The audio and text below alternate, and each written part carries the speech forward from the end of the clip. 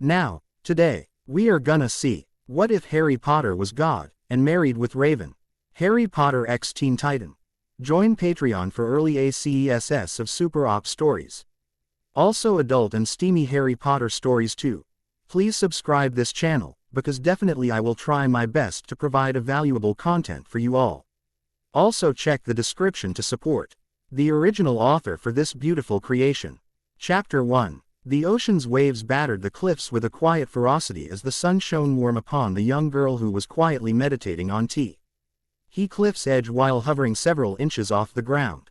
Though her face looked serene, memories flashed through her mind that threatened her peaceful meditation. Violence was nothing new for Raven. She was a superhero. After all, as well as the daughter of a demon, so she had seen and done things that would have driven many people mad in her life. It had been a year since the attack by Diagon. A year since Raven and the rest of the Teen Titans had sent her father back where he came from. A year since Raven had left Earth and her friends behind and came home to Azeroth, seeking peace from the memories that seemed determined to drive her mad. The memory she was currently fighting against was one she hated above all things, for it was the one that hurt her the most. It was a memory of heartache and death. It was a memory of the night she lost her family to a monster. Raven had lived with the Potters for 3 years before that horrible night. They'd adopted her when they found her who led alone in the snow after running from the so-called orphanage that Raven had fled from. In truth, the orphanage was more like a rat hole where the children were hardly fed, and the food that were given could scarcely be called that. Raven had used her powers to escape that hellhole, only intending to teleport outside the orphanage. But instead, Raven had somehow transported herself to England and lived on the streets for several weeks. Raven had been only 6 when the Potters had taken her in and welcomed her as if she was their own, though hardly being old enough for a child. Had accepted her and brought Raven into their home, not caring about her powers or calling her a freak like all the others had done before. And when Lily had given birth to Harry 2 years later, Avayan had been so happy to have a baby brother. She remembered fondly how she would create glowing bubbles for Harry, who would squeal with delight and try to catch them. Then, that terrible night came, and Raven lost everything. Tears slowly ran down her cheeks as she remembered the events that had ripped the first family she had had from her. Raven had been helping Lily put Harry down for the night when the house suddenly boomed as though a cannon had gone off. Downstairs, Raven heard James shouting, "Lily, take the kids and run. It's him. Go, run, I'll hold him off." Lily had turned pale at the words and had immediately pointed her wand at the door, causing it to slam shut before levitating everything she could and placing it in front of the door to act as a barricade. "Mum, Dad's going to be okay, isn't he?" Raven asked as she tried to quiet little Harry, who was beginning to cry, as though sensing that something was wrong. "Don't worry, Raven," Lily said quickly, "James will be just fine. Just stay behind me, okay?" Quickly, Lily took Harry from Raven's arms and placed him in his crib before turning back to face the door, her wand drawn and shaking. Suddenly, the door exploded and threw Raven against the wall hard, and she knew no more. When she had awoken, it was to a nightmare that she desperately wanted to wake up from. Lily lay dead not far from her, next to a black cloak, and little Harry was gone. In her anguish, Raven had used her powers to transport her to Hogwarts and to the one person that Lily and James had told would protect her if they could no longer do so, Albus Dumbledore. "Professor Dumbledore," Raven cried, throwing herself into his arms when the old man returned to his office. "Lily and James." "There, I know, my dear," Dumbledore said sadly as he held Raven in his arms, stroking her back gently as she sobbed into his chest. "What about Harry?" Raven asked quickly. "Is Harry okay?" Dumbledore's face took on a thoughtful expression for a moment before it slipped into one of sadness. "I'm so sorry, Raven, but it would appear as though Harry did not make it." "No," Raven breathed in a horrified whisper, backing slowly away from Dumbledore. "Please tell me it's not true." "Not Harry. I'm so sorry, my dear," Dumbledore said sadly. "I wish I could." With a final cry of heartache and despair, Raven asked her powers to take her away, somewhere far away from this pain. That's how she had first come to Azeroth, home of a group of pacifist monks who told her of her true parentage as well what her future held. Much to her horror, the Mo. NKS had then taught Raven how to control her powers so that she would be better prepared for the day when she would have to face her father, Diagon. Slowly, Raven opened her eyes and lowered herself to the ground as the memory finally ended. It had been 8 years since that night. 8 years since she had lost the 3 people she had loved more than anything, yet, not a day went by where she didn't miss them. Bad memories, a voice asked from behind as Raven slowly rose to her feet. Turning, Raven saw that it was Azar, the spiritual leader of Temple Azeroth. Always, Raven replied softly in her monotone voice before turning back to stare at the sea. There nothing new. Perhaps it's time for you to go home. Then, Azar replied as he stepped next to her. I am home, Raven replied. Besides, my friends are safer without me. You don't truly believe that, do you? Azar asked as he turned to Raven. I nearly brought about the end of the world, Raven replied, turning to face Azar. But you didn't, Azar replied. You saved the world from the tyranny of your father's rule. It doesn't matter, Raven said. I'm still the reason he almost killed everyone I care about. I have no reason to go back, as I said before. My friends are safer without me. What if I told you there was a reason to return? Azar said softly. And what reason would that be? Raven asked. Harry Potter, Azar said simply. Raven's eyes widened instantly, and her skin turned even paler, if that were possible, both of which were thankfully hidden by her cloak. For a moment, Raven was rendered speechless before she was finally able to respond in a shaky voice. Harry is dead. They're all dead. I'm afraid that whoever told you that was not telling you the whole truth, Azar replied. The boy is very much alive. How do you know this? Raven asked as tears began to roll down her cheeks.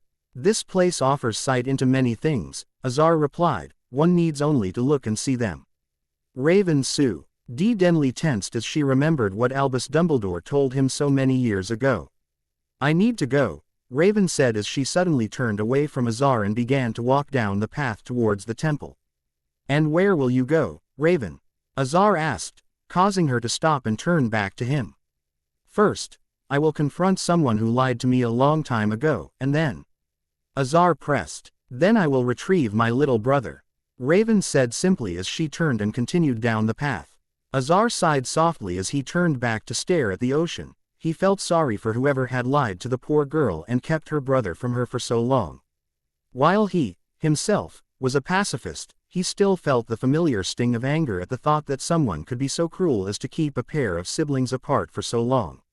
Albus Dumbledore hummed to himself as he read a letter that he had just received from Cornelius Fudge, the current Minister for Magic. It was the usual request for advice that Fudge would send to Dumbledore every few days, and by now, Dumbledore was used to them. Try as he might, Dumbledore just couldn't seem to concentrate on the letter as he had more important things on his mind at the moment. Just as Dumbledore set the letter down and reached for another lemon drop, the door to his office exploded open, making him jump to his feet and draw his wand quickly as a pale girl in a dark blue cloak stormed in, making him pale as he realized who it was. Raven, Dumbledore said in a whisper as his wand dipped slowly. You lied to me, Raven roared angrily as she sent a shockwave of power at him that lifted him off his feet and slammed him back into his chair, his wand flying from his hand and landing on the floor a few feet away. Raven, I don't know what you're talking about, Dumbledore began, only to stop when Raven levitated off of the ground and glared at him with 2 pairs of red demonic eyes. Don't lie to me, Raven snarled as she pointed her palm at Dumbledore and closed it into a fist. Instantly, Dumbledore's eyes bulged, and his hands went to his throat as he struggled to breathe. Where is Harry? Raven snarled. Where is my little brother? I told you, Raven, Dumbledore gasped out as he slowly began to levitate off of the ground, his feet kicking the air. You're lying, Raven spat. Harry is alive, and you will tell me where he is.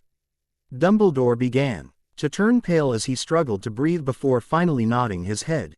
Instantly, Raven dropped her arm, and Dumbledore fell into his chair and began gasping for air as Raven slowly lowered herself to the ground. Her red demonic eyes returned to their normal shade of violet.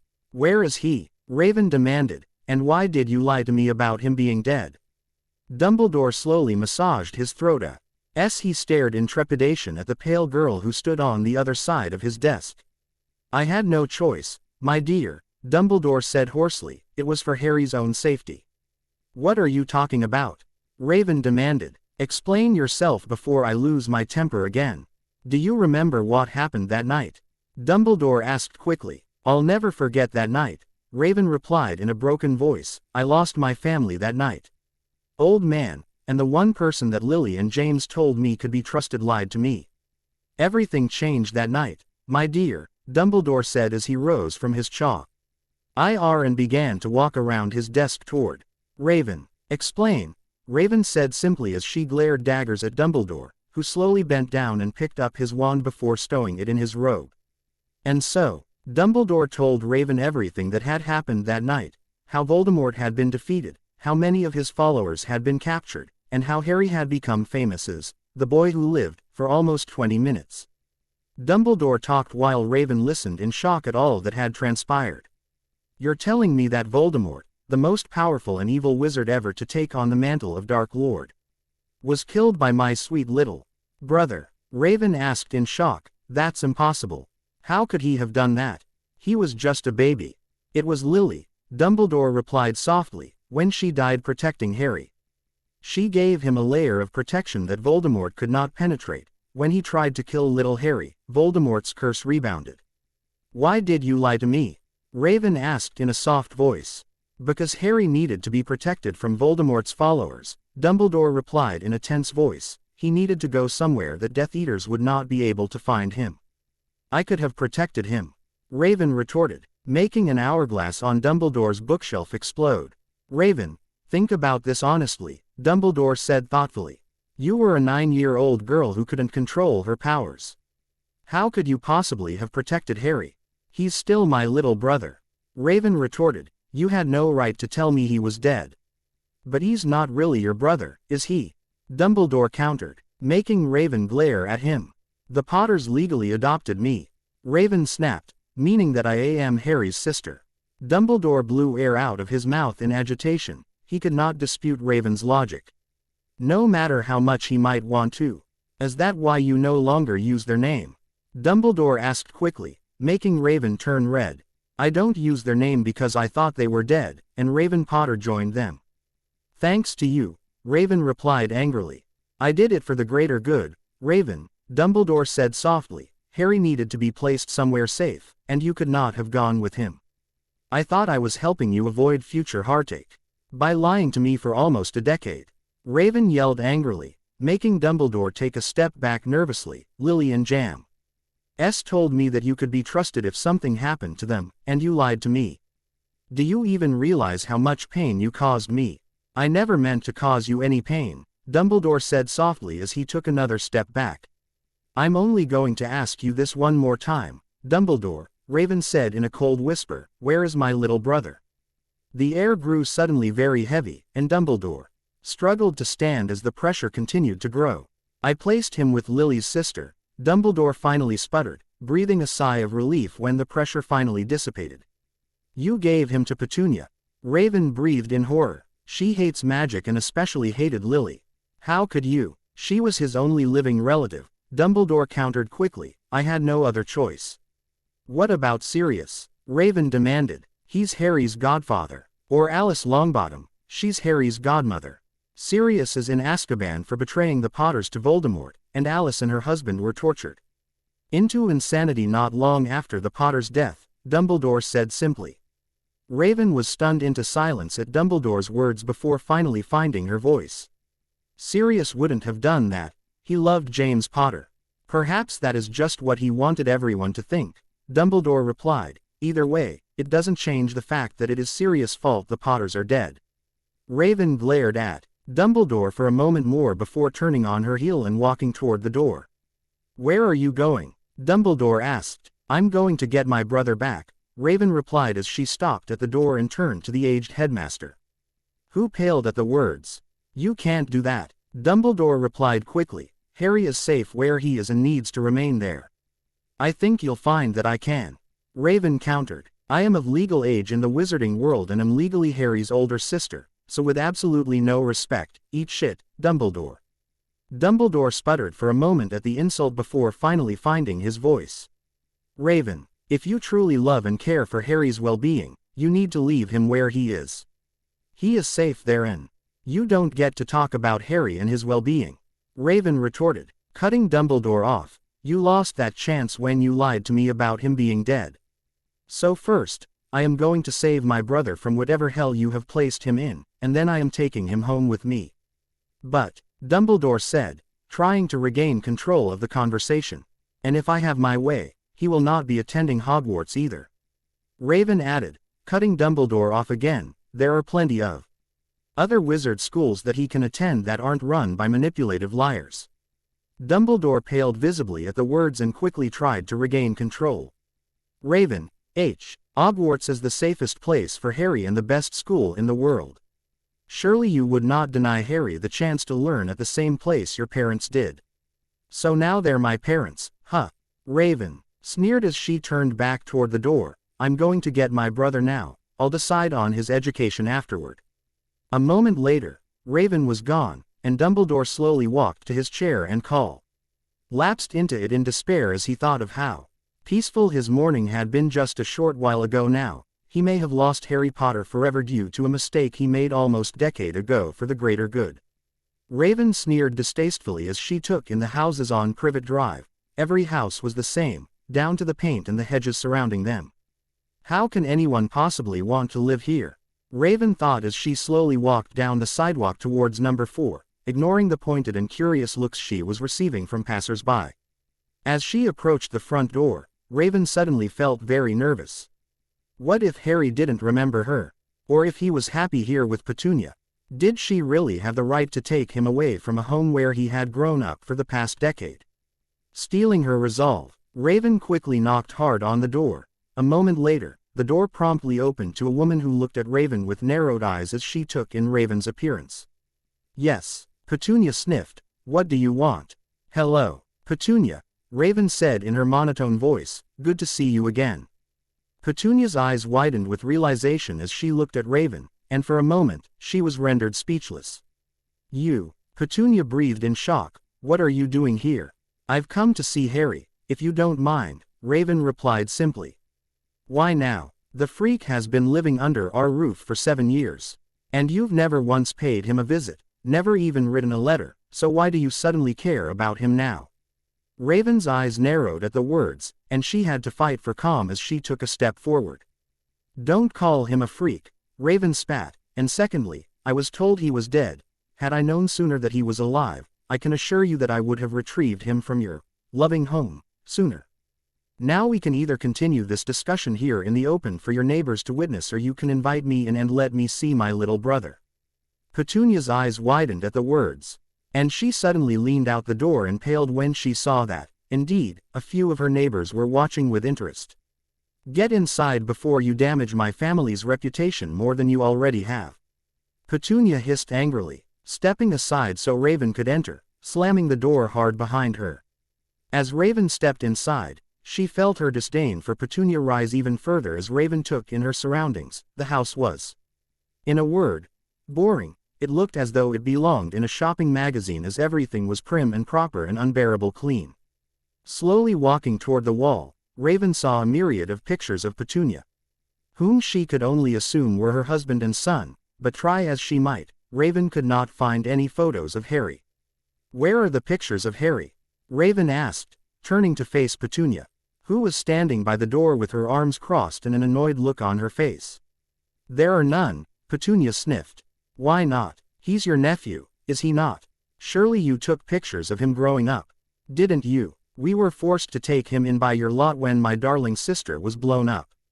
Petunia retorted angrily. Vernon and I never wanted his abnormality in our home.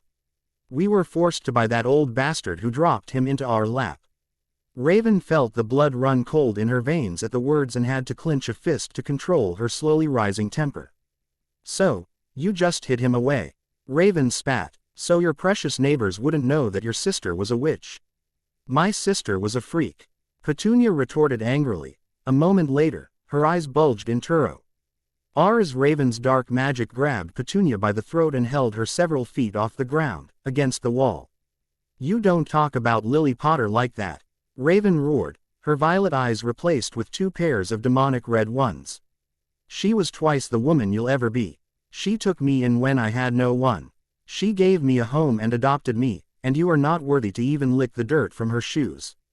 Petunia clawed in terror at the shadow currently wrapped around her throat as Raven glared at the woman. A moment later, Raven released her hold, and Petunia dropped to the floor and gasped for air as Raven regained control of herself and her demonic eyes returned to their usual violet. "Where is Harry?" Raven asked simply. "Since you find him such a burden, I have come to take him off your hands." Petunia stared at the girl in terror, seemingly unable to answer, and simply pointed behind Raven. Turning to see what she was pointing at, Raven's eyes widened when she saw a cupboard door with a lock on the outside. "You keep him in a cupboard?" Raven asked angrily, turning back to face Petunia, who cringed under the girl's stare. "You don't even have the decency to give him his own room." Petunia mumbled something unintelligible, and Raven sneered at the woman before quickly making her way to the cupboard and using her magic to rip the door off the wall and throw it to the ground, making Petunia pale at the level of dust that had just invaded her home. When the dust settled, Raven's breath caught in her throat at what she beheld. Inside a dirty cupboard lay a small black-haired boy who was clearly very sick. Harry was currently shivering under a dirty blue blanket. When Raven pressed her hand to Harry's forehead, she was appalled to discover that he was running a fever. "What the hell is wrong with you?" Raven demanded as she rounded on Petunia, who cowered under the girl's stare. "Your nephew is seriously ill, and you leave him in a filthy cupboard alone." "If, Petunia said softly before steeling her nerves, "if you care so much for the little freak, then take him." "We don't want him." Raven's eyes flashed red for a moment, and Petunia paled and scooted back. Until her back was pressed against the far wall. "I intend to," Raven said simply. "You will never see Harry again if I can help it. Be thankful that he still lives, or you would not, Petunia." Without another word, Raven bent down and picked Harry up into her arms before encasing them both in her magic and teleporting the pair away. A moment later, Raven and Harry were standing in front of a straw NGE building that looked as though it were a giant T. "Welcome home, little brother," Raven said softly as she gazed down at the sleeping boy she had thought lost for so long. "I promise no one will ever hurt you again, Harry." With a determined look, Raven strode into Titan's tower to introduce Harry to the rest of her family and get him the medical attention he needed.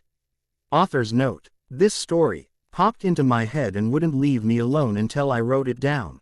I'm only planning on 5 to 7 chapters, but if people like it, I'll maybe make it longer. As you all know, my favorite genre is Harry Potter adopted, raised by others, so it was only a matter of time before I did a crossover, lol. Chapter 2. Chapter 2. As Harry slowly opened his eyes, he first noticed that he was no longer in his cupboard. Strange wires were attached to his chest and led to a machine that was beeping softly. What's going on? Harry thought as he slowly tried to sit up. The effort seemed to take more strength than he currently had as he fell weakly back onto the pillow twice before he finally managed to rise up on the third attempt. Where am I? Harry thought as he gazed around the dark room. Is this a hospital? Harry quickly shook the idea away. Aunt Petunia and Uncle Vernon would never waste money on a freak like him by taking him to a hospital. In the 8 years that he had lived with them, they had never shown any care when it came to his health. Instead, when he had gotten sick after being forced to walk home in the rain, they'd simply locked him in his cupboard and told him not to bother them with his incessant coughing. Fear began to worm its way into Harry as he took in the unfamiliar surroundings, and Harry carefully began to pull the wires off of his chest. Once that was done, he gently lowered himself off of the bed, and a sudden wave of lightheadedness made him grasp the railing of the bed for a moment until it dissipated. Gazing down at himself, Harry noticed that he was no longer wearing Dudley's overgrown clothes. Instead, he was wearing a dressing gown, like the ones used in hospitals, and he shook his head in confusion. If I'm not in a hospital, why am I dressed as if I am in one? Harry thought as he shook his head again to clear the lightheadedness, remembering how often Uncle Vernon had threatened to sell him to a lab where freaks like him belonged. Harry suddenly felt very afraid and quickly walked to the door. His fear turned to panic as he saw there was no handle on the door, and tears began to slide down his cheeks at the thought of what would happen to him. As Harry wiped his eyes quickly, He saw a button on the wall, and after a moment's hesitation, he gently pushed it, jumping back in shock when the door suddenly slid open horizontally.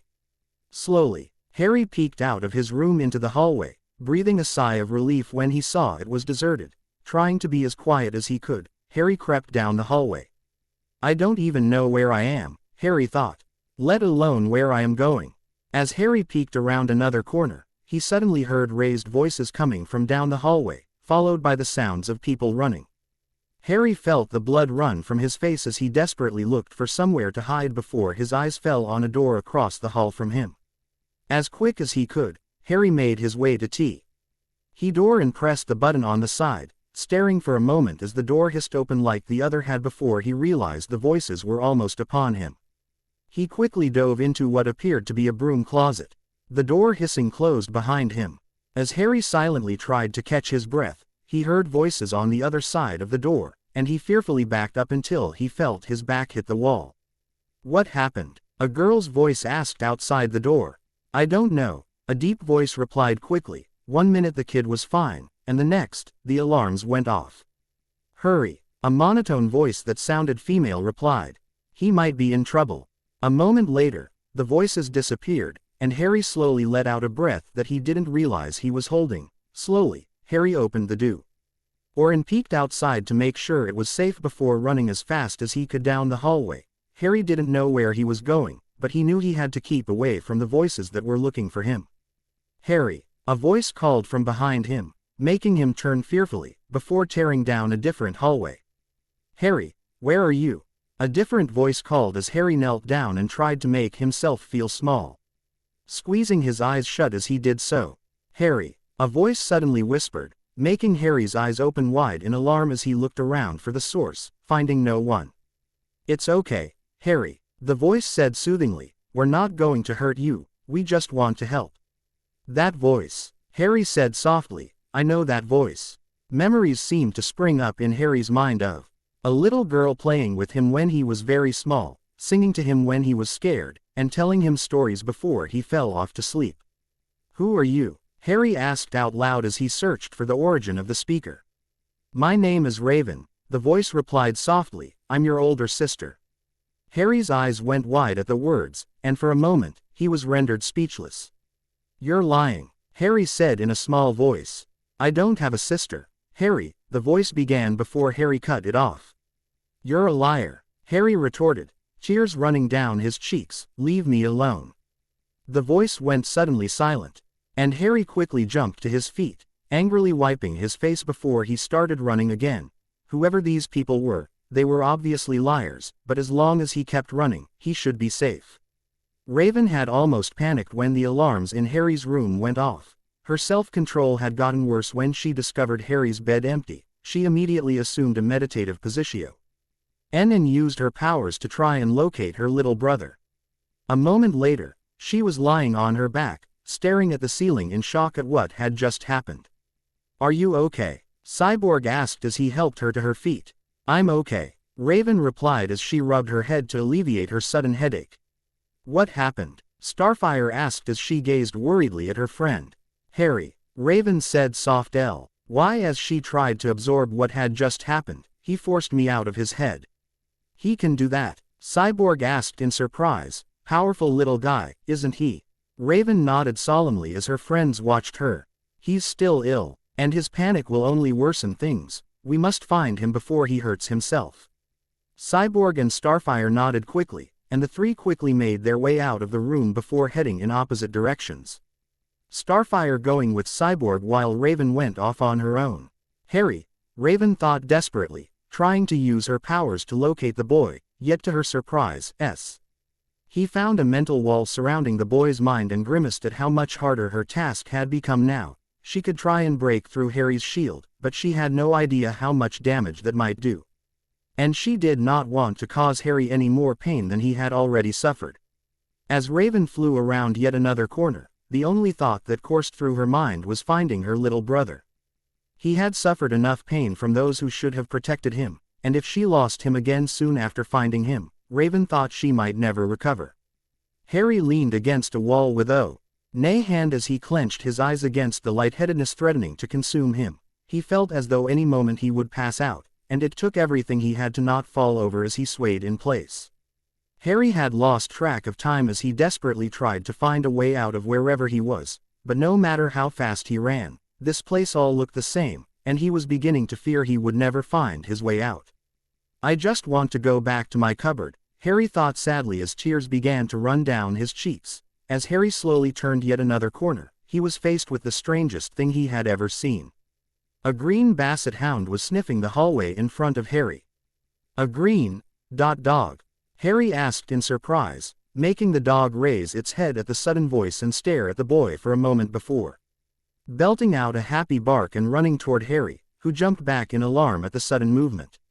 A moment later, Harry's eyes nearly bugged out of his skull when the green dog suddenly transformed into a green boy with pointy ears, wearing a purple and black outfit.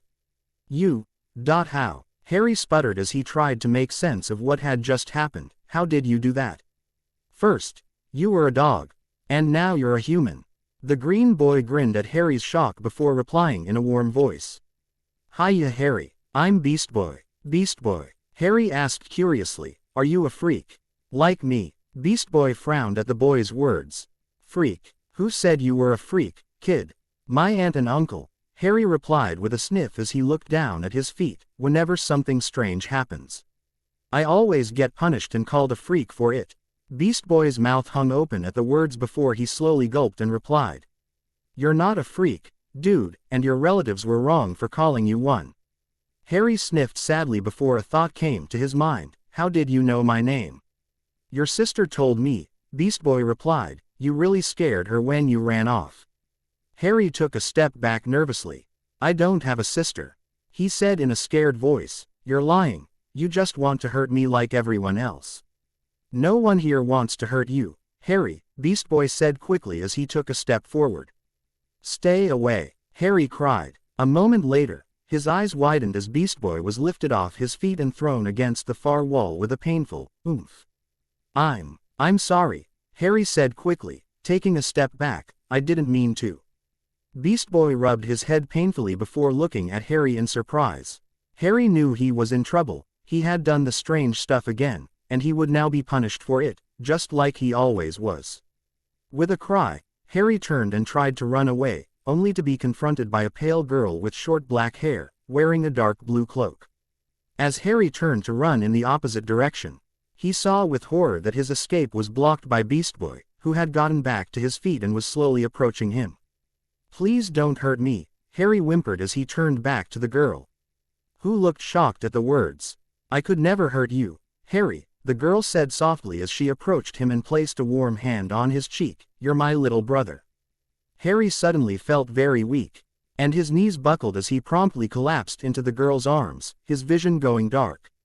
I don't have a sister, Harry muttered before he passed out. The last thing he saw was the girl's sad expression as she gazed down at him. Author's note. I realize I didn't post this before, but I do not own Harry Potter or any characters from Teen Titans. They are owned by DC and J.K. Rowling, respectively. I am simply writing this for fun and in the hope that some readers may enjoy it. Chapter 3. Chapter 3. Raven gazed sadly down at her little brother as he slept. He looked so small to her eyes. Not at all like the 8-year-old boy he was supposed to be. It broke her heart to think of what he had gone through at the hands of those who should have protected him.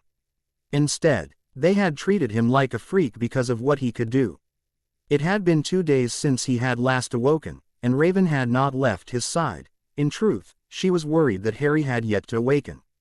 But Cyborg assured her that Harry's body needed rest if it was to heal itself.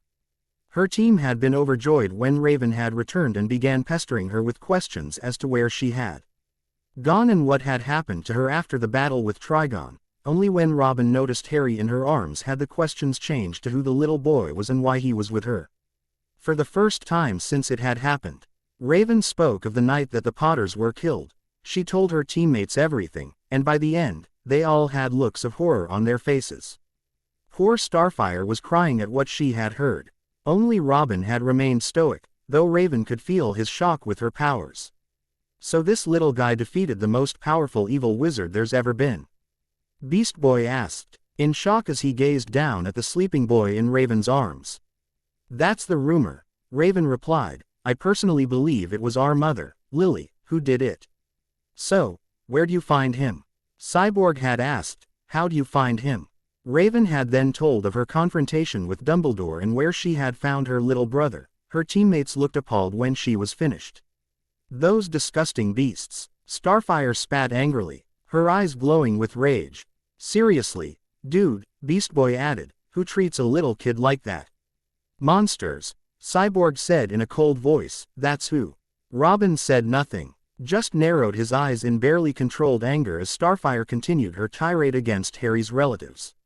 "Harry will be very scared when he awakens. He will not know where he is." Raven eyed softly as she gently began to rub the boy's head. Raven looked at her team with pleading eyes as she continued. "It will take time to repair the damage that the Dursleys inflicted on him. Will you help me?" "Of course we will, Raven," Starfire answered immediately. "Yeah, Ray," Beast Boy added, "you're a Titan, and that makes Harry one too." Robin and Cyborg offered additional words of comfort, as Raven tried not to cry with happiness at how good it felt to be home with her friends.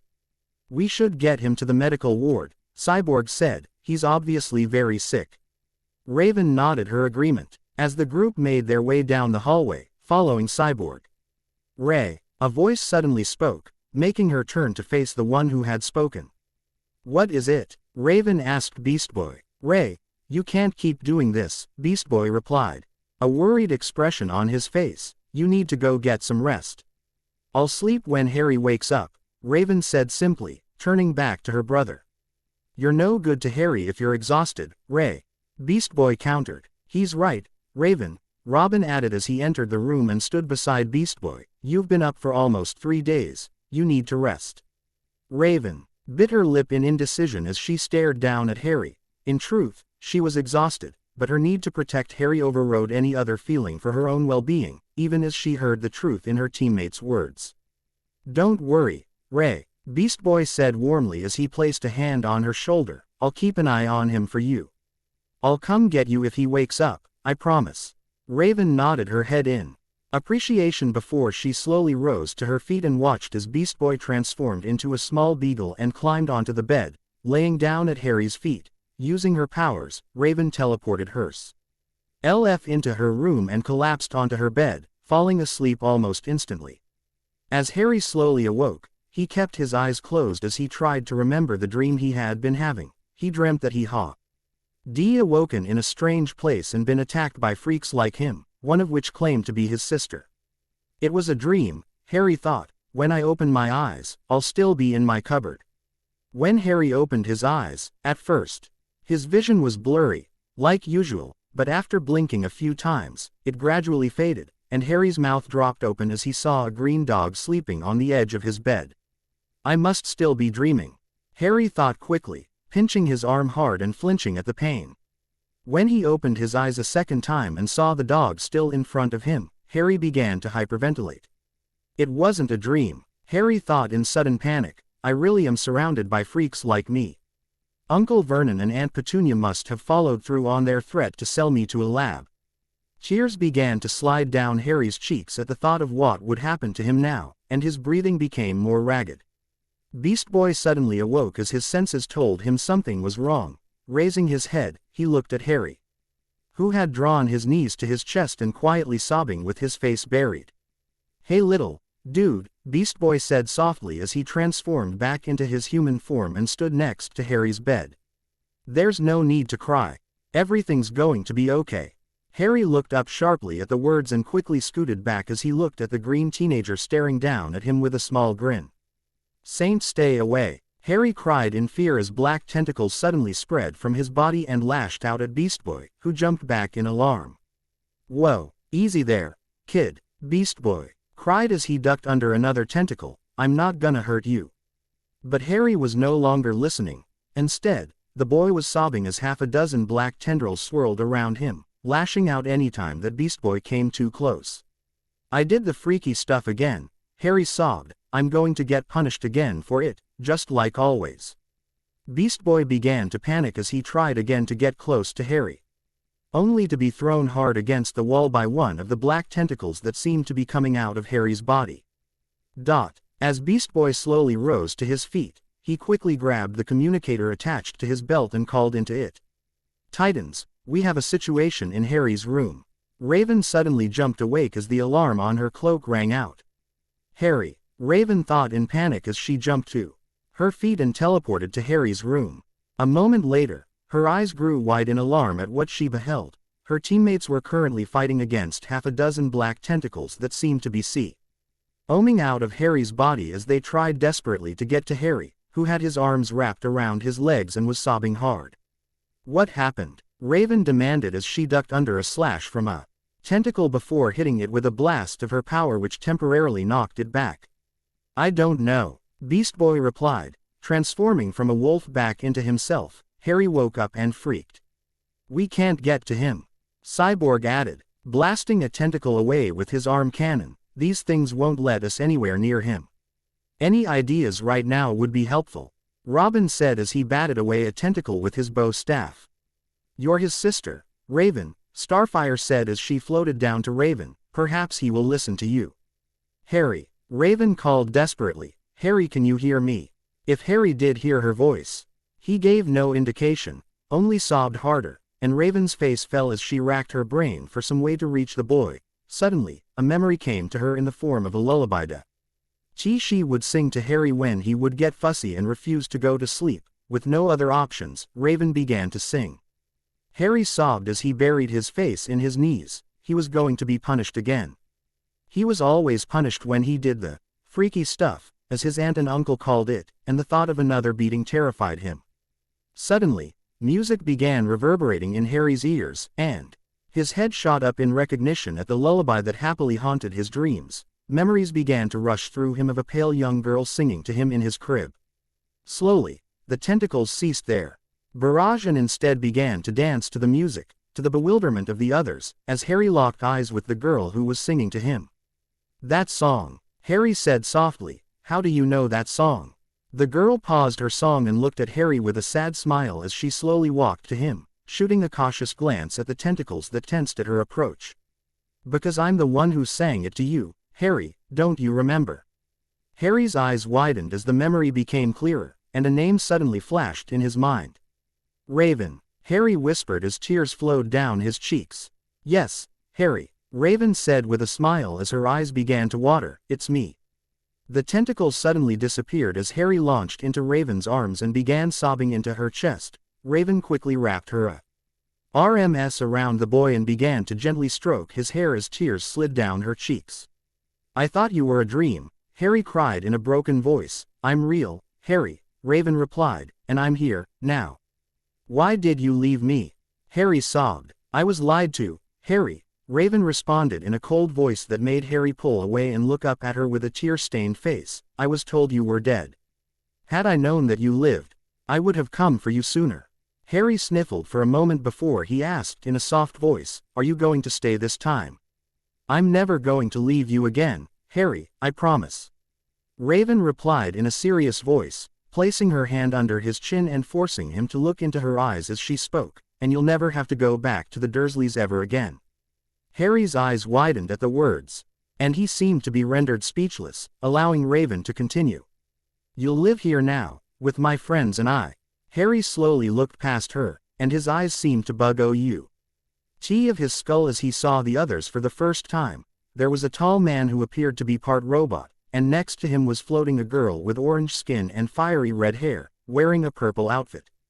Beast Boy was laying against the wall in apparent exhaustion, and as Harry's eyes slid to the person next to Beast Boy, Harry let out a small gasp. You're Robin," Harry said in awe as he looked at the teenager. Dudley was a huge fan of superheroes and would constantly demand that Aunt Petunia buy him the latest toy or comic about them. Sometimes, Harry would listen from his cupboard. Dudley watched the news with awe as Batman or some other superhero would save some city in America from some supervillain. "Indeed, I am," Robin said, flashing Harry a small grin and wink that made Harry slowly smile back before he turned back to Raven. "Are you a superhero?" Harry asked in awe. "Yes, I am, little brother," Raven replied with a grin, "and these are my teammates." We call ourselves the Titans. Harry once again looked around at the others, who were all smiling warmly at him. Am I going to be punished? Harry asked in a small voice as his gaze went to his lap. Why would you be punished, Harry? Raven asked in a confused voice.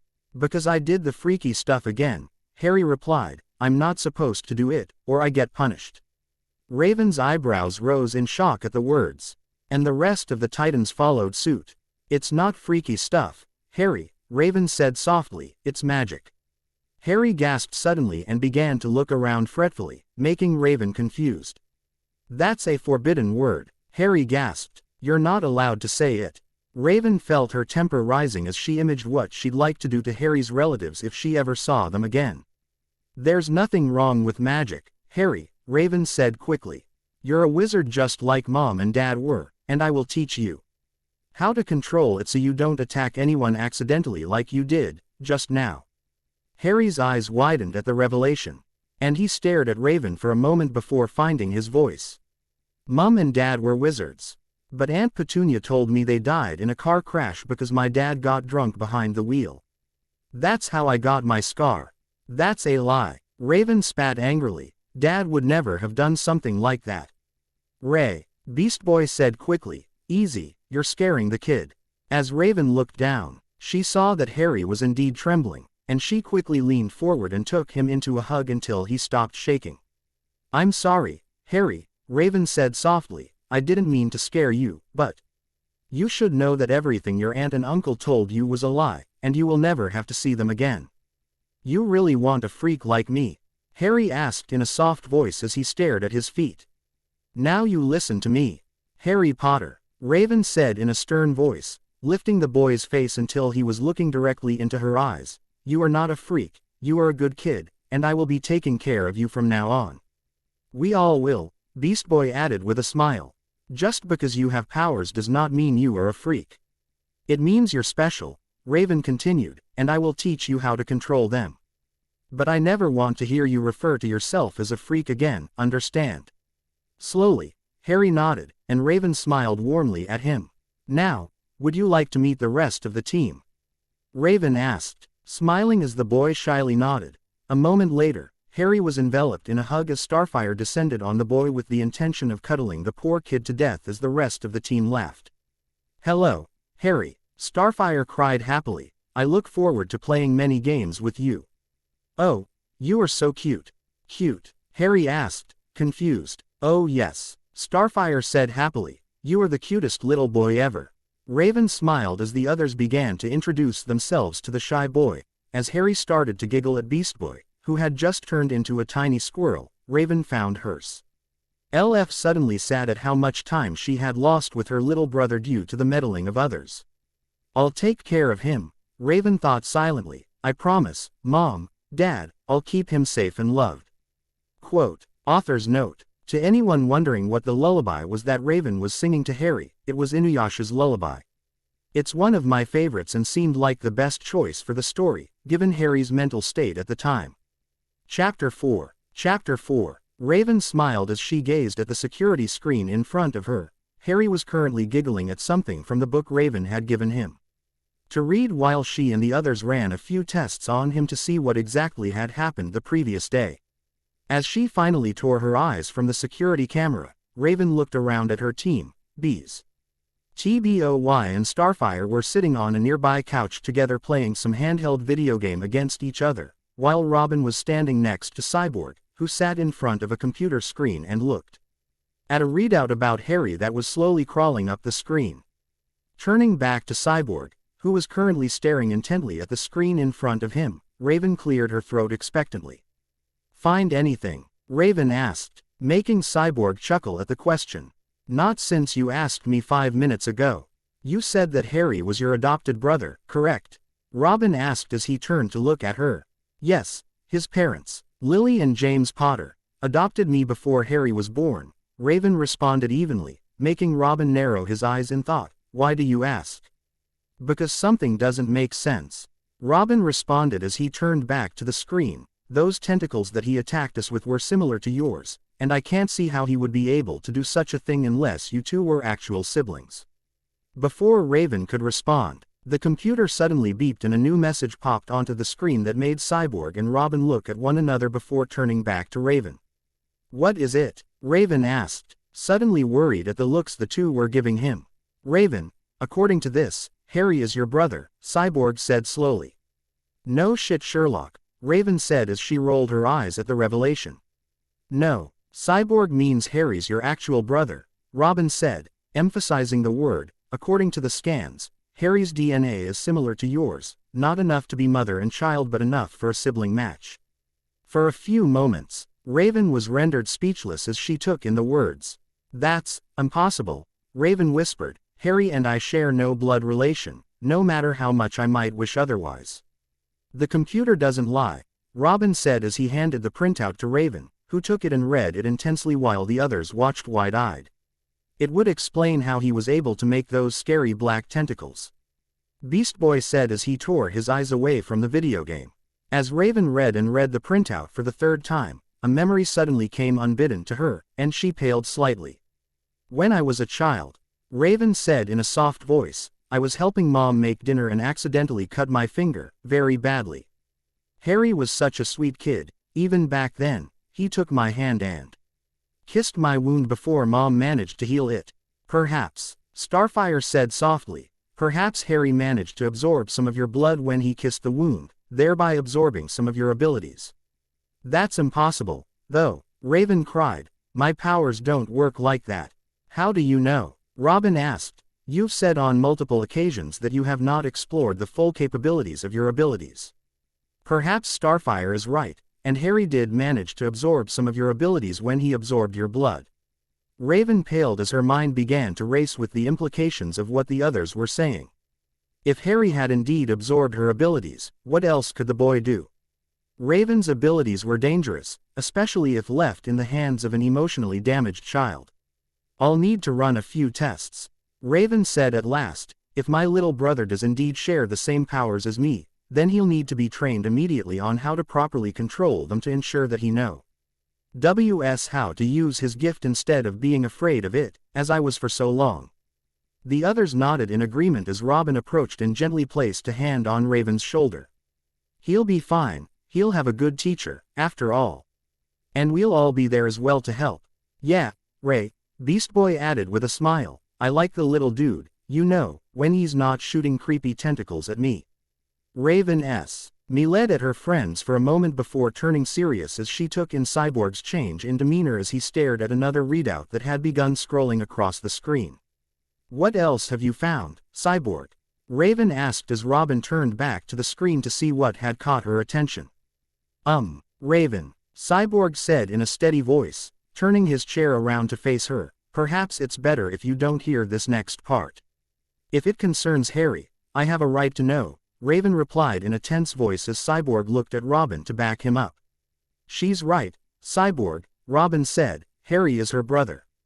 So she has a right to know what you've found concerning him, the good and the bad." Cyborg took a deep breath as he turned back to the screen. "The scans have picked up significant damage to Harry's body. Some of the damage going back years. I'm seeing multiple broken bones and fractures across his body, as well as severe malnutrition." Raven felt horror and rage sweep through her in equal measure at the words. Starfire looked as though she was trying not to cry, while Beast Boy and Robin both had hard looks on their faces. "How did he survive all that?" Beast Boy asked in an angry voice. "That's the strangest part of all. 5% of the kid's body is covered in scar tissue from various methods of what I can only describe as torture, and yet it seems as though Harry's wounds and injuries have been healing themselves over the years. That's how he's managed to survive this long." "He's been healing himself?" Raven asked in a surprised voice. "How?"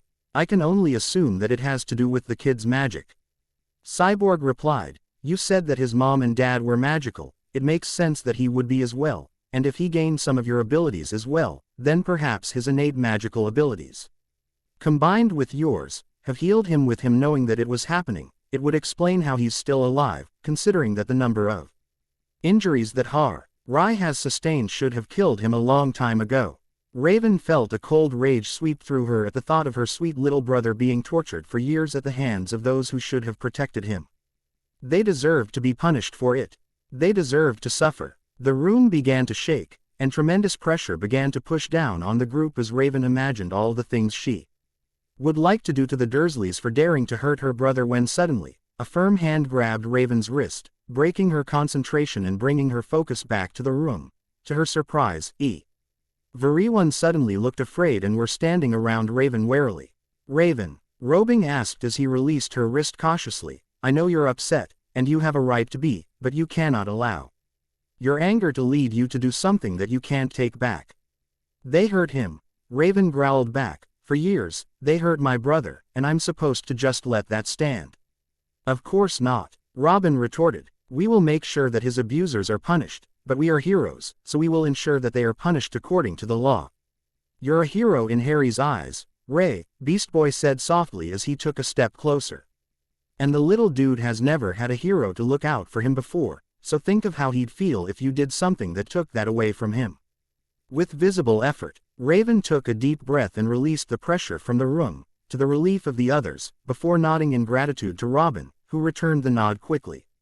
Harry deserves justice, Raven said in a broken voice. And he will have it, Robin replied quickly, but what he needs now more than ever is his sister. He has a long recovery ahead of him, and he'll need to know that you'll be there for him. And we will be there as well, Starfire added cheerfully. Harry is the cutest, and I look forward to playing with him. We'll all be there for him, Ray, Beast Boy said simply as the others nodded their agreement. Thank you, Raven said softly, thank you all so much. Robin placed a warm hand on Raven's shoulder as the pale girl tried to control her raging emotions. Why don't you go spend some time with Harry? Robin said, I'm sure you two have a lot to catch up on. Raven nodded in agreement before making her way out of the room and down the hallway. A moment later, she stood in front of the infirmary and hesitated as fear suddenly wormed through her at the thought that she might not measure up to being Harry's hero, as Beast Boy had called her. Pushing the worry angrily away, Raven entered the room. Raven, Harry called happily as he looked up from his book, his face breaking into a huge grin as his sister strode into the room and pulled up a chair next to Harry's bed. Hey, how's the book, Harry? Raven asked warmly. It's great, Harry said happily. Mr. Bilbo just had his house invaded by dwarves, and they ate all his food. Raven smiled at the boy's enthusiasm. Would you like me to read to you? Please, Harry said excitedly as he handed the book to her. With a smile, Raven began to read where Harry had left off, a warm sensation growing in her chest as the boy scooted closer to her. A few days later, once Harry had finally beaten his cold and Raven was satisfied that Harry's weight had been raised to an appropriate level, Harry was finally allowed to leave the infirmary. And Raven took him to a room that was across the hall from hers. The room was twice as big as Dudley's, with a bed that seemed massive to Harry's petite frame. It had a huge closet, as well as a secondary room that led to a bathroom that held a huge tub. As Raven pressed a button on the wall next to the bed, the wall suddenly shifted into an enormous window, from which Harry could see the sea shining below and a vast city not far away. Do you like it? Raven asked in a soft voice as though afraid of Harry's answer. I love it, it's so big, Harry responded enthusiastically, making Raven smile happily. Good, because it's yours now.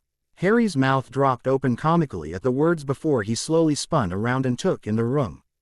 All mine, Harry asked softly. Raven nodded happily as she stared at the boy, who seemed stunned at something as simple as his own room. You can decorate it however you like, within reason, of course, Raven said warmly, and no one can come in unless you let them. Besides me, of course. I have to keep an eye on you, after all. Raven suddenly stopped talking as Harry tackled her in a great hug and began to sob into her robe softly. Thank you, Raven, Harry cried as she gently stroked his hair. I've never been given my own room before, thank you so much. Raven smiled sadly at her little brother's words. In Raven's opinion, denying something as simple as a room was beyond depressing, and she tightened her hold around Harry as he repeatedly thanked her for giving him the room. Now, why don't you get cleaned up, and then we can go clothes shopping for you. Quote, I get clothes too, Harry asked excitedly as he pulled away and wiped his face. Of course, Raven replied, we can't have you walking around in a hospital gown. And those rags that the Dursleys had you in are definitely not something that should be worn by anyone, let alone my little brother. Harry's eyes widened in happiness at the prospect of not only being given his own room but also a new set of clothes, and a huge smile began to spread over his face as Raven gave him another hug before turning to leave. "I'll be back in 15 minutes, and we can go, okay?" Harry nodded happily and ran straight into the bathroom before slamming the door behind him. Raven smiled at the closed door for a moment before turning and leaving. A half hour later, Harry was smiling happily as he sat squished in the back of Cyborg's car between Raven, Starfire, and Beast Boy. Harry had stared in awe when he first saw the vehicle, and Cyborg had proudly told the kid everything about the car until Raven had told them that they needed to leave. Because Harry had no other clothes, Raven had been forced to have Harry wear his cousin's hand-me-downs, with the promise that they would be summarily destroyed once Harry's new wardrobe was taken care of. Still, Harry didn't care as he was too happy that he had a new room all his own. As they drove through the city, Harry thought his neck would break as he whipped his head back and forth to make sure he didn't miss anything, much to the amusement of the others. "You might as well give up, dude," Beast Boy grinned. "This city is too big to see everything." "Doesn't mean that I can't try," Harry retorted happily. "All I've ever seen is Privet Drive and school. This is all new to me." A depression settled on Car as the group remembered how hard a life Harry had had before Raven had saved him, and Starfire pulled the boy into a hug. "Worry not, Harry," Starfire replied, "we will make sure that you get to see everything." Harry's smile grew even more prominent at the words, and the mood seemed to lighten as Cyborg pulled in front of a clothes store. "Now let's see what we can find for you," Cyborg said quickly. "The sooner those clothes are replaced, the better." "Agreed," Robin added as the group walked into the store. Harry smiled warmly as he walked between Raven and Starfire, holding both hands tightly. A few hours later, Harry was sure that he was having the best day of his life. The Titans had bought Harry an impressive wardrobe that included everything he would need in the future, including shirts, pants, socks, pajamas, and a myriad of other things. As every time Harry walked out of the dressing room with something that the others seemed to think looked good on him, they immediately added it to the cart of new clothes. Despite his protests, after loading up a veritable avalanche of clothes into the trunk, the Titans had then gone to a nearby toy store and bought Harry enough toys to make even Dudley jealous. Harry had tried to say that he didn't need them, but Robin had assured Harry that price was no object as he had ways of paying for it, and the Titans had gone deaf to his objections. It seemed until Harry just gave in and let them buy whatever they wanted. Now Harry was sitting with the rest of the Titans, enjoying a huge pizza, with a smile that seemed glued to his face as he enjoyed what had to be the best thing he had ever eaten. "Raven," Harry suddenly said in a shy voice as he stared at his plate. "Yes, Harry," Raven responded in a worried voice. Thank you for today. No one's ever done so many nice things for me before." Raven smiled sadly at Harry for a moment before she reached over and rubbed his head affectionately. "We're family, Harry, and family is supposed to look after one another."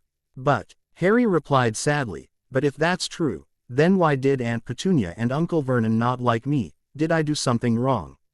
Raven's face took on a stern look as she placed her hand atop Harry's. "You did nothing wrong, Harry. You were a sweet, wonderful little boy, and it was not your fault that you were placed with such horrible people." "Yes, Harry," Starfire said tightly. "You did not deserve to be called names or treated with such cruelty. Family does not do that." The others nodded in agreement, and Harry felt tears slide down his cheeks before he was suddenly taken in a great hug by Raven. "I promise you, Harry," Raven whispered as she gently stroked the boy's head, "you will never see those people again, and they will be punished for what they did to you." Harry pulled away from Raven and stared at her wide-eyed for a moment before grabbing her for another hug while the others watched with smiles on their faces. "Now, hurry up and finish your pizza," Cyborg said with a grin. "We still have a lot of work to do today." "We do?" Harry asked in surprise, making Cyborg nod. "Yeah, dude," Beast Boy replied happily, "we still have to decorate your room." Harry smiled happily at the prospect and began to wolf down the slice before reaching for another. "Who do you think he is?" Jinx asked as she looked down at the Titans. "Maybe it's some brat they've taken in," Mammoth replied. "Who cares who he is? Gizmo said in annoyance. All that matters is that the Titan jerks have a weakness that we can exploit. The 3 stone ARED down from the roof they were standing on at their hated enemies. Each had a score to settle with the Titans, and each looked forward to finally putting the Titans in the ground, once and for all. So, what are we waiting for? Mammoth asked. Let's go grab the brat. Use your head for once, Mammoth, Gizmo sneered. There's no way we can grab him right now. So we'll have to wait for our chance to strike.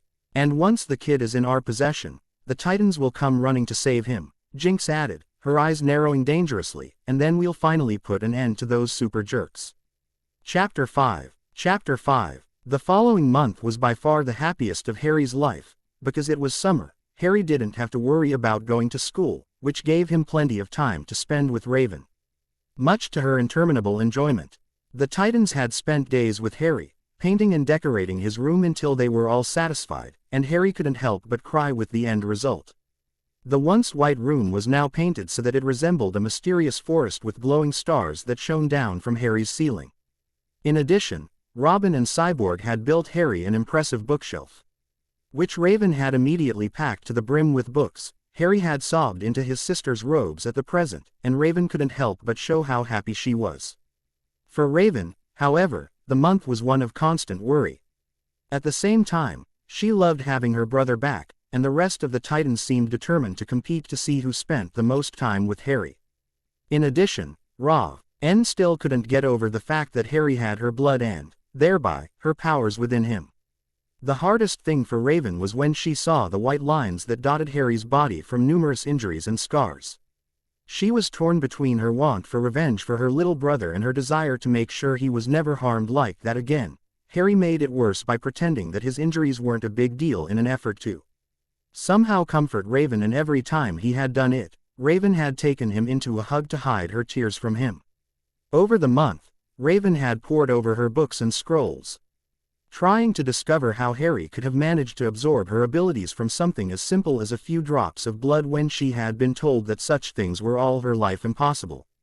Adding to her worry were the nightmares that Harry seemed to have almost every night. More than once, Raven had rushed into Harry's room after hearing his cries, only to discover the boy sobbing in black tentacles thrashing about as though trying to fight whatever demons stalked Harry's nightmare. Only Raven was allowed to approach Harry during these nightmares. Anyone who attempted to do so quickly found themselves thrown across the room by Harry's protectors. Once Raven managed to get Harry to wake up and remind him that he was safe and that the Dursleys couldn't hurt him, Raven lay next to Harry while humming his lullaby until he settled down and returned to peaceful slumber.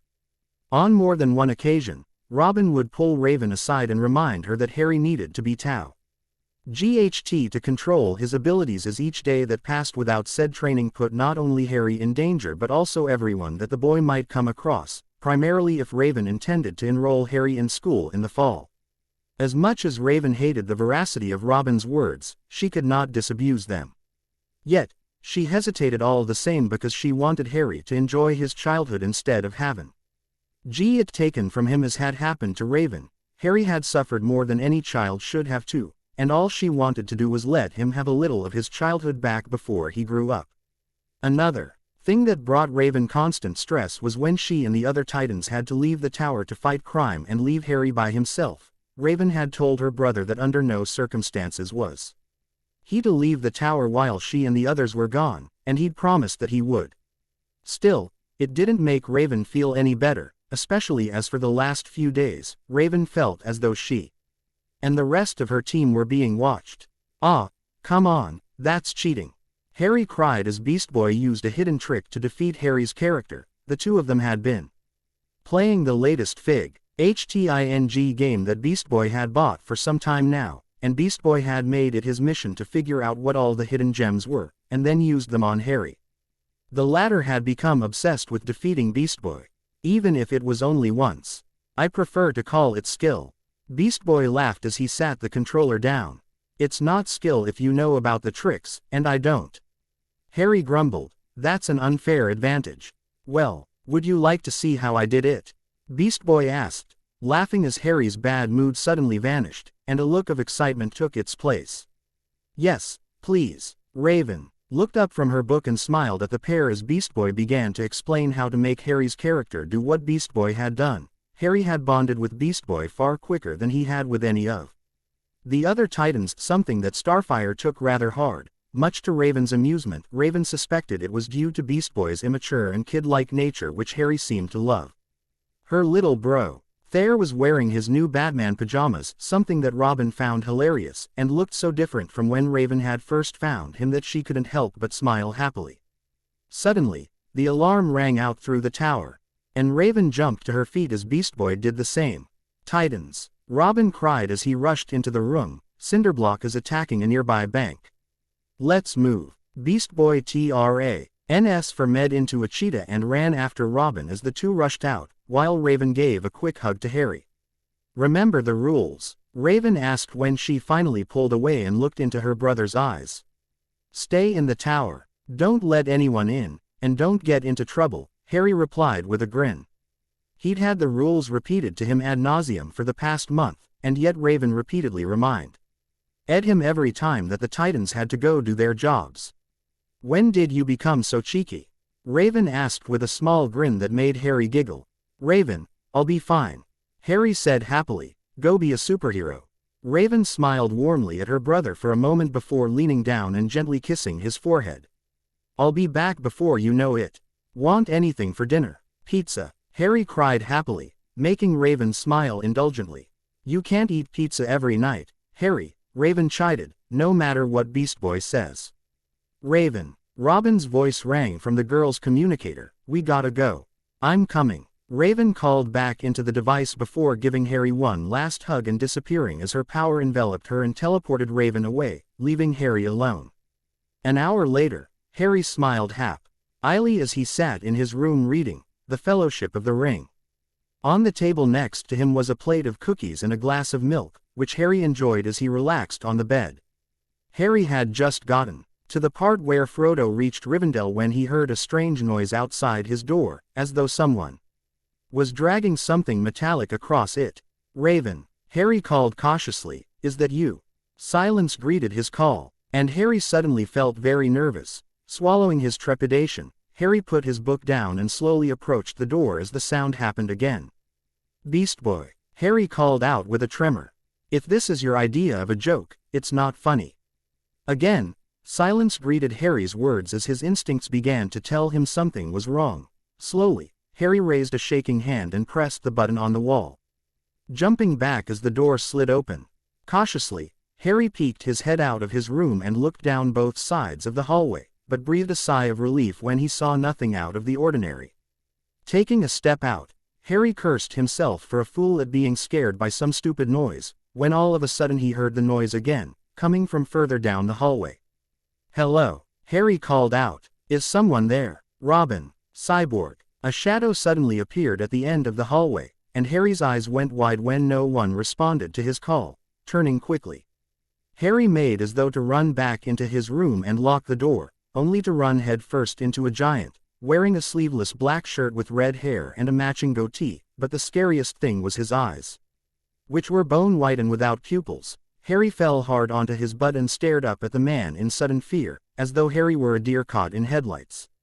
"Hello, brat," the giant rumbled with a cold smile. "Who or why you?" Harry stuttered as he tried to scoot back, much to the amusement of the giant, who crossed his arms over his chest and smiled at the boy. "Name's Mammoth, and you're coming with me, kid."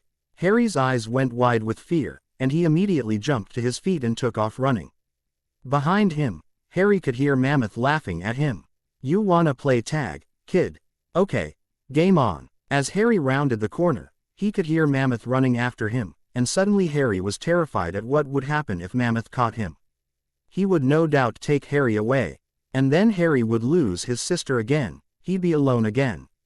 Stealing his nerves, Harry tried confusing the giant chasing him. Harry took a left down one hallway, then a right down another left, another right, until Harry could run no longer and suddenly pressed himself against the wall as he struggled to breathe. Just as Harry was finally beginning to catch his breath, he heard two voices arguing. One was Mammoth's, but the other sounded as though it belonged to a young boy, and Harry felt sweat break out across his brow as he realized that Mammoth was not alone. How could you lose him? The young voice cried angrily. Kid's fast, and this place has a lot of hallways. It's easy to get lost here. Well, hurry up and find him. The sooner we get our hands on the brat, the sooner we can get out of here. As the voices got closer, Harry began to slowly edge his way down the hallway, carefully trying to keep his back to the wall. Hello there, cutie, a soft voice said behind Harry, making him freeze in his tracks. Who are you hiding from? Slowly, Harry turned around to face a pale teenager with bright pink hair and matching eyes. She was wearing a black and purple dress with matching stockings. And a Cheshire cat grin made Harry very nervous across her face. Quick as a jackrabbit, Harry turned and tried to flee, only to be confronted by Mammoth and a bow. Why wearing a dark green jumpsuit held above the ground by what looked like 4 metal spider legs. Nice job, Jinx, the boy said, you found him. I thought we'd have to search this whole frigging tower for the little brat. Panic began to set in as Harry quickly backed away from the strangers until his back finally pressed against the wall. PP please, Harry whimpered as they stepped closer, please don't hurt me. Jinx frowned slightly at that and seemed to stare at Harry for a moment as though probing him. We're not gonna hurt you, kid, Jinx said softly, as long as you do as you're told, you'll be fine. It's the Titans we want. Not you, you're just a means to an end. Yeah, the boy added with a sneer, so quit your sniveling and follow us. You're gonna hurt my sister? Harry asked in fear, making the strangers frown in unison. Sister? Jinx asked, confused, who's your sister? Raven, Harry replied, making Jinx's mouth drop open comically. Raven's your sister. Like for real, your sister? Mammoth asked in surprise. Harry nodded as tears began to run down his cheeks when suddenly the boy in green began to laugh. This is great. If this brat is her brother, she'll come running into our open arms. And we'll be waiting for them. Good thinking, Gizmo, Mammoth said with a cruel grin. All right, brat, let's go, Gizmo said, motioning for Mammoth to grab him, as Mammoth approached. Harry suddenly issued an animal cry of terror, releasing a black wave that sent the 3 kidnappers flying in opposite directions and shattered the glass along the hallway. Stay away from me. Harry mumbled as his black tentacles appeared and a sudden wave of exhaustion hit him. Mammoth and Gizmo rose to their feet cursing, but Jinx looked shocked by what had just happened. Magic, Jinx said softly. You can do magic, kid. Leave me alone, Harry replied, desperately trying to keep his eyes open as blackness closed around him and his protectors began slowly disappearing. I'm not a freak. Raven told me I'm not. Jinx seemed horrified at the words and slowly approached the boy as Mammoth and Gizmo decided to keep their distance. You've exhausted your magic core, kid, Jinx said softly, not surprising. Considering that display, Harry attempted to mumble something when suddenly his world went black, and promptly collapsed into Jinx's arms. Only then did her 2 companions approach, albeit warily. What the hell was that? Gizmo asked angrily. Brat shorted out all my gear. That, Jinx replied softly as she stared down at the kid in her arms, was magic. Kid is incredibly powerful for one so young, not surprising considering who he's related to. Let's just get out of here before his demon of a sister shows up. Mammoth growled. You're right, Jinx replied, we have what we came for. Let's go. Mammoth, leave the message for the Titans as we discussed. Mammoth nodded sharply before walking to the nearby wall and carving something into it with his finger. A moment later, he nodded that he was finished, and Jinx handed Harry over to him. Mammoth threw Harry roughly over his shoulder and turned to leave, with Gizmo and Jinx following close behind. Gizmo had a massive smile on his face as they made their escape. Jinx, on the other hand, was staring at the boy intently, his words echoing in her head. What had he meant, and why had he seemed so terrified when he begged her not to hurt him? Jinx knew that she and her partners could be intimidating, but it was more than that. It was like the kid had been hurt and expected to be again. As he implications of what that meant began to gain traction, Jinx felt suddenly guilty for what they were doing to the kid before she harshly pushed said feeling away. It wasn't like she was gonna hurt the brat. She was just going to use him to hurt the Titans. She wasn't a monster, after all. But the more Jinx thought about the irrational fear she saw in the kid's eyes, the worse Jinx began to feel. And she suddenly found herself angry at the kid for making her feel this way. She had nothing to feel guilty about, right? The Titans returned to the tower not long after Jinx, Mammoth, and Gizmo had made good their escape with Harry. Raven immediately knew something was wrong. Usually, Harry would be waiting for them in the common room, anxious to hear about their latest battle. This time, however, the tower was quiet, and there was no sign of her little brother. Trying to fight against the rising panic, Raven made her way to Harry's room only to find it empty. The milk was still cold, so he couldn't have been gone long. Though that did nothing to calm Raven's nerves as she reached for her communicator. "Has anyone seen Harry? He's not in his room. He's not in the kitchen," Beast Boy called back over his communicator. "Nor in the common room," Starfire added. "Something's wrong," Raven replied, trying to keep the fear out of her voice. "I agree," Robin added. "Spread out and find him. I'll take the ground level," Cyborg said quickly as Raven began spreading her awareness throughout the tower. A moment later, her eyes snapped open in alarm. "He's not in the tower," Raven called out. "Are you sure?" Robin responded. "We've only just started looking. He could be hiding somewhere. I just used my powers to search, and I'm telling you he's not here." "Then where is he?" Starfire called back, fear evident in her voice. "Hey, guys," Beast Boy's voice rang out. "I found something you might want to see." "Where are you?" Raven asked quickly. "Northeast sector of the tower, not far from Harry's room." "On our way," Robin replied quickly. Raven flew as fast as her powers would allow her and reached Beast Boy's location in a matter of minutes, only to find the green shapes. Hifter staring at the wall in front of him with a pained look on his face. "Beast Boy, what did you find?" Beast Boy said nothing, just pointed at the wall, making Raven turn to it, when she saw the words. Her heart began to race with rage and fear in equal measure, and the hallway began to shake as she momentarily lost control of her powers. "We paid a visit to your home and found the cute kid that's been staying with you. You don't mind if we borrow him, do you? Don't worry, we'll keep him safe. Love from Jinx, Mammoth, and Gizmo." Black rage swept through Raven, and her violet eyes shifted too. Bright red as a second pair appeared over the first. The hallway began to shake, and Beast Boy was thrown to the ground as Raven read and reread the words. "How dare they?" Raven hissed. "How dare they?" "Ray," Beast Boy called from where he lay on the floor. The pressure emanating from Raven had made it impossible for Beast Boy to rise to his feet. "Ray, you gotta calm down. I will have blood for this." Raven snarled as the rest of the Titans appeared and stared in shock, first at the words, then at Raven, who seemed unable to hear Beast Boy's words. "Raven," Robin called nervously. "Raven, calm down. They took him." Raven snarled. "They took my brother. And we'll get him back," Cyborg replied quickly. "I promise." Slowly, the words seemed to reach Raven, and her red eyes shifted CK to violet as the hallway finally stopped shaking. "Friend, Raven," Starfire said quickly as she landed next to Raven and hugged her. "We will find Harry, and we will make those who took him pay. I promise." Raven's face looked cruel at that, and her teammates swallowed nervously as they saw it.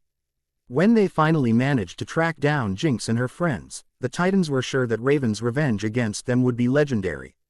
Author's note: Raven is pissed. Next chapter: will Harry and Jinx come to an understanding, or will she use Harry as bait as she originally planned? And what will happen to Hive when Raven finally tracks them down? Guess you'll have to find out next time. Chapter 6. Chapter 6. The first thing Harry noticed when he regained consciousness was that he was lying on a soft mattress. As he slowly rose into a sitting position, Harry noticed the second thing being that he was in a small room with someone leaning against the far wall watching him. Are you Batman?" Harry asked warily as he took in the Watcher's appearance. The stranger wore an outfit similar to Harry's hero, albeit with subtle differences, such as red eyes and no symbol on his chest.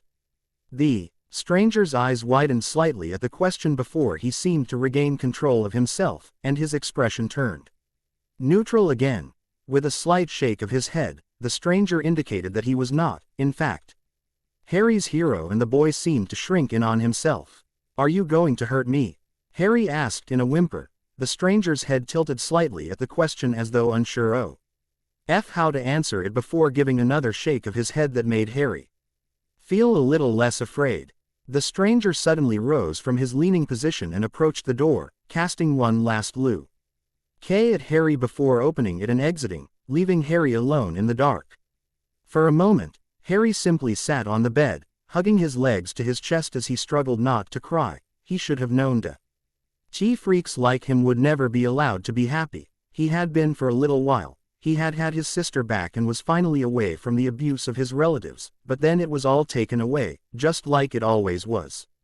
Forcing himself to take a deep breath, Harry slowly looked up from his knees and took in his surroundings. Despite the darkness, Harry could see that he was in a small room with only one door on the far end of the room. Across from him, the bed he was sitting on was the only piece of furniture in the room, making it seem empty to Harry's eyes.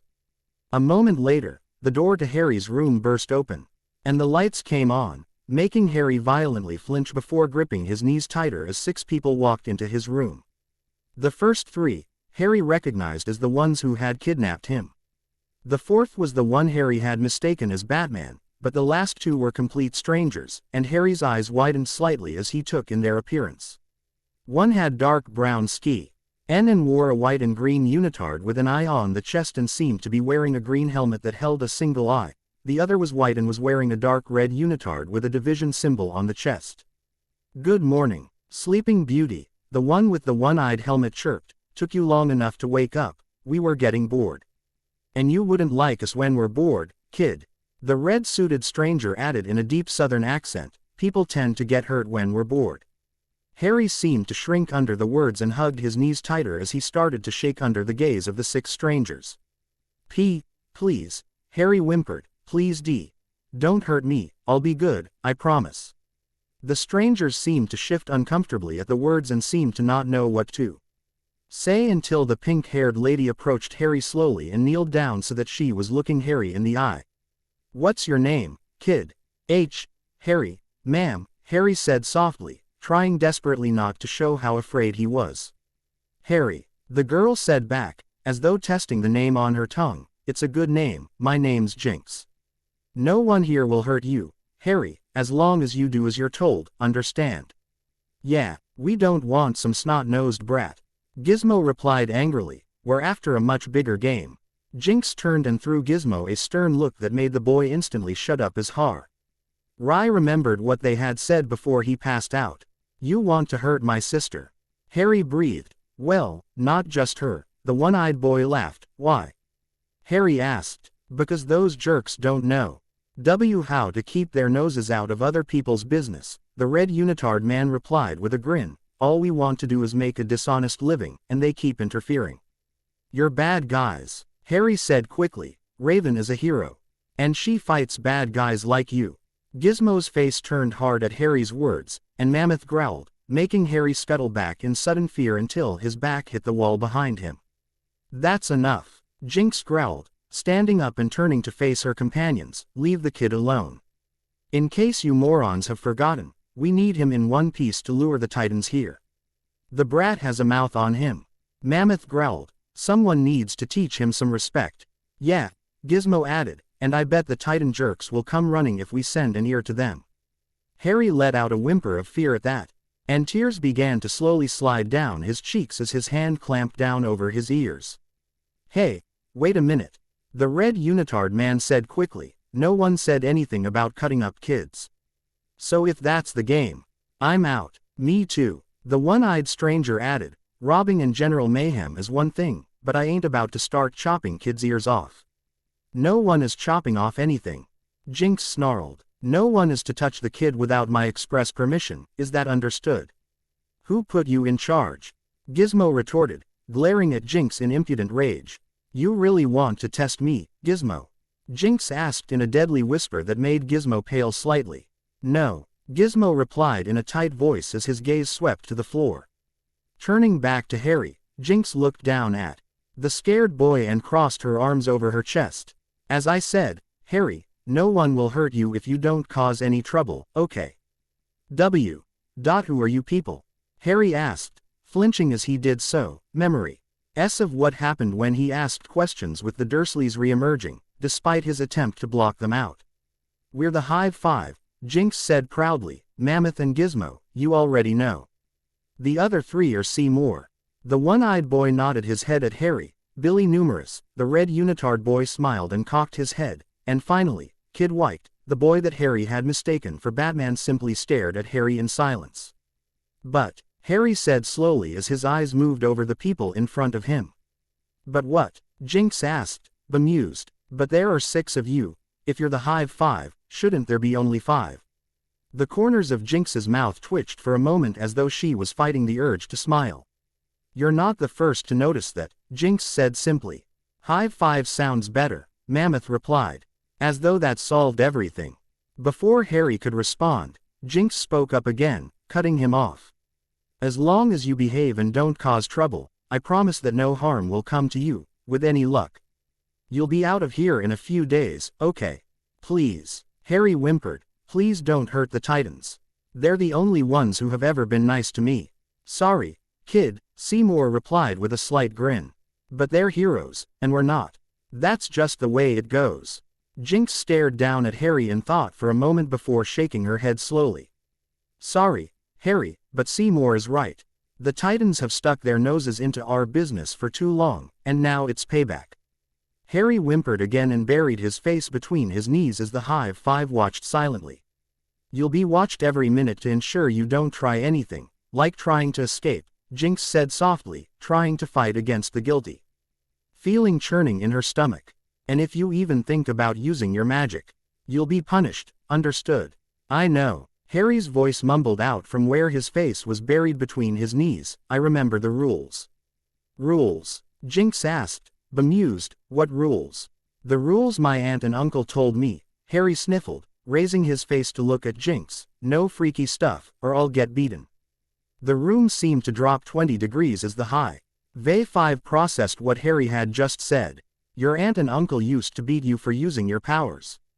Billy Numerous asked in a small voice. Harry nodded slowly, and Billy paled in shock before turning to Jinx, who looked at Harry in horror. "What about your parents, kid?" Seymour asked, his usual smile gone from his face. "Don't got any," Harry responded with a sniffle. "Aunt Petunia said why Daddy got drunk one night and crashed our car. That's how my parents died, and I got this ugly scar on my forehead. No one else would take in a freak like me, so my aunt and uncle were forced to." Upon hearing the words, Jinx felt the guilt increase, and she slowly made her way to Harry, who had frozen in fear, and gently pushed aside his bangs to see said scar. When she did so, her eyes widened in shock at what she was seeing. "Harry Potter," Jinx breathed, not daring to believe it. "You're Harry Potter." Harry nodded his head slowly, bemused as to why Jinx suddenly seemed so shocked. "Who the heck is Harry Potter?" Gizmo asked in annoyance, "and why do you seem so shocked about the little crud muncher?" For a moment, Jinx said nothing, her mind racing at the implications of having Harry Potter in her hideout. Memories of a time long past began to surface, memories of before she became Jinx. Memories of before she had been expelled from Hogwarts, when Jinx had been a Slytherin, not the best place for a Muggle born. But she had thoroughly enjoyed learning about magic, despite her housemates' contempt for her. Jinx had learned the story of Harry Potter and how he had defeated the Dark Lord Voldemort so long ago. Whilst at Hogwarts, though she never expected to ever meet the boy who had saved the wizarding world. One day, in her second year, whilst on her way to class, Jinx was attacked by a group of pure-blood upperclassmen who didn't think she belonged at Hogwarts, let alone in their illustrious house. That was when Jinx had first discovered her abilities.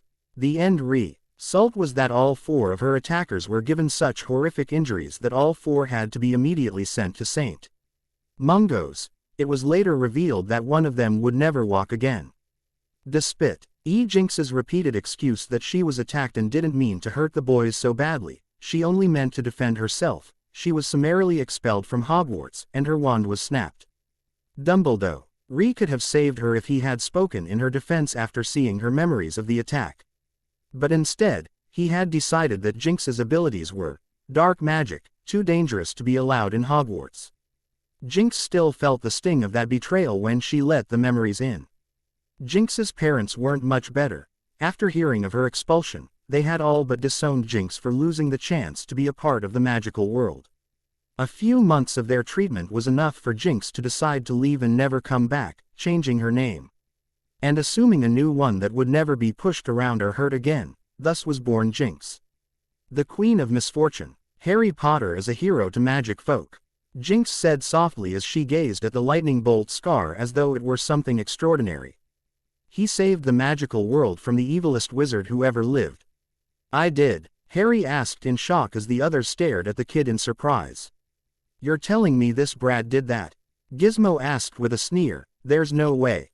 Believe what you want, but it's common history what Harry Potter did, Jinx said as she finally moved her hand from Harry's head and stepped back. The others stared at Harry as though they couldn't believe what Harry, supposedly, had done, while Harry's mind raced at what he had heard. It was impossible, surely. After another moment of silence, Jinx turned to Seymour. Seymour, you're on first watch. Keep an eye on the kid and make sure he doesn't try anything. Go it, Jinx, Seymour replied with a grin before staring down at the boy, who shuffled back nervously. Jinx nodded before turning to leave, motioning for the others to follow. Once back in her room, Jinx let out a breath that she didn't realize she was holding, of all the people to get involved with. Why did it have to be Harry frigging Potter? She just hoped that she could get rid of the kid before any other wizards found out that she had kidnapped the boy who lived. The last thing she did was to gain the attention of the magical world again. But try as she might, Jinx couldn't get the look of pure terror that Harry had out of her mind. Harry Potter was a hero. He should have been given the world on a golden platter. So why was he instead sent somewhere where he had been abused simply for showing his magic? The more Jinx thought about it, the more she regretted taking the kid. Sure, she might hate the Titans and Raven best of all, but the idea of further traumatizing the hero of the wizarding world was something she found immensely unappealing. Cyborg, please tell me that you found something, Raven begged as she suddenly appeared in Cyborg's room, making Cyborg and Robin jump slightly. It had been a week since Harry's abduction, and Raven seemed to grow more desperate with each passing day. No matter how much her teammates tried to assure her that Harry would be found soon. Same thing as yesterday, Ray, Cyborg replied wearily as he resumed typing Somethy. Onto the keyboard of a rather large computer. There's still no sighting of Hive, it's like they've vanished. Well, they have to be somewhere, Raven exclaimed. They can't have just disappeared into thin air. Ray, Cyborg said consolingly, I've set up an algorithm to check every camera in the city for Hive members. So far, it's 70% done. It won't be long until some camera somewhere spots them. How much longer until it's done? Raven demanded, worry evident on her face. I don't know, Cyborg replied softly. There are more than 30 million cameras in this city. It will take a while for the algorithm to check them all. But the fact that it's 70% done is, in itself, a miracle. Harry needs our help, Raven snarled, her eyes flashing red for a moment. Every minute we waste is another minute where I might lose the only family I have left. Raven, Robin called sternly, making Raven momentarily calm herself. I know that you're worried. We all are. We all have grown fond of Harry. He is no less important to us than he is to you. But you cannot help him by losing control and going out there without a plan or even a location of where to start looking. Raven bit her lip to stop the tears from coming as Robin's words hammered home like physical blows. We will find Harry, Robin said firmly, and we will make those that took him pay for it, but we will do so according to the law. Is that understood? Raven was silent for a moment as she glared at Robin. For a moment, it was a battle of wills before Raven gave a quick nod and vanished as her power enveloped her in a dark shadow, teleporting her away. We need to find Harry, quickly, Robin stated, turning back to the computer screen. Her worry for Harry's safety is beginning to make her lose control. I hate to say it, man, Cyborg replied, but do you think it's possible that Harry is even still alive? They've had him for a week and haven't made a single demand or any contact. How do we know they didn't just kill him? Quote, Hive is a lot of things, Robin said softly, but murderers aren't one of them. Harry's alive out there and needs our help. The algorithm is working at max output, Cyborg said, tapping a few keys. We should have something soon. Good, Robin said as he slapped Cyborg's shoulder. Let me know when it does. Then we can scope it out and make a plan. And what about Raven? Cyborg asked warily. Should she be allowed on this mission? No, Robin replied as he ran a hand over his face wearily. She's too close to this, she should stay behind. You know she won't like that. Maybe not, Robin said, but Raven is too emotional right now, if she loses control. I know, Cyborg replied darkly. Without another word, Robin turned and made his W.I. out of the room as Cyborg turned back to the screen. Neither of them was aware of the dark shadow in the corner of the room that had been listening to the entire conversation. Harry started awake, when the door to his room was suddenly banged open. Before he could put on his glasses to see who it was, the stranger had placed something on the floor by Harry's bed and quickly made their way back out the door, slamming it shut behind them. When Harry had finally managed to extricate himself from the confines of his blanket and place his glasses onto his face, he discovered that a plate of EGGS and toast had been placed on the floor. With a sigh, Harry carefully picked up his breakfast and sat back down on his bed, resting the plate on his lap. For the past week, Harry's life had become one of solitude and routine. At first, one of Hive would sit in the room with him and watch him. Most had watched Harry with a mixture of pity for what he had endured at the hands of his relatives and disbelief at what Jinx had told them Harry had, supposedly, done. But after Harry had accidentally summoned his protectors, and sent Billy Numerous crashing hard into the wall when he came too close, Hive decided to stand guard outside his door rather than remain inside and risk Harry's abilities harming them. The looks he received, then, became full of fear and loathing. Only Jinx seemed unafraid of Harry and would come and talk with Harry occasionally. The oddest thing, at least to Harry anyway, was that she seemed to be genuinely interested in him, asking all manner of questions about Harry's life and seemingly angered when Harry would tell her about the abuse he received from his relatives. To his surprise, Harry found that he had actually grown fond of Jinx. She was the only one who seemed friendly to him. Unlike the others who seemed to view Harry as though he were some dangerous weapon that might go off at any moment, Jinx's eyes seemed to be both troubled and kind when she looked at Harry, as though she was waging some internal battle with herself over Harry. Harry had just finished his breakfast when the door banged open again, and Jinx came in, making Harry break out in a smile. "Good morning, Ms. Jinx," Harry cried excitedly as he jumped up from the bed. "Good morning, Harry," Jinx replied with a slight grin. "I thought I told you to just call me Jinx." Harry grinned, edged sheepishly and shuffled his feet as he replied, "Sorry, Jinx." Jinx shook her head in exasperation for a moment before gently ruffling Harry's hair, making the boy giggle softly. "Hey, Jinx," Harry asked sheepishly. "Can I ask you a question?" "Sure, Harry," Jinx replied as she sat down next to the boy. "What's up? Why do you hate my sister so much?" Jinx's face fell for a moment, and Harry flinched as he thought that he may have crossed a line and would be punished for it when Jinx suddenly spoke again in a soft voice. "I guess it's because of how people look at her." "What do you mean?" Harry asked, bemused. "Raven and I are alike in that we both grew up in a world surrounded by magic," Jinx stated, "but that is where our similarities end. She is lauded as a hero for her abilities, whereas I am looked at like a villain because of mine. I'm the queen of misfortune, only able to bring bad luck to others. I guess the reason I hate her so much is because a small part of me wonders what it would be like to be celebrated for my powers, instead of hated, to be like Raven and the other Titans." "You're not a villain, Jinx," Harry replied in a small voice. "You're not mean to me like the others are.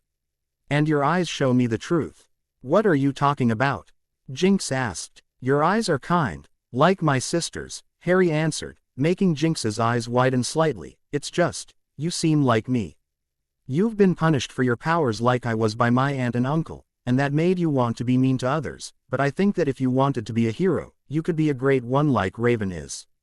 For a moment, Jinx was rendered speechless, and a single tear slid down her cheek before she seemed to regain control of herself, and she quickly wiped her face as she rose to her feet. "You're just some snot-nosed kid," Jinx retorted. "What do you know about me?" "I know that you could have been mean to me like the others are," Harry said simply. "Instead, you chose to be nice to me because you're not as bad as you claim to be." Jinx sneered at Harry, even as her emotions were in turmoil from the boy's words.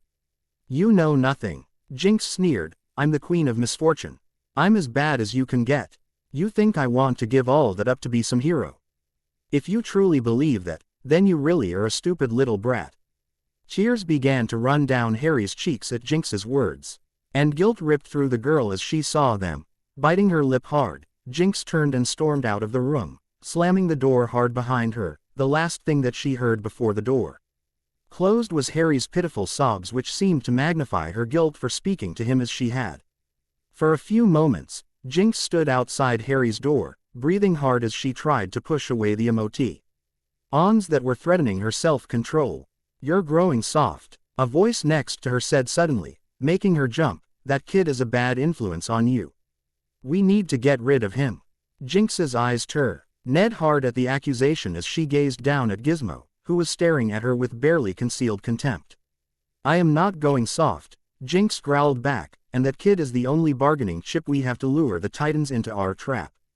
Instead of questioning my judgment, perhaps you should concentrate on ensuring we are the ones left standing once the Titans show up." For a moment, Gizmo and Jinx simply stared at one another in a silent battle of wills before Gizmo, at last, looked away contemptuously, and Jinx smiled in victory. "So, how go the preparations?" Jinx asked. "I'm almost done," Gizmo replied. "Another few days and everything will be prepared, and then we can move the kid to the warehouse to act as bait." "Then why are you standing here talking to me?" Jinx asked with a sneer. "Get back to work." Gizmo glared at Jinx for a moment more before turning and stalking down the hallway, mumbling darkly under his breath. As Jinx turned to make her way to her own room, her thoughts were in turmoil. Try as she did to deny it, Harry's words had had an effect on her, and for the first time in her life, she did not know what to do. She wanted to defeat the Titans simply because once they were all gone, the city would be hers to rule, and for the first time in her life, she would finally get the respect she felt she deserved. But, on the other hand, Harry was right, she often wondered what it would be to be looked upon by people and not see fear in their eyes but rather see respect and admiration. As Jinx's thoughts warred uncontrollably, she let out a breath she didn't realize that she was holding. It would all be over in a few days once the Titans were gone. Then she would be the ruler of Jump City and never have to worry about these thoughts invading her peace ever again. Alarms were flashing throughout the tower when Robin ran into Cyborg's room, followed closely by Starfire and Beast Boy. "What's going on?" Robin demanded as he stopped next to Cyborg. "The cameras finally got a hit," Cyborg replied as he began typing something onto the keyboard in front of him. "Did it find Harry?" Starfire asked anxiously, taking a step forward. "They picked up Mammoth N. tearing this building less than 24 hours ago," Cyborg replied as an image of the Hive member appeared, showing him entering a dilapidated building that looked as though it might collapse any moment. "Then, what are we waiting for?" Beast Boy demanded. "Let's go get Harry back." "No," Robin stated, "we have no idea if it's a trap or not, so until we have more information that we can act on, we must tread carefully." "You want us to wait?" Beast Boy asked in shock. "Harry's been with them for a week. Who knows what they've done to him? He needs us now, and what good are we to him if we walk into a trap?" Robin demanded. "We cannot save Harry if we're all dead." Beast Boy opened his mouth to respond before thinking better of it and shutting it closed with a snap. "We will rescue Harry," Robin said quickly. "But only when we have enough information to mount a proper rescue without the risk of injury to Harry or us." The others nodded their heads sullenly when a shadow that had been hiding in the corner suddenly moved forward, drawing their attention. As they watched, wide-eyed, the shadow began to shift until it took on the form of an outraged-looking raven, whose eyes glowed dark red with rage. "Raven," Robin breathed, trying to think of what to say. "You want me to wait?" Raven asked in a deadly whisper that seemed to echo in the quiet room. "You want me to wait while my little brother is being tortured by those bastards?" "Raven, we will get him back, I promise," Robin said quickly, "but we cannot just charge in without a plan. We need to wait until—" "I'm not waiting," Raven roared angrily as her powers began to envelop her. "Raven, wait," Robin called out impudently. A moment later, she was gone, and Robin sighed annoyance. "What do we do?" Starfire asked quickly, making Robin grimace. We go after her and try to stop her from doing something she'll regret. Cyborg responded quickly as he rose from his chair and moved towards the door. Agreed, Robin added, Titan's move. Author's note. I know a lot of you are going to be pissed about how I ended this chapter, but the battle I have planned out would have made this chapter unbelievably long, and I didn't want to make it so long that it became hard to read, so I chose to end it here. The next chapter will have the battle you all have been longing for. Next time on Dragon Ball Z. Oops, my bad, wrong show, lol. Chapter 7. Chapter 7. The summer night was warm against the skin of those who walked the streets of Jump City when suddenly they felt a cold chill that made them shiver involuntarily. Had they looked up above them, they would have seen the reason for that chill as a dark blue shape that was surrounded by moving shadows flew overhead of them, but perhaps it was better that they did not. For the twin pairs' eyes of the thing that passed over them were dark red with hatred and revenge. They would have given nightmares to any who saw it. Under the mysterious flying person, a blue car was driving with reckless abandon as they tried to keep up with the flyer. Faster, Robin called as he looked out the passenger window at Raven, who was flying high above them. We have to get there before her. I'm doing my best here. Cyborg replied in agitation as he pulled the wheel hard and rounded a corner on two wheels. It's not easy to keep up with her while trying to avoid vehicular manslaughter. Simultaneously, if Raven gets to Hive before us, we'll have much more to worry about than a few banged-up pedestrians. Beast Boy replied quickly as he leaned forward from his seat in the back. Floor it, dude. Cyborg nodded grimly as he pushed the accelerator to the floor. Around them, people stared in shock as the Titan's vehicle roared down the street without care, each person wondering what emergency could warrant such recklessness. Starfire, see if you can slow her down. Robin called to the girl who was sitting in the back seat. Starfire immediately nodded and opened her door, and jumped out, flying quickly behind Raven for a moment before issuing a burst of speed that allowed Starfire to cut Raven off and float in front of her with her arms spread in a clear sign that Starfire would not let Raven past her. For a moment, the two floated across from each other, staring silently before Raven growled in a voice that made Starfire shiver. Stand aside, Starfire. I will not ask again. Raven, please. Starfire begged, you must calm down. Raven's double-red demonic eyes narrowed into slits as she stared at Starfire for a moment. The Potters were the first PLE to treat me as though I were not a monster, Raven said in a demonic hiss. They took me in and loved me like their own, and I thought I lost them all. I finally found my family again, and those scum dare to take him from me. I will have my due for that affront. And what good will that do? Starfire countered. Harry has spent his whole life being treated as though he were worthless. As though he were a freak. Now, Harry finally has someone who loves him, whom he sees as a hero. Are you really going to take that away from him? Raven momentarily flinched at Starfire's accusation before her anger once again took over. And she snarled at Starfire, who continued to float defiantly with her arms spread wide. Stand aside, Raven roared as she swept her hand across her body. Instantly, a black mass of power flew from Raven and slammed into Starfire, sending her hurtling to the ground as Raven took off toward her targets. Starfire slammed into the ground hard in front of Cyborg's car. Cyborg slammed onto the brakes and had to swerve to avoid hitting Starfire, who was shaking her head angrily as she rose to her feet. As Starfire glared into the sky, her eyes turned bright green, and with an angry grimace, Starfire took off after her friend. Step on it, Robin cried as they watched Starfire shoot into the air in a burst of green energy. We have to stop Raven from doing what she plans to do. Cyborg nodded quickly. A moment later, the screech of tires tore through the quiet street as Cyborg floored the accelerator again. Ray wouldn't really kill Hive, would she? Beast Boy asked softly. Silence was the only answer he received as Cyborg and Robin shared a dark look. Jinx stood silently outside of the door to Harry's room. She wanted nothing more than to go in and apologize for what she had said earlier that day to the kid, but her pride was preventing her from doing so, so instead, she stood silently in front of the door in indecision as to what she should do. I'm acting angrily at her own cowardice in being unable to confront an 8-year-old boy, Jinx turned the doorknob and stepped into the room to find said boy sitting on the bed with his knees drawn to his chest. As Jinx entered, Harry raised his head to look at her, and Jinx felt a pain in her chest as she saw how red Harry's eyes were from crying. "Harry," Jinx said in a small voice, "I wanted to talk to you if that's okay." "Come to yell at me some more?" Harry sniffled, making Jinx grimace. "No, I wanted to apologize to you." Harry's eyes widened in surprise at the words as Jinx sat down on the bed next to Harry and continued speaking. "I know that you never meant any harm or offense with what you said. And I know the words contained some truth to them, I just wasn't ready to hear them." For a moment, nothing was said, and Jinx was scared that Harry wouldn't accept her apology, when slowly, Harry placed his hand atop hers, making her look at him in surprise as the little boy spoke in a soft voice. "I know you didn't mean them, Ms. Jinx. I was telling the truth when I said you could be a great hero if you wanted to be." For a moment, Jinx was rendered speechless at Harry's words, and tears threatened to spill from her eyes as she desperately tried to blink them away.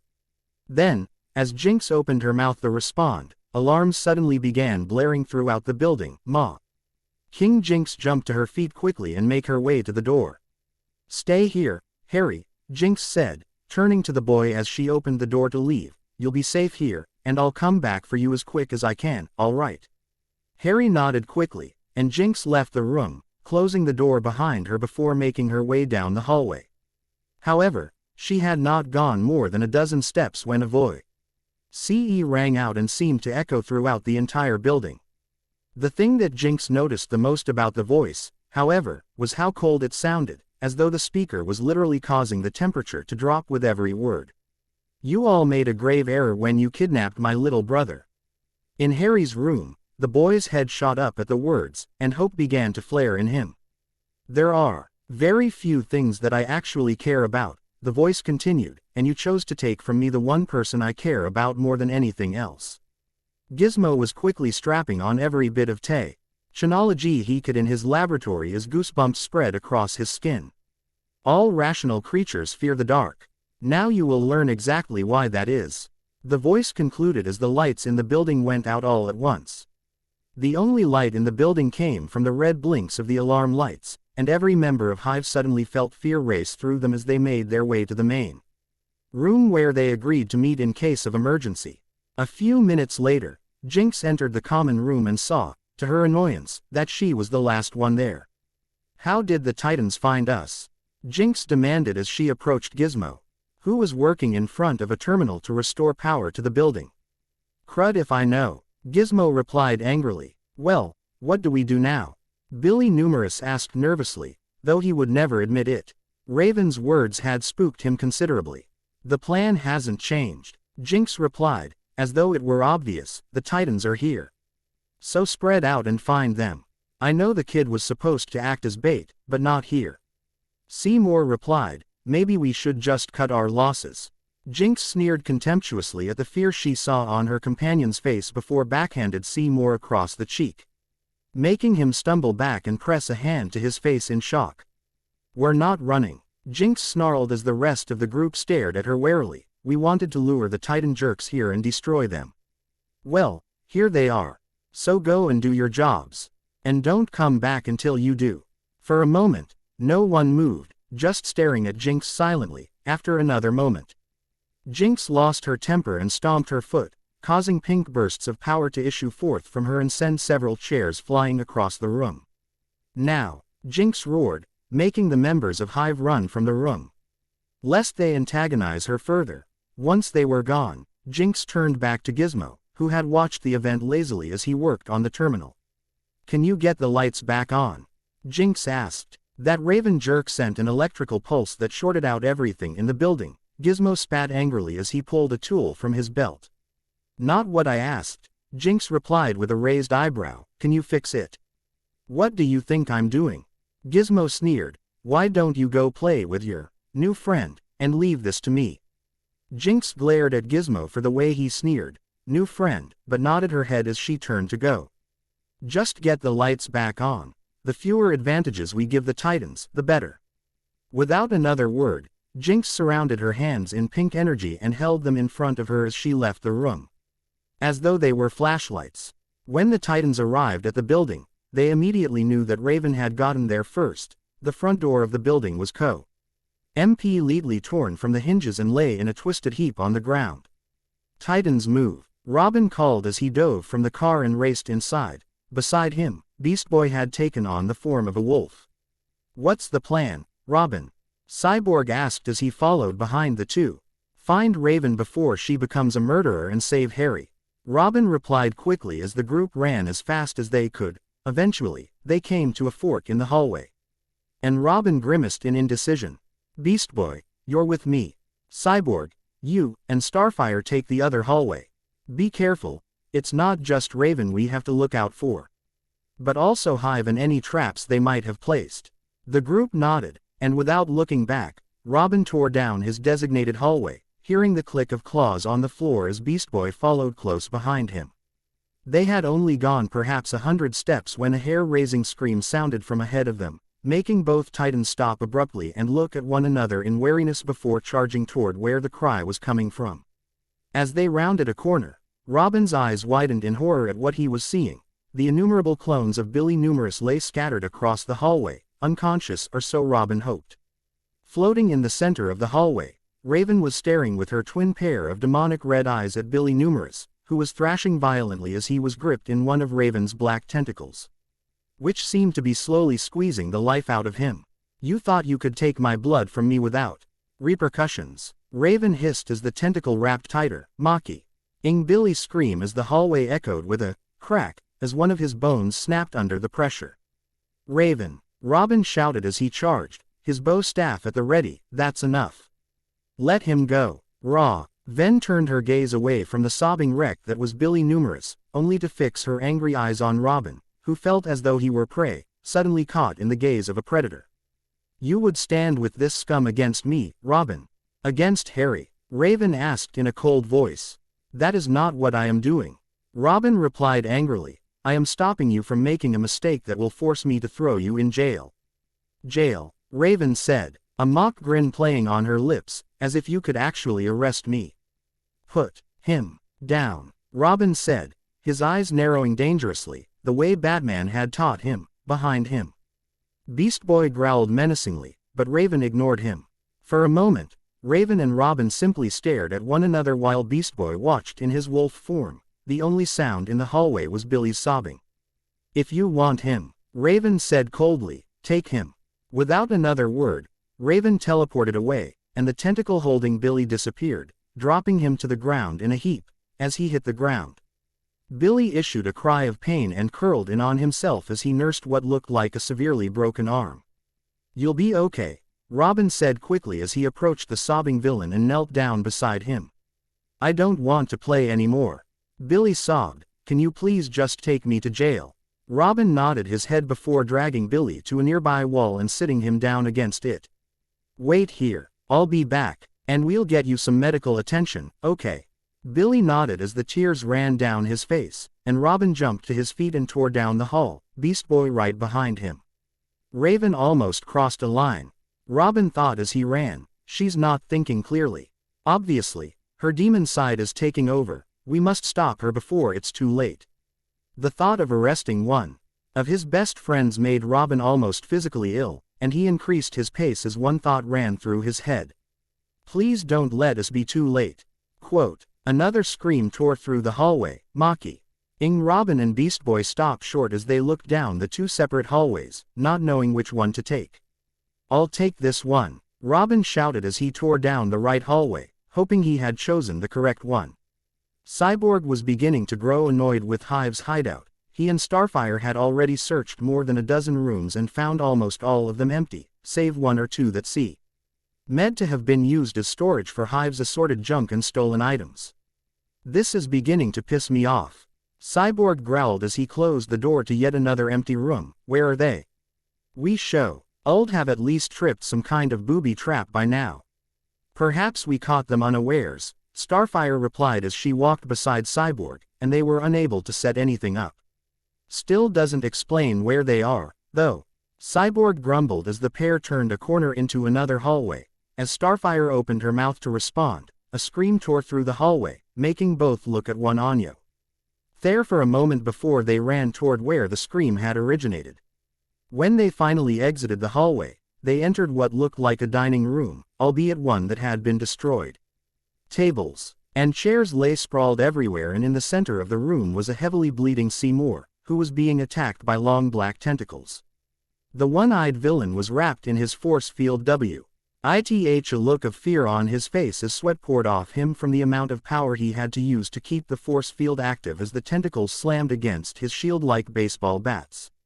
Standing across from him, directing the tentacles, was Raven, who was gazing at the villain with hatred etched on her face as her twin pair of red demonic eyes blazed like fire. Realizing that she was making no progress, Raven issued a growl of annoyance and pulled her tentacles back. Seymour, thinking that she was giving up, released a sigh of relief that quickly turned into an eep as Raven directed her tentacles to grip Seymour's force field like a fist and then began to slowly raise Seymour into the air and squeeze the shield as Cyborg and Starfire watched in horror. Raven, stop! Starfire cried as she prepared to fly to where her friend stood, only to find that she could not move. While she and Cyborg had been watching the show, Raven had stealthily had two of her tentacles wrap themselves around the legs of Cyborg and Starfire. And when the pair tried to intervene, they fell flat on their stomachs. As Cyborg and Starfire watched, cracks began to appear on Seymour's shield as Raven applied more pressure to the fist wrapped around the force field. Seymour looked as though he was going to pass out as he desperately tried to keep the shield in place while Raven was looking at the scene playing out with a cruel smile on her face. Slowly, Raven raised her arm until it was level with the floating force field held in her tentacles. With a snarl, she closed her hand into a fist, making her tentacles do the same as they finally broke Seymour's shield and crushed the boy, who issued one last cry before going silent. All Cyborg and Starfire could do was stare in horror as Raven opened her hand and allowed the broken body of Seymour to fall limply to the ground. Raven, Cyborg breathed, "What have you done?"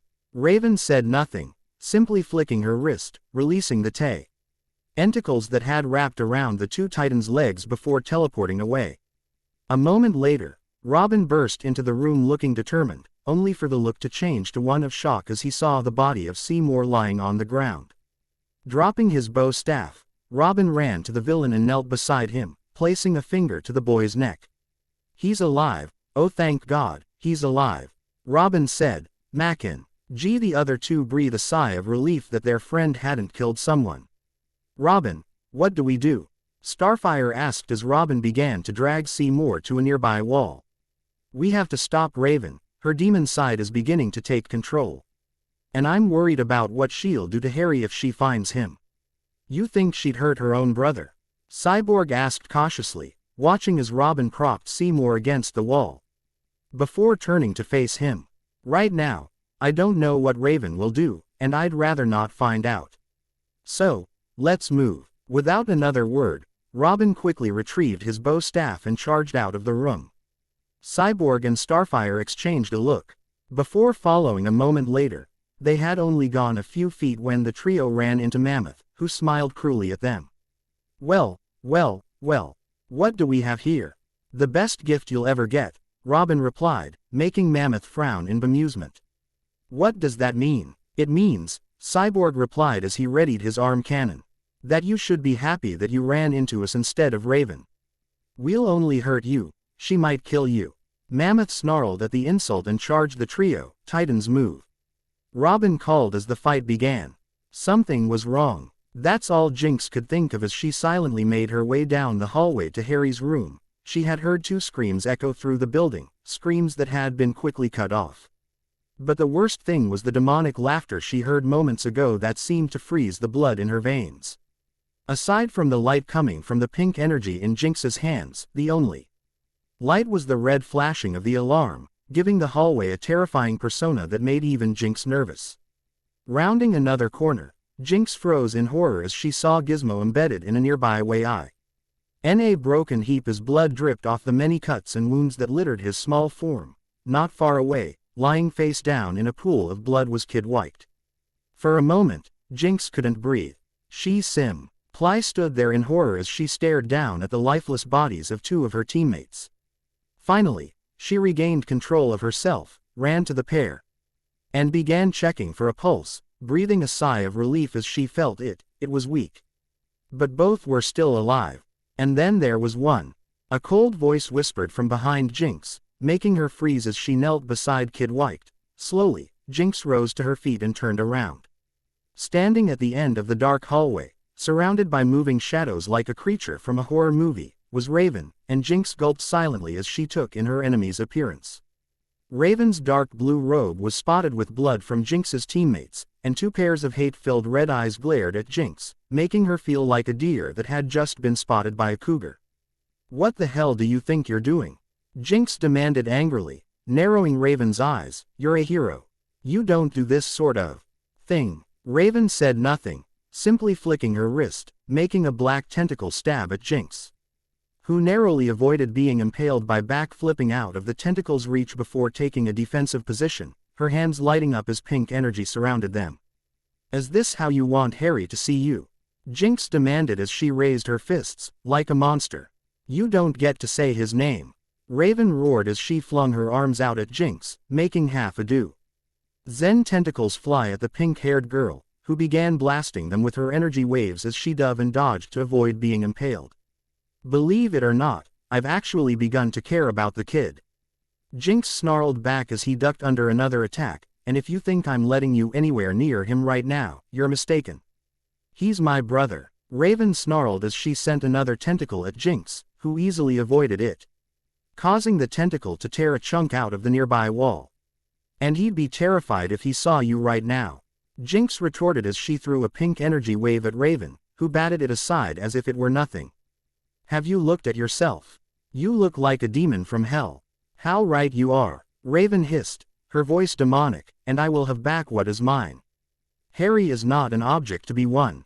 Jinx replied angrily as she began throwing pink energy beams at the roof, walls, and floor in an attempt to collapse the hallway. "He is a boy, and I will not let you hurt him." Jinx's words seemed to freeze Raven in her tracks for a moment before her anger retook control, and her twin pair of eyes burned even brighter.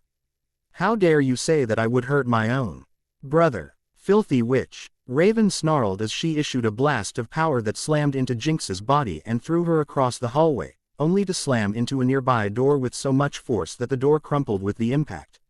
And Jinx disappeared into the room.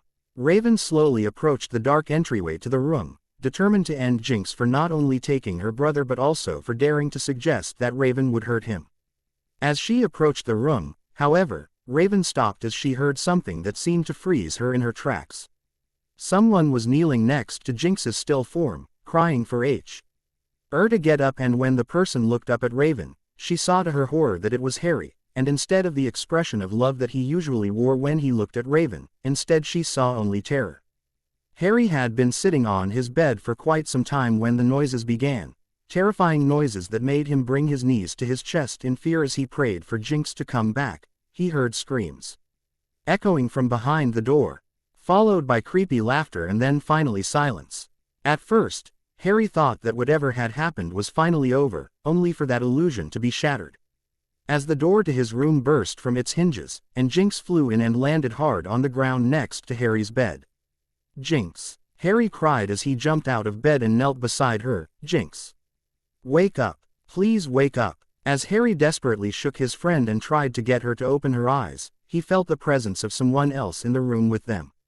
He looked up tearfully to see his sister Raven floating several inches off the floor and looking down at him with two pairs of glowing red eyes that scared Harry in a way he couldn't explain.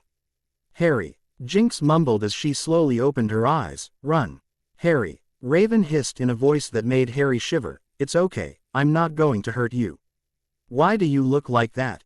Harry asked in a horrified whisper as he scooted away on his bottom, making Raven flinch as though she had been struck.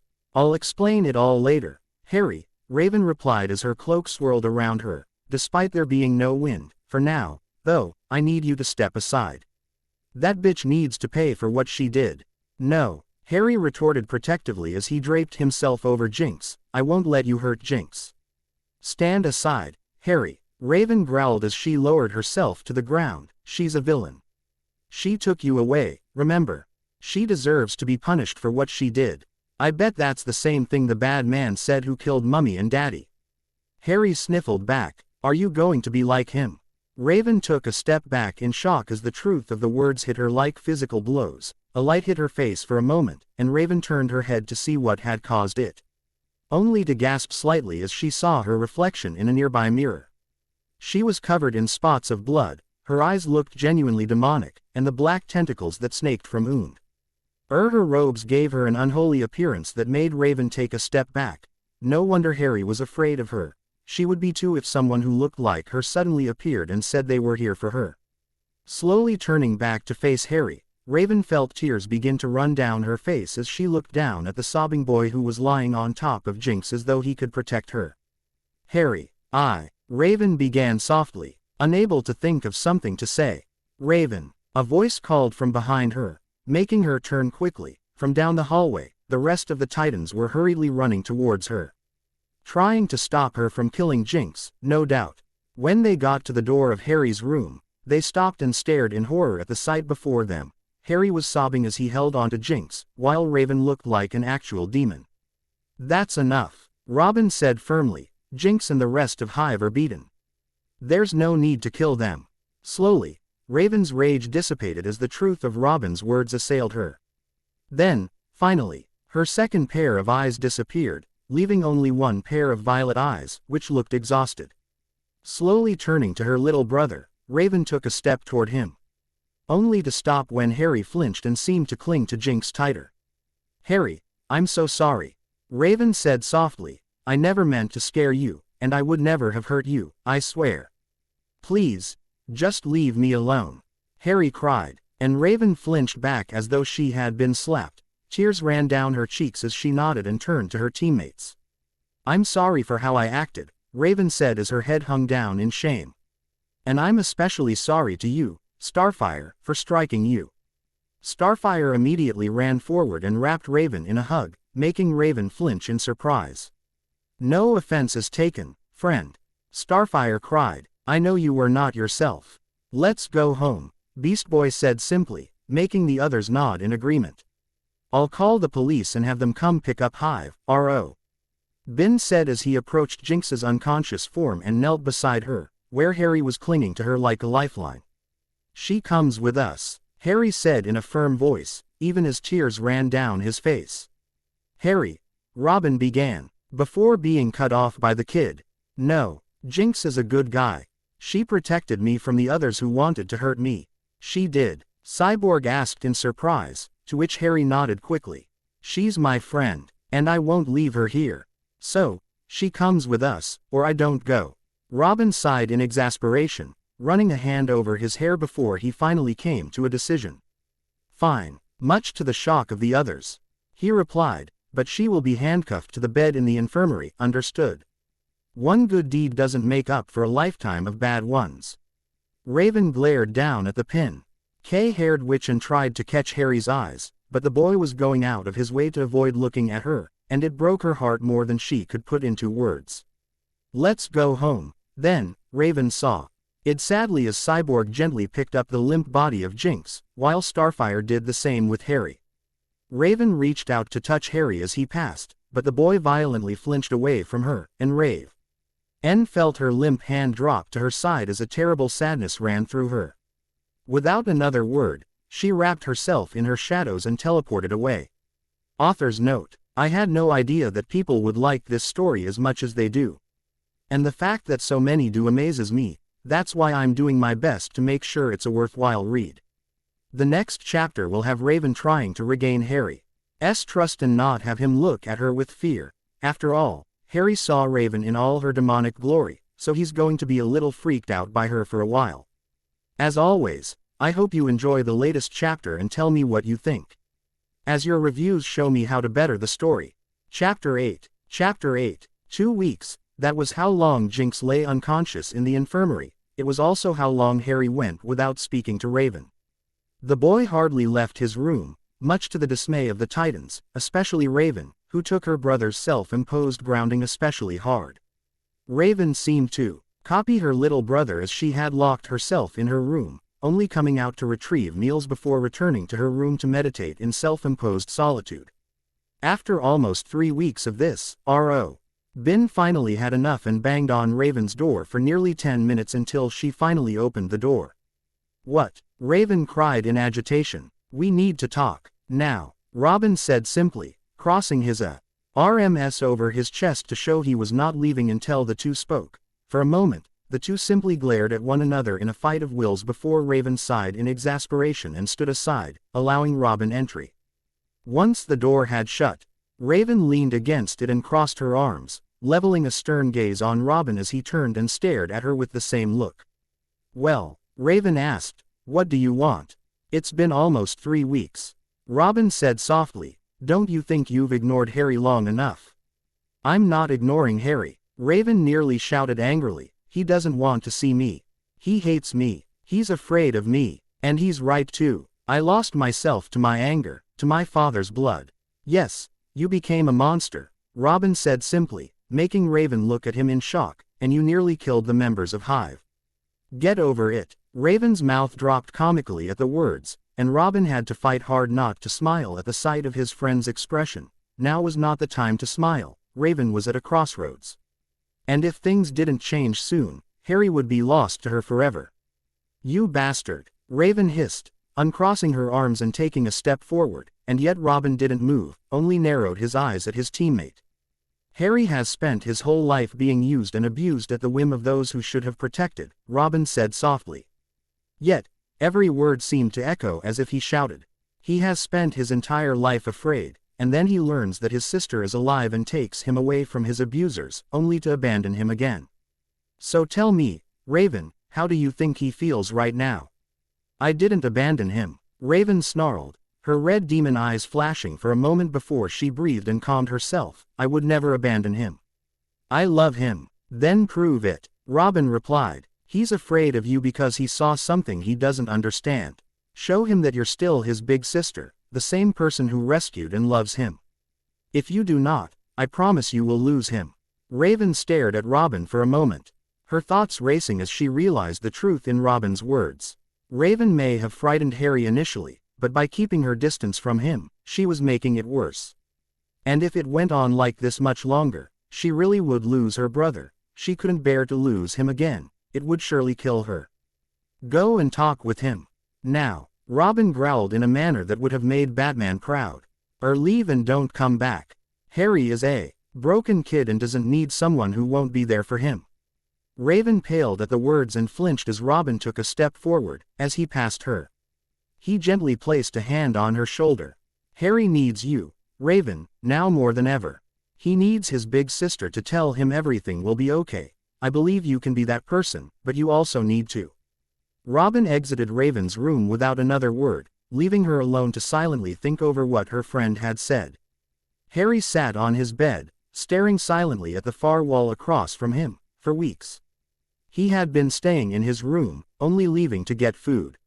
More than anything, Harry wanted to see his sister. He knew she hadn't meant to scare him, but no matter how much he tried, Harry couldn't shake the terror he felt whenever he remembered how Raven had looked the day she had rescued him. He missed the safety he felt when Raven would wrap her arms around him and chase away his nightmares. Still, at the same time, Harry knew he had hurt her by telling her to leave him alone.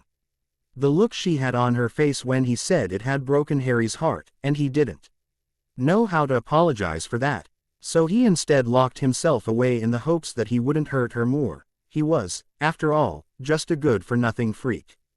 As Harry continued his self-deprecating spiral, a sudden knock brought his attention back to the present, and he stared at the door silently for a moment before a second knock sounded against the door. "Harry," a voice said on the other side of the door, "can I come in? I want to speak with you." Harry sniffled sadly as he recognized his sister's voice and was on the verge of telling her to go away when he steeled his nerve and replied in a soft voice, "You can come in if you want to." The door slid open a moment later, and Raven slowly glided in, stopping a few feet from Harry's bed. Harry drew his knees to his chest and wrapped his arms around them as Raven watched him with a sad expression on her face that made Harry feel even worse. "Harry, I wanted to apologize to you," Raven said in a broken voice that made Harry start with surprise. "I never meant to scare you. I am so sorry. I would never hurt you.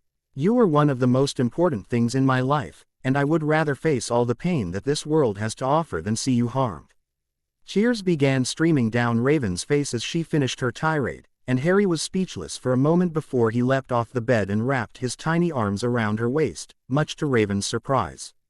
Raven's surprise lasted only a moment before she was hugging him back and quietly sobbing as she gently stroked his hair. I thought that you would hate me. Harry cried into Raven's stomach. How could you ever think that, Harry?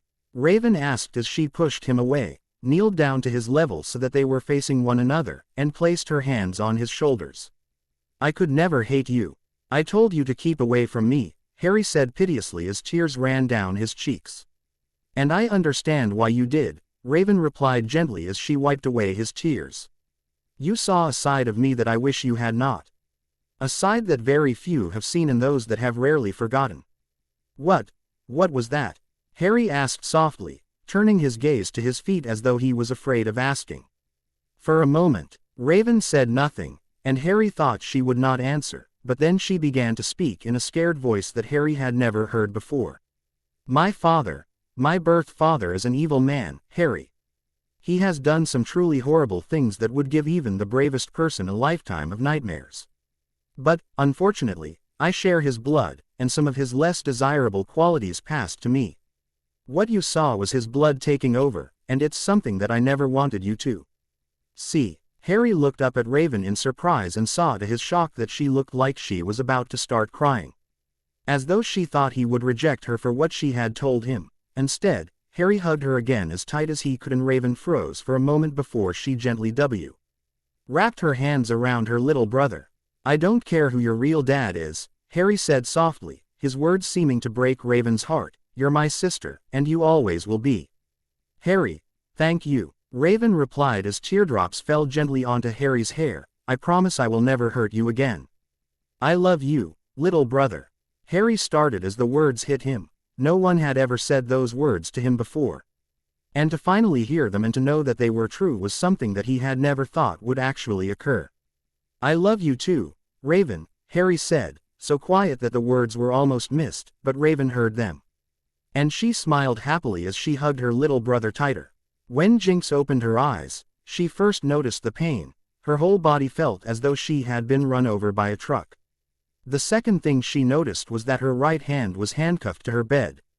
The final thing she noticed was Raven sitting in a chair beside her bed, reading a rather large book. Where am I? Jinx asked in a dry voice. Her throat felt like it was filled with sand, and every word took effort. You're at Titan's Tower, Raven replied, putting her book away. You have Harry to thank for that. He saved your life. Jinx simply stared at Raven petulantly for a moment before turning her head and staring at the ceiling silently for a moment. He's a good kid, Jinx said simply. He is, Raven replied. Far better than one would expect after being raised as he was. Jinx nodded in agreement. More than anything, she wanted to ask for water, but she would rather die of thirst than ask her enemy for such a boon. To her surprise, however, Raven suddenly handed a glass of water to Jinx, who eyed it with suspicion. It's not poisoned, if that's what you're thinking, Raven said with a wry smile. You really think I'd believe that after what you did to my team? Jinx asked, making Raven raise an eyebrow at her. You want the water or not? Jinx eyed the glass for a moment in indecision. Finally, her thirst won out, and she grabbed it from Raven's hand and began to quickly guzzle it while Raven watched with a slight smile on her face. Look at that, you're still alive. I guess that means it wasn't poisoned after all, Raven said sarcastically as she sat back down. Once Jinx had drained the glass, she placed it on the table next to her and turned back to Raven. What am I doing here? Harry insisted we bring you here for medical attention. You were very badly injured, Raven said coolly. Because of you, Jinx spat angrily and making Raven laugh softly. I'm sorry, am I the one who told you to kidnap my little brother? Am I the one who told you to keep him in a dirty room like some animal? Jinx paled slightly at the words and found that she had no response to Raven's accusations, so instead, she just glared impudently as Raven rose from her chair and approached. As Raven leaned in close, Jinx suddenly remembered what Raven had done to her teammates and felt a cold chill run through her. There is a piece of me that wants nothing more than to kill you for what you and your team did to my little brother, Raven said as she leaned in close to Jinx. But Harry told me how you protected him from the rest of Hive. That and that alone is what has granted you a reprieve from my wrath. Raven leaned back as she finished and crossed her arms as she gazed down at Jinx, who licked her lips for a moment before asking, "How long have I been here?" 4 weeks. 4 weeks. Jinx asked in astonishment. I've been unconscious for 4 weeks. Raven nodded quickly. Harry was beginning to worry that you'd never wake up. He's been to see you almost every day. Jinx's eyes softened at that, and a warm smile crossed her face. He's a good kid. He's lucky to have you look out for him. Raven looked at Jinx in surprise at the compliment as the villain's voice took on a sad tone. Perhaps if I had had someone who cared about me the way you care about Harry, I might have become more than what I am. In all the years that she and Jinx had fought one another, Raven had never seen the Hive member so broken. The poor girl looked nothing like she usually did. Rather than the confident and assertive girl that Raven was so used to seeing, Raven instead saw a sad, lonely girl who desperately wanted someone, anyone, to tell her just once that they cared. The Titans have been talking. And we have come to a decision regarding you, Raven said after a moment of tense silence. Let me guess, Jinx said mockingly, you're going to lock me in a cage and throw away the key. Raven grinned wryly for a moment before answering. Robin wanted to, but Harry vouched for you. He said that given the opportunity, you could be a great hero, someone worthy of respect rather than fear. So, here's the deal, and it's the only one you're going to get, so listen well. Jinx tilted her head slightly as she listened. Despite her best efforts, Jinx was intrigued by Raven's words and quickly nodded her head for Raven to continue. Robin talked to the district attorney. She's willing to forego jail time in return for community service, as long as you agree to the Titans in protecting Jump City for the next 3 years. Jinx's mouth dropped open in astonishment, and Raven had to fight not to laugh at the expression on the girl's face. You cannot be serious, Jinx exclaimed. Me, a hero? Is this a joke? Believe me, I wish it were, but it's genuine, I can assure you, Raven said with a small smile. And you actually think I'll take this deal? Jinx demanded. Have you forgotten who I am? I am Jinx, the Queen of Misfortune. I am a liar, a thief, and a cold-blooded villain. But the one damn thing I am not is a hero. Raven chuckled at Jinx's histrionic tirade, which only seemed to anger the Hive member further.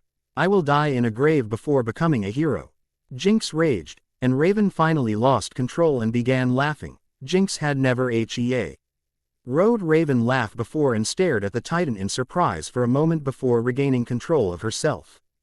Before Jinx could begin another rant, the door burst open, and Harry charged in and lunged at Jinx, who could only stare in shock as the boy wrapped his arms around her neck in a hug. I was coming to check on you and heard you and Raven talking. I'm so glad you're awake. Jinx froze for a moment, unaccustomed to such familiarity, before gently wrapping her uncuffed arm around Harry while Raven watched tensely. I'm glad you're all right, kid, Jinx said softly as Harry pulled away and sat on the edge of the bed next to her.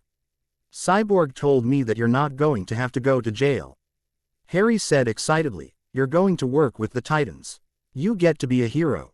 Harry, Jinx said, trying to think of a way to tell the boy that there was no way she would be accepting the deal that Raven had given her, but as she looked at the boy's smiling face, she couldn't think of what to say. Jinx needs her rest, Raven said softly after a moment of silence, and you start school in the morning, so I want you to go and make sure that you have everything packed. Can't I stay a little longer? Harry asked. I want to spend time with Jinx. I'll still be here tomorrow, Harry, Jinx said softly, you need to get ready for school.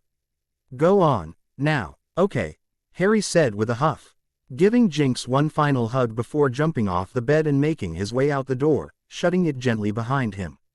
Once Raven and Jinx were alone, Jinx stared at the end of the bed silently for a moment before turning to Raven. To her annoyance, Jinx saw that Raven had one eyebrow raised and was sporting a small smile as though she already knew what Jinx was going to say. I really hate you, you know that, Jinx said simply, making Raven's smile grow a little bit. Feelings mutual, Raven retorted, albeit with a grin. So, how do you know I'll keep my end of the bargain? Jinx asked. How do you know I won't just disappear the first time you let me out of this bed? Because you know what that would do to Harry, and I think his opinion of you means more than you're willing to admit. Jinx said nothing for a moment, simply stared at Raven before issuing a hiss of annoyance and lowering her head back onto the pillow. Tell the dork wonder that I'll take his damn deal, just don't expect me to like it. Harry shifted nervously as he stood in front of Jinx and Raven. Both were looking at him with disapproval, and Harry hated seeing that in their eyes. It had been 2 months since Jinx had accepted the deal and joined the Titans. At first, she was watched like a hawk while the team was out on patrol, but gradually the suspicion had lessened, especially since she had saved B.'s boy from being crushed by Cinderblock. It had also been 2 months since Harry was enrolled in the local elementary school. To his surprise, Harry had actually managed to make a few friends. He had never had friends before. And no one ever wanted to associate with him for fear of angering Dudley and his gang. But it wasn't his friends that had made Jinx and Raven disappointed in him, it was his grades. Care to explain this? Raven asked as she held out the yellow paper for Harry to see. Harry said nothing, simply staring at his feet as Raven read out what was on the form in her hand. You're barely passing in almost every class. We know you're smarter than this, Harry, so what's going on? Harry said nothing. After all, what could he say? That he'd been told from an early age to never show how smart he was. That he was beaten every time, he did better than his cousin. So instead, Harry just stared silently at the floor and tried desperately not to cry in front of Raven and Jinx. Harry, if something's happening at school, you know you can tell us, right? Jinx said softly as she kneeled in front of the boy and gently put her hands on his shoulders. She's right, Harry, Raven said as she kneeled next to Jinx. We can only help you if you tell us what's wrong. Harry mumbled something so soft that neither of the two women could hear him, and Raven gently put her hand under the boy's chin and raised his head until he was facing them. Now, what is going on? Why are you having such a hard time in class? Raven asked softly. I'm not supposed to get good grades. Harry replied as he stared into Raven's eyes. The truth seemingly pulled from him against his will. What do you mean you're not supposed to get good grades? Jinx asked. Aunt Petunia and Uncle Vernon didn't like it when I got better marks than Dudley, Harry replied tearfully. They used to hurt me when I did, so I learned not to. The girls shared a dark look as though they would have liked nothing better than to hunt down Harry's relatives and teach them a lesson of their own for daring to hurt Harry like that before turning back to Harry, who looked like he was desperately trying not to cry in front of them. Harry, I thought I told you to forget everything those vile people told you, Raven said gently. You will never see them again, and you don't need to be afraid of them anymore. I know, Harry replied. I know you're brilliant, Harry, Raven said warmly, and you don't need to hide it anymore, okay? Harry nodded slowly. I won't punish you this time because I now know the reason on why you are doing so poorly in school. But if you don't get your grades up, I'll have no choice but to ground you until you do. That means no video games with Beast Boy, no stargazing with Starfire, no nothing, understand? Harry looked horrified and quickly nodded his head that he understood while the two women smiled at him. Now, why don't you go finish your math homework, Raven said with a smile. And no more pretending you don't understand how to do it, okay? Okay, Raven, Harry replied, giving both Raven and Jinx a quick hug before turning and running to his room as the girls watched happily. Once he was gone, Jinx rose to her feet and turned to Raven, who was doing the same. How's his training coming along? Is he still having trouble controlling his abilities?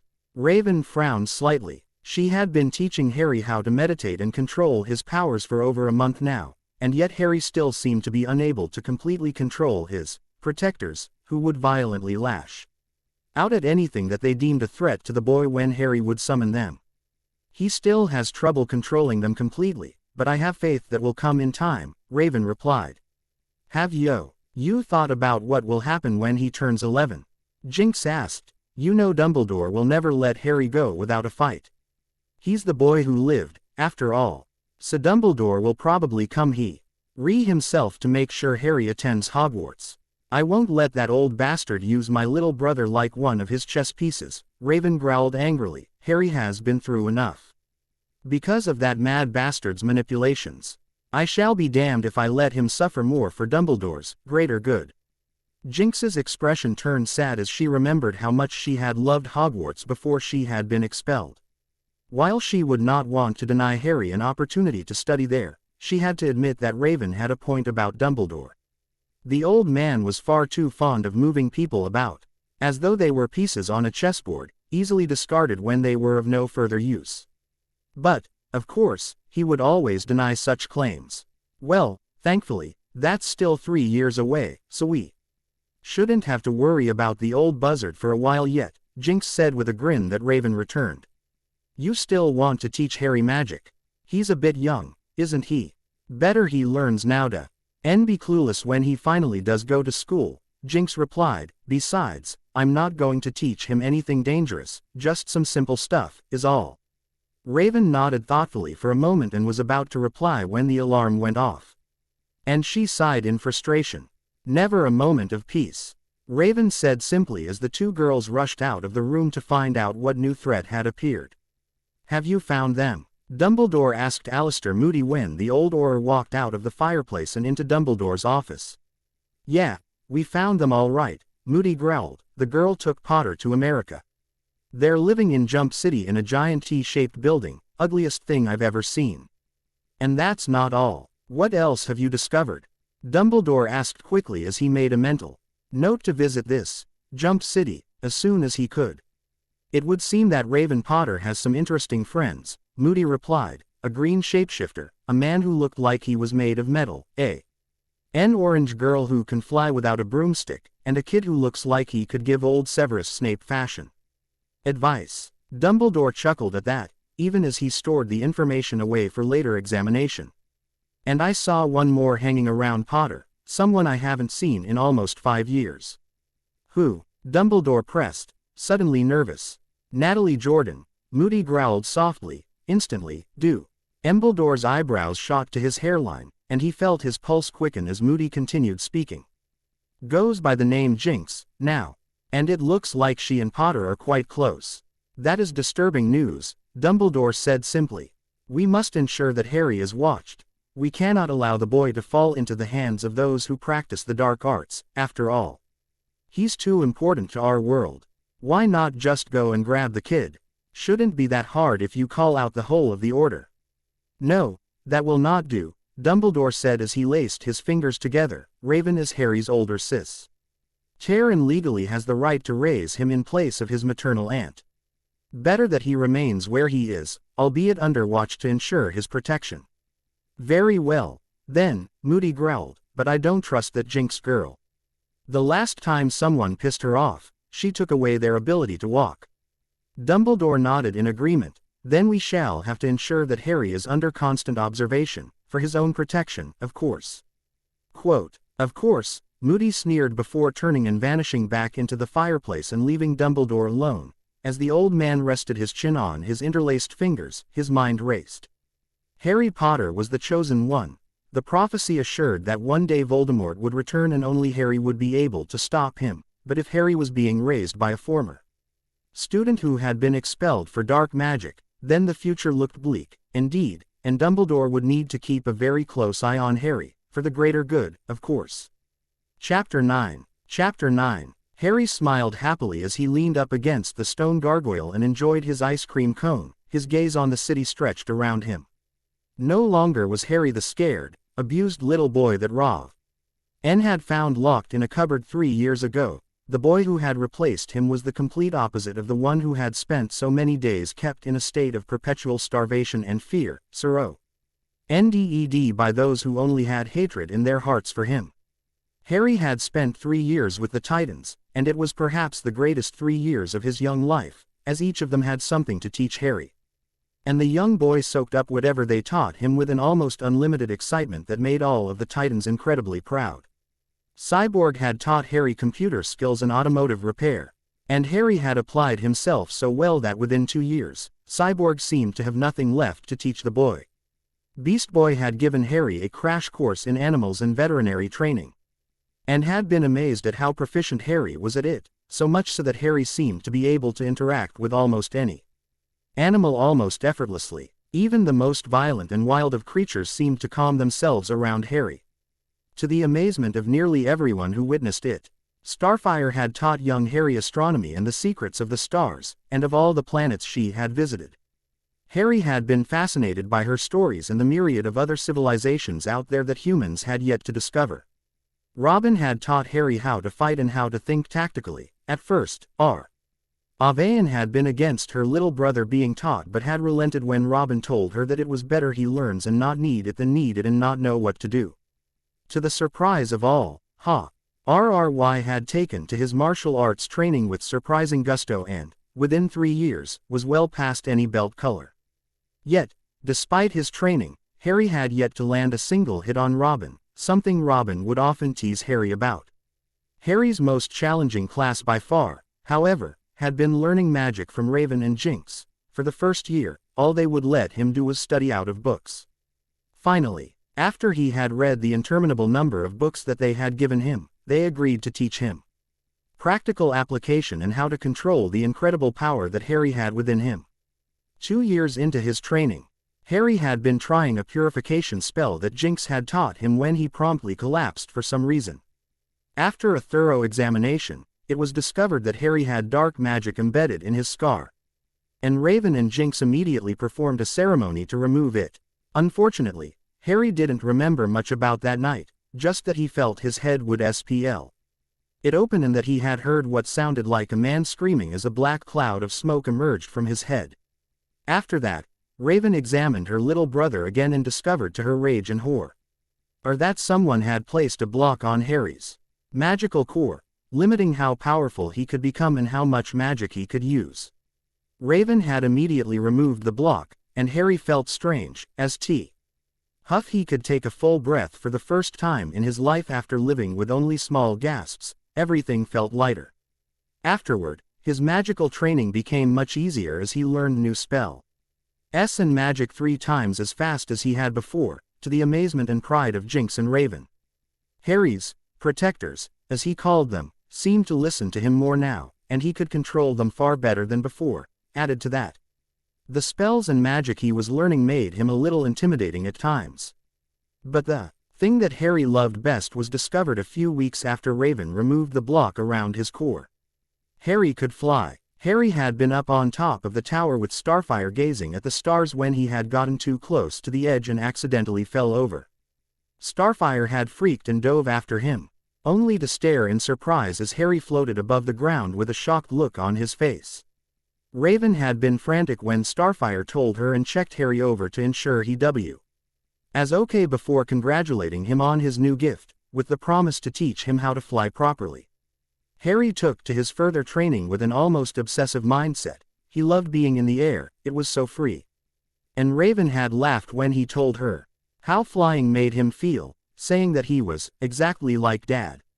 But, no matter how much Harry learned or how much he begged, Raven refused to let him go out and fight crime alongside the Titans. For over 2 long years, Harry had begged and pleaded, gradually wearing down his sister's resolve until at last, she agreed, but only with the stipulation that he remain by her side at all times while they were out.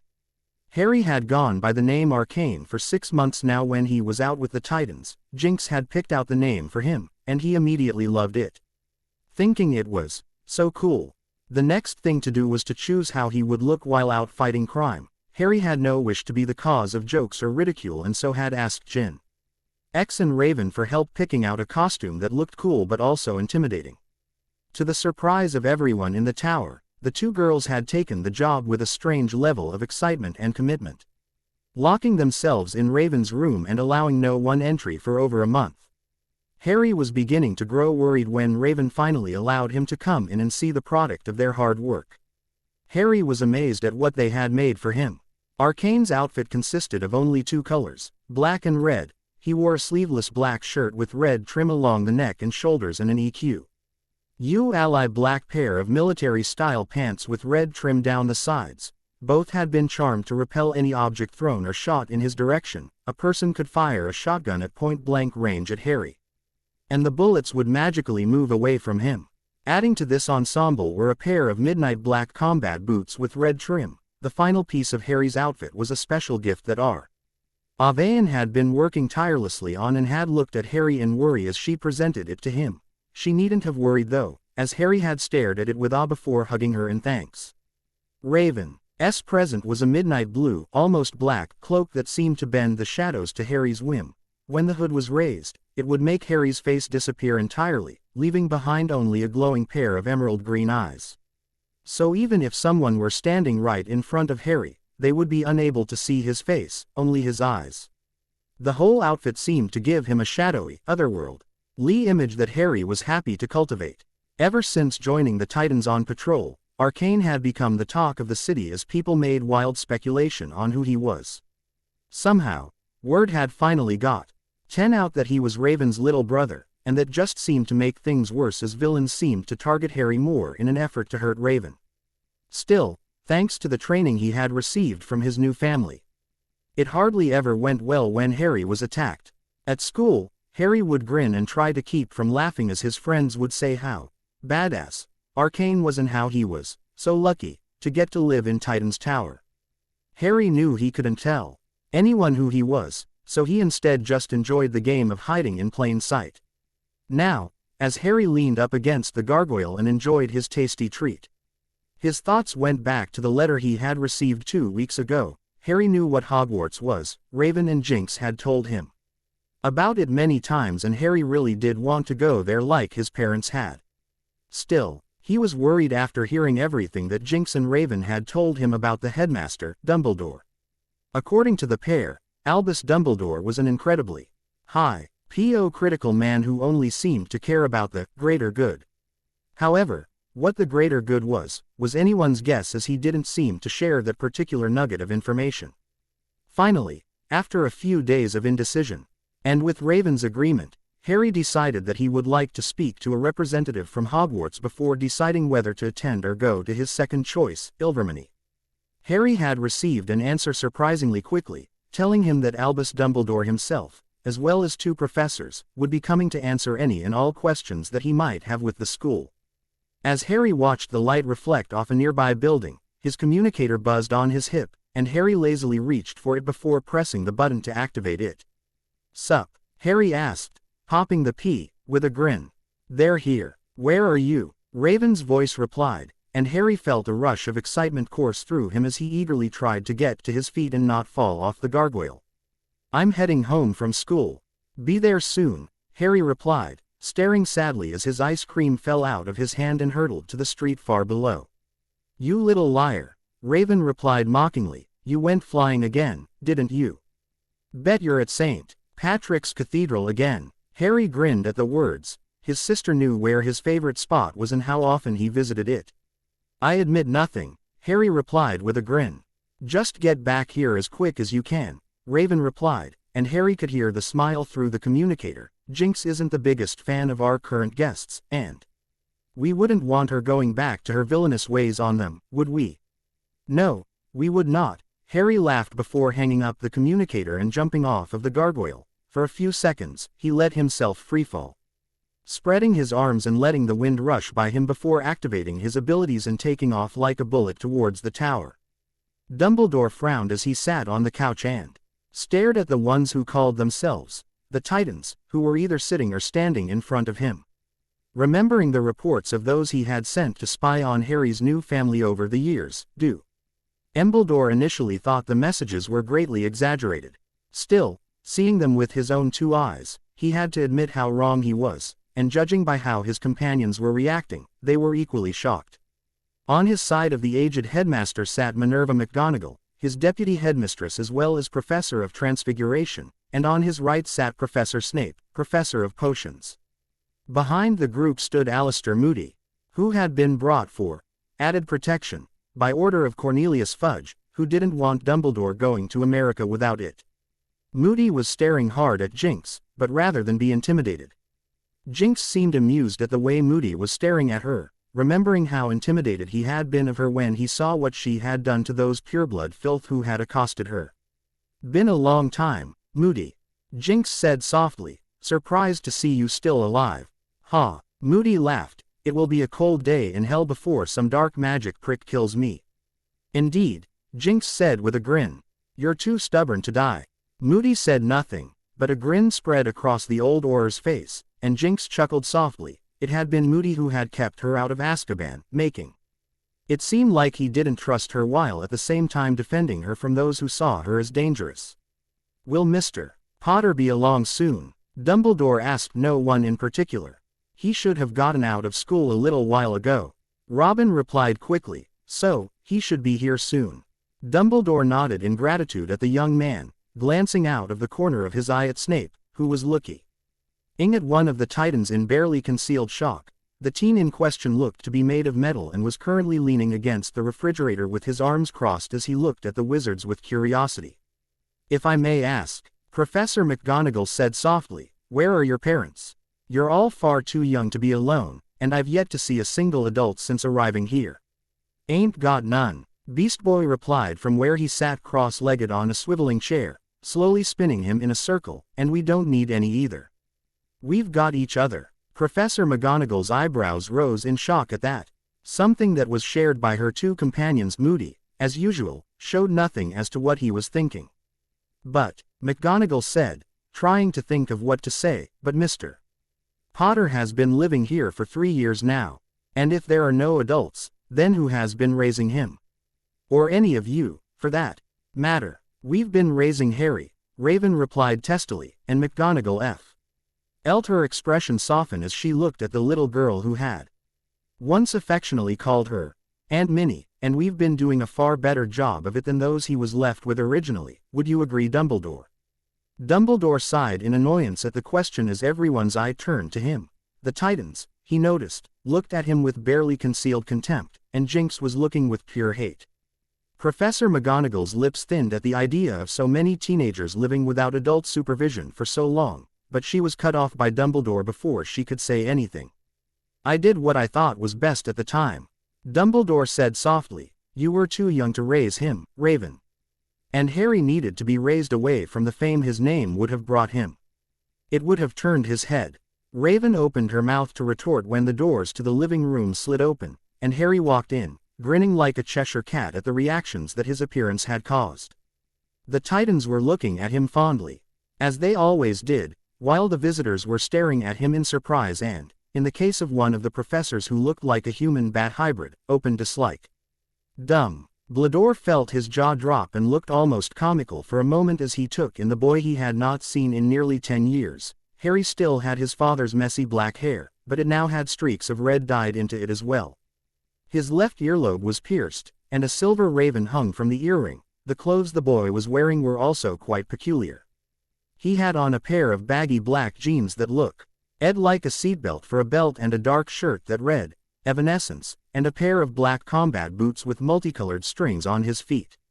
Harry Potter, Dumbledore asked the strange-looking boy, is that you? Well, who else would I be? Harry asked with a laugh, tilting his head slightly and making the Titans chuckle at his antics, which they were used to by now.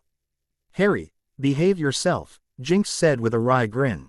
We don't want our visitors to think we raised you without manners, do we? Professor Snape snorted at that, and Harry looked at him with narrowed eyes for a moment before returning his attention back to Jinx and giving her a hug before offering one to Raven as well. How was school? Raven asked, ignoring the wizards who were studying Harry intently. It was okay, Harry shrugged. Mrs. Halloway gave me a B for my report on Thomas Jefferson. Apparently, I put too much favoritism into it. I told you so, Raven said with a smile, laughing when Harry stuck his tongue at her. Mr. Potter, Dumbledore said, trying to regain the boy's attention, perhaps we can begin now with our meeting. Sure thing, Harry replied as he jumped into the air and began to float cross-legged in front of the stunned visitors. How are you doing that? Dumbledore asked, his eyes bulging as he took in the floating boy grinning in front of him. What, floating? Harry asked, bemused, with magic, of course. Can't you do this, Mr. Potter? Professor McGonagall said in a soft voice, almost too stunned to speak. There are very few who can actually fly without a broomstick in our world. Oh, Harry said thoughtfully, Well, that's very unfortunate. Snape's lip curled at the boy's words. So far, this brat was proving to be just as arrogant as his father and seemed to enjoy flaunting that he could do what others could not. The more he was around the boy, the more his hatred seemed to grow for him as he saw nothing of Lily in the boy, only the spoiled Potter. Getting back to the matter at hand, Dumbledore said, slowly getting over his shock, we have come to offer you a place at Hogwarts School of Witchcraft and Wizardry, and it is my hope you will accept. You're not the first to offer me a place at your school, Harry said softly. I've received offers from Ilvermorny, Salem, and someplace in France with a name I can't pronounce. So, tell me why I should accept yours over theirs. Dumbledore cleared his throat for a moment before answering. He had never had to defend his own school before. Everyone knew Hogwarts was the best after all. Well, while those schools may be proficient in their own ways, Dumbledore said softly, I can assure you that Hogwarts is by far the best choice. It has stood for over 1,000 years and is regarded as the premier school for magic. Beside him, McGonagall nodded her head in agreement at the headmaster's words, while Jinx narrowed her eyes angrily. Are you sure that you're not biased in your estimation? Harry asked with a raised eyebrow. You are the headmaster, after all. Dumbledore chuckled softly at that, making Harry grin at the old man. I suppose I am a bit biased, but my words are true, nonetheless. Hogwarts is the best school you could attend, and I'm sure you'll love it there just as your parents did. Harry and Raven's eyes turned sad at the words for a moment before they regained control of themselves. You remember our last conversation, Dumbledore? Raven asked coldly. The headmaster nodded slowly that he did. Good. Then listen. Well, I would prefer it if Harry went somewhere else. Yet his heart is fixed on Hogwarts, much to my annoyance. So, if I allow him to attend and bear in mind that I have yet to make up my mind, there will be some conditions. Such as, Dumbledore asked with a raised eyebrow as Snape glared at the boy.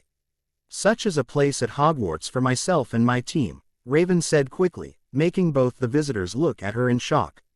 I'll be honest with you, sir. Harry said softly when it looked like Dumbledore might object. I don't trust you after what you put me through when you sent me to live with the Dursleys. I want someone I can trust at Hogwarts to watch out for me. Dumbledore was nonplussed for a moment before he regained control of himself. This was not going the way he imagined it at all. I'm afraid that I will not be able to accommodate that request, Mr. and Ms.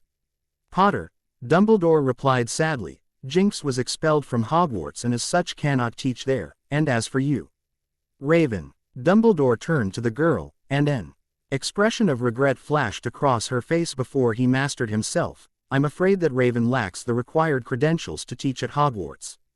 Both women scowled at the headmaster for a moment, before turning to Harry with warm expressions. The old goat is right, Harry, Jinx said softly. I couldn't go back, even if I wanted to. And I really don't want to. I never said it had to be a teaching position, Dumbledore.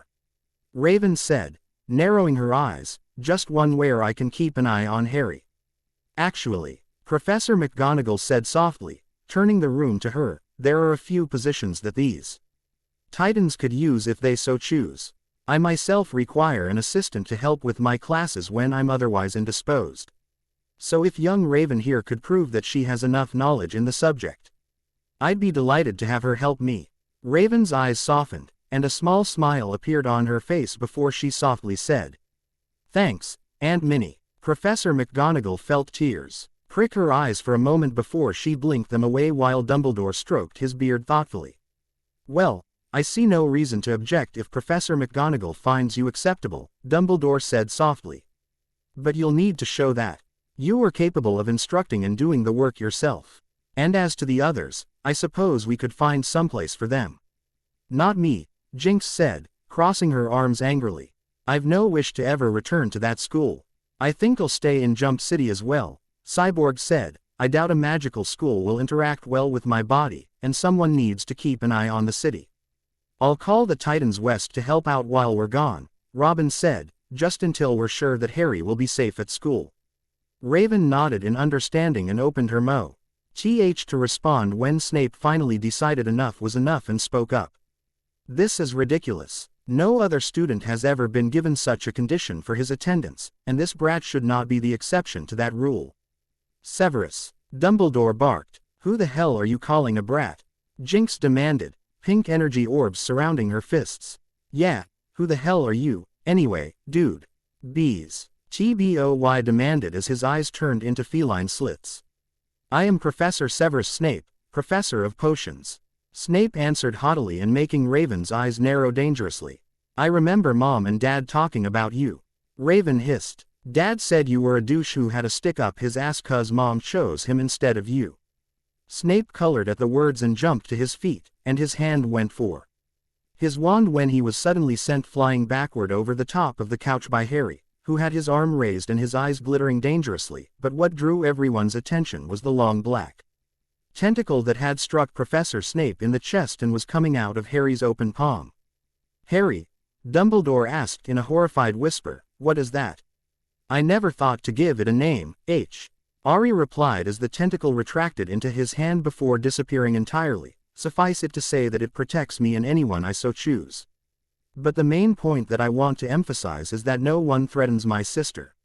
Harry said in a dangerous whisper that seemed to echo in the silent chamber. As Snape climbed to his feet, he saw that no one had drawn their wand in his defense and sneered angrily at the room as they were too shocked at Harry's protector. I think it's time you took your leave, Robin said coldly. We'll take Harry to this Diagon Alley in the next few weeks to get his stuff and make sure we all get on the train. But you, Headmaster, should learn to keep a tighter leash on your dog. Robin glared at Snape as he finished speaking. I can only imagine how much you must suck as a professor if this is how you treat kids, Beast Boy said with a sneer that made Snape turn red with rage. My teaching methods are none of your business. Snape snarled. They are when they concern our Harry. Starfire retorted hotly, her eyes glowing green and making the room nervous. Professor McGonagall, if you are still willing to hire the rest of my team and me, I will set up a time for you to test my knowledge. Raven said quickly, trying to diffuse the mounting belligerence. The others can do so as well, so you can find a good place for us at Hogwarts. I see no problem with that, McGonagall replied. How does next week when you come to purchase Harry's things sound? Then, we can all meet at the Leaky Cauldron. Excellent, Raven said softly. Now, if there's nothing else, I think you all should go before this meeting turns violent. Nodding his head in agreement, Dumbledore produced an international portkey that looked like a dog bone, as everyone touched it. Dumbledore cast one last look at the boy whose destiny he needed to cultivate before saying the keyword to activate the portkey. Home. A moment later, the group disappeared, and the Titans breathed a sigh of relief. That could have gone better, Robin sighed as he rubbed his face. No, it couldn't have, Jinx said with a smile, not with the company that old goat brought. I mean, really, bringing someone who hated Harry's dad to a meeting with him. Yeah, not very intelligent on Dumbledore's part. Cyborg added, this is going to be a long year. Raven said wearily. She felt a head ache coming and seeing Harry's excited grin seemed to worsen it. At least we'll all be together. Harry cried excitedly, making the room groan collectively. Later that night, Dumbledore paced in his study, lost in his thoughts. Meeting Harry had caused more questions than answers, and he was not very happy with the end results of that meeting. Not only was he forced to now hire 4 new personnel for his school, but Harry also showed a dangerous affinity for dark magic. Those tentacles were a clear sign that Jinx and Raven had been a poor influence on the boy. Dumbledore would need to find a way to try and subtly remove those he deemed dangerous to the boy's destiny from him. It would not do to have the chosen one surrounded by practitioners of dark magic, after all. Author's note. At first, I was going to have all the Titans come to work at Hogwarts, but then realized how that could not work. Cyborg is a cyborg, and the magic of Hogwarts would royally screw him up, so he was out. Also, Jinx hates Dumbledore for expelling her, so she's out as well, and someone has to watch the city while the rest of the Titans are gone. So, aside from Raven, I have no idea what I'm going to be having the other Titans do at Hogwarts, so the next chapter might take a while. Maybe I'll make Starfire an assistant in astronomy with Professor Sinestra. Chapter 10. Chapter 10. Harry grinned with barely hidden excitement as he ate his dinner. It had been 2 weeks since the visit with Dumbledore, and finally, the day was here when Harry would be going to get his school supplies. An owl had arrived a few days before telling the Titans that Professor McGonagall would arrive via portkey promptly at 6 a.m. London time, which would be 10 p.m. in Jump City time. The Titans would then rest at a place called the Leaky Cauldron, and Harry and the Titans would go shopping the following day with Professor McGonagall. Due to how costly international portkeys were, as well as the fact that the Titans would need to learn how to perform their new duties while at Hogwarts, the Titans were also informed that they would be unable to return until the Christmas holidays, and as such to pack everything they would need until then. The Titans had all had an individual meeting with the deputy headmistress since the encounter with Dumbledore, in which she would ask them a myriad of questions regarding what they were most proficient at, so that she might find a proper place for them at Hogwarts when the time came. McGonagall had been shocked into silence when Starfire had told the aged professor that she was an alien and, therefore, probably knew more about the stars than anyone currently teaching at Hogwarts. Finally, the day arrived, and Harry, naturally, had been up since dawn and had been unable to fall back asleep due to how excited he was. It felt like he had drunk a gallon of energy drinks, and even Raven was finding it hard not to laugh at how much energy the boy seemed to have. A sudden attack by Cinderblock seemed to help a little, but as soon as it was over, Harry was again a jumping mess of nerves and excitement as he desperately watched the clock tick closer to 10. Titans each tried to distract the boy and help the time go by faster in their own way. Robin put Harry through a 4-hour training course that left the boy sweating and tired, but a quick shower had Harry just as energetic as before. Raven and Jinx had then made Harry practice the magic they had taught him for a few hours, which left him feeling drained but still excited, much to their annoyance. Cyborg had then spent a few hours with Harry with what the two called their project, which consisted of rebuilding a 1967 Impala from scratch that Cyborg had bought from some guy named Winchester. It had supposedly belonged to the man's dad and uncle, but both had died and left it to the man who had totaled it while hunting, whatever that meant. The pair had been trying to fix it for over a year and were almost done. Harry had happily dived in, eager to see it finished before leaving for school.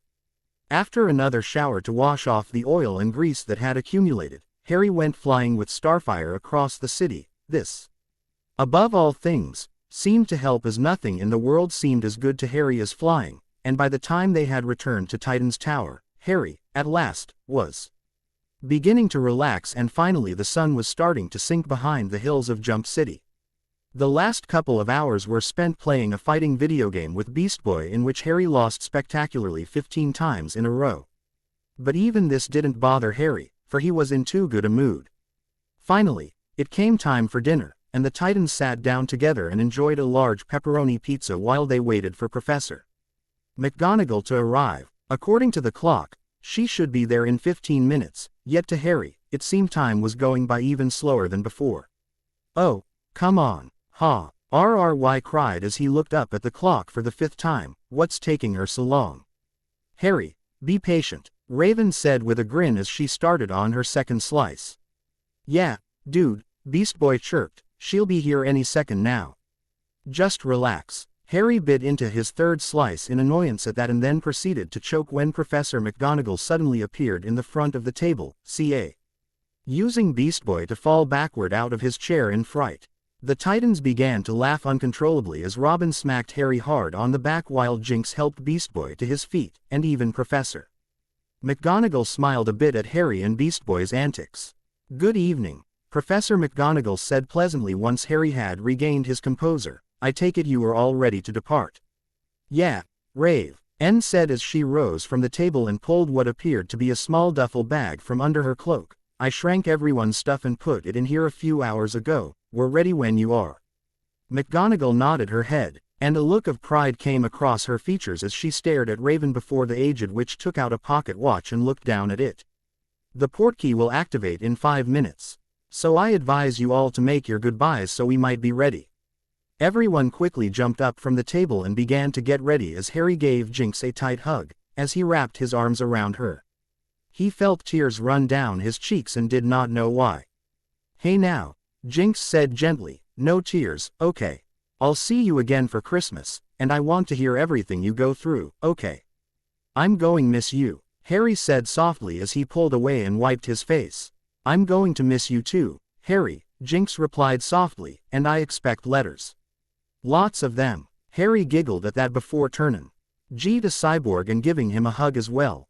Promise not to finish the Impala without me, Harry asked as he pulled away. I won't even turn a lugnet until you get back, Cyborg replied with a wink that made Harry smile.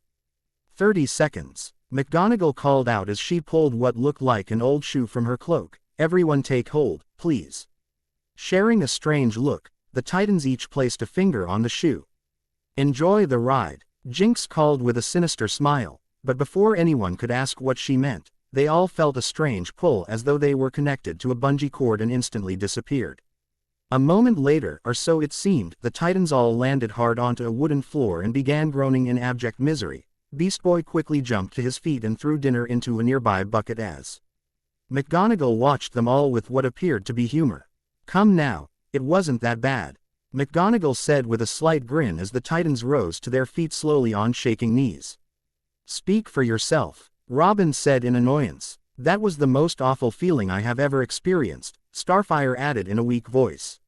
Seriously, dude, Beast Boy said as he wiped his mouth and turned to face the witch, who looked as though she were fighting not to laugh at the Titan's actions. Only Raven seemed unaffected as she rose to her feet, though on the inside, she was fighting not to hurl. As Robin and Raven helped Harry to his feet, the boy felt suddenly ill and barely managed to dash to the bucket Beast Boy had used before he was also emptying his stomach of that evening's dinner. Well, if you're all finished with your histrionics, McGonagall said simply, please follow me, and we'll get you all set up with room for the evening with Tom. Tom? Robin asked. The owner of the Leaky Cauldron, McGonagall clarified. I'll take care of your rooms for today and tomorrow escort you all to Diagon Alley where we can purchase Harry's things. Afterward, I will escort you all to Hogwarts, where you will be living until school begins. Nodding in agreement, the Titans followed McGonagall out of the room they had teleported into, eager to get some sleep after what they had just experienced. Holy crap, Harry breathed in awe as he took in the sight before him. Professor McGonagall had arrived the following morning, and after a quick breakfast, the Titans had followed her to the back of the Leaky Cauldron, where they stood in confusion for a moment before the aged witch tapped her wand on the brick wall before them, revealing Diagon Alley. The group had tried to dress in conspicuously to avoid any potential trouble while shopping. However, the green and orange skin of Beast Boy and Starfire made that a most likely foregone conclusion. The Titans were all dressed in blue jeans and t-shirts, and Robin had even removed his mask to avoid anyone realizing who he was. As they made their way to Gringotts, the Titans couldn't help but stare in awe at the stores they passed. Even Robin was impressed with what he saw, despite his attempt to look stoic. As the group walked to the bank, they were followed by stares and whispers, much to the group's annoyance. Most were looking at the group, mainly Starfire and Beast Boy, with curiosity, if not outright shock. Still, a few children looked at the group with wide eyes and excitedly whispered to each other. Harry grinned at this when he saw it. If the children were half-bloods or Muggle-born, they would most likely know who the Titans were, except for Robin, of course, and would no doubt be shocked to see superheroes in Diagon Alley. Upon entering Gringotts, the Titans had been startled at the appearance of the goblins but had quickly gotten over it and were led down to the carts that would take them to Harry's vault by a goblin named Griphook. McGonagall had told them she would wait for them as she was not a fan of the cart ride, something that Harry didn't understand as, in his opinion, it was the best ride ever. Something the other Titans seemed to agree with if the shrieks and whoops of delight were any indications. Now the group was standing in front of Harry's vault in shock and awe at the stacks of gold that lay before them. Even Raven was nonplussed at what she was seeing. She knew that the Potters had been comfortable, but she had been too young to understand just how wealthy her adoptive parents were. "This is all mine?" Harry asked in a small voice as he gazed upon more wealth than he had ever seen before. "Indeed, Mr. Potter," Griphook replied quickly. "However, this is just your trust vault. Your family vault will not be available to you until you reach your age of maturity." Turning to face Raven, Griphook continued in the same quick way of speaking. "However, as you were legally adopted by the Potters and are currently the legal guardian of Mr. Potter, you do have access to the family vault if you wish to take a look, Ms. Potter." Harry and Raven's faces drained of color at th. Words that this was simply Harry's trust vault and that a more prominent and even greater one was open for Raven to use. Unable to speak, Raven simply nodded her head, and Griphook directed them all back into the cart, which raced further down the track before finally coming to a stop outside another vault. Vault 112, Griphook said simply before getting out of the cart and approaching the large bronze door. A moment later, he turned to Raven with a nasty look on his face. The door is warded to only open for a Potter, so, fortunately, only you and your little brother will be able to access the vault. How do we access it? Raven asked softly. Place your hand there, Griphook replied, indicating a slight depression in the rock next to the vault shaped like a handprint. Slowly, Raven did as she was bid before immediately pulling her hand away in pain because a small blade had come out of the center of the depression and pierced her hand before retreating back in to the rock with a sample of her blood upon its length. As Raven cursed the smiling goblin under her breath, the vault door slid open until it finally stopped, showing the Titans what lay inside. If a NY color was left in the faces of those present, it promptly vanished as they gazed upon the kingdom of Midas. The inside of the vault seemed far more extensive than what should have been possible, and the floor was covered in gold, bronze, and silver pieces that seemed to stretch as far as the eye could see. As the group stared wide-eyed, they saw that it wasn't just gold that stretched across the vault but also precious jewels, weapons, and armor as well. In the back corner, Raven could see several large piles of stacked books that immediately caught her attention. For a moment, the group was too shocked to do anything but stare. Suddenly, Harry and Beast Boy both let out a whoop of joy and tried to jump headfirst into the piles of gold before them, only to be stopped when Raven grabbed the back of their shirts and roughly pulled them back. We're rich, Harry cried happily as he turned and gave his sister a hug, like Bruce Wayne rich. That doesn't mean that we should lose our heads, Raven replied sternly. Our parents didn't leave this money to us just for us to let it turn us into someone different. She's right, Harry, Robin added seriously as he regained his composure. Money has a way of changing people if you let it. Let's get back to your trust vault, Raven said quickly. We can come back here another day. For now, let's just concentrate on buying what you need for Hogwarts. Harry cast one last look upon the treasures of the vault before nodding his head reluctantly. A moment later, the vault door closed shut, and the group climbed back into the cart to make their way back to Harry's trust vault. After filling up a generous amount into Harry's bag, the group finally made their way back to the ground floor, where Professor McGonagall was waiting for them. Well then, shall we begin the day's shopping? Sounds like a good idea, Aunt Minnie, Raven said warmly, making the aged witch smile happily before she led them out of the bank and back into the warm sunshine. Harry smiled happily as he enjoyed his ice cream, occasionally dipping his finger into the cone and offering some to the white owl sitting comfortably in its cage next to him. He and the Titans had spent the last few hours getting everything Harry would require for his first term, and each store seemed to have something that the Titans found amazing. For Raven and Starfire, it had been flourish and blots in the interminable mountain of books that had enraptured them, and Harry and the others had to physically pull Raven from the store after they had bought the books that Harry needed.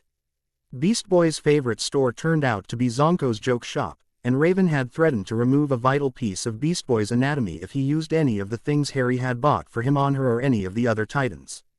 Robin's favorite shop turned out to be Elop's Owl Emporium with its dozens of different animals. To Harry's surprise, Robin had then bought a beautiful snowy owl for Harry as an early birthday present, and Harry had to fight not to cry with happiness as he thanked Robin profusely. After getting Harry's robes, there was only one last thing to buy, and they would be done for the day, Harry's wand. The Titans were currently taking a break to relax from the day's shopping and enjoying some ice cream before heading to Ollivander's to purchase the last of Harry's equipment. Excuse me, a small voice said next to Harry, making him turn suddenly to see a small girl with bushy brown hair standing close to the Titan's table.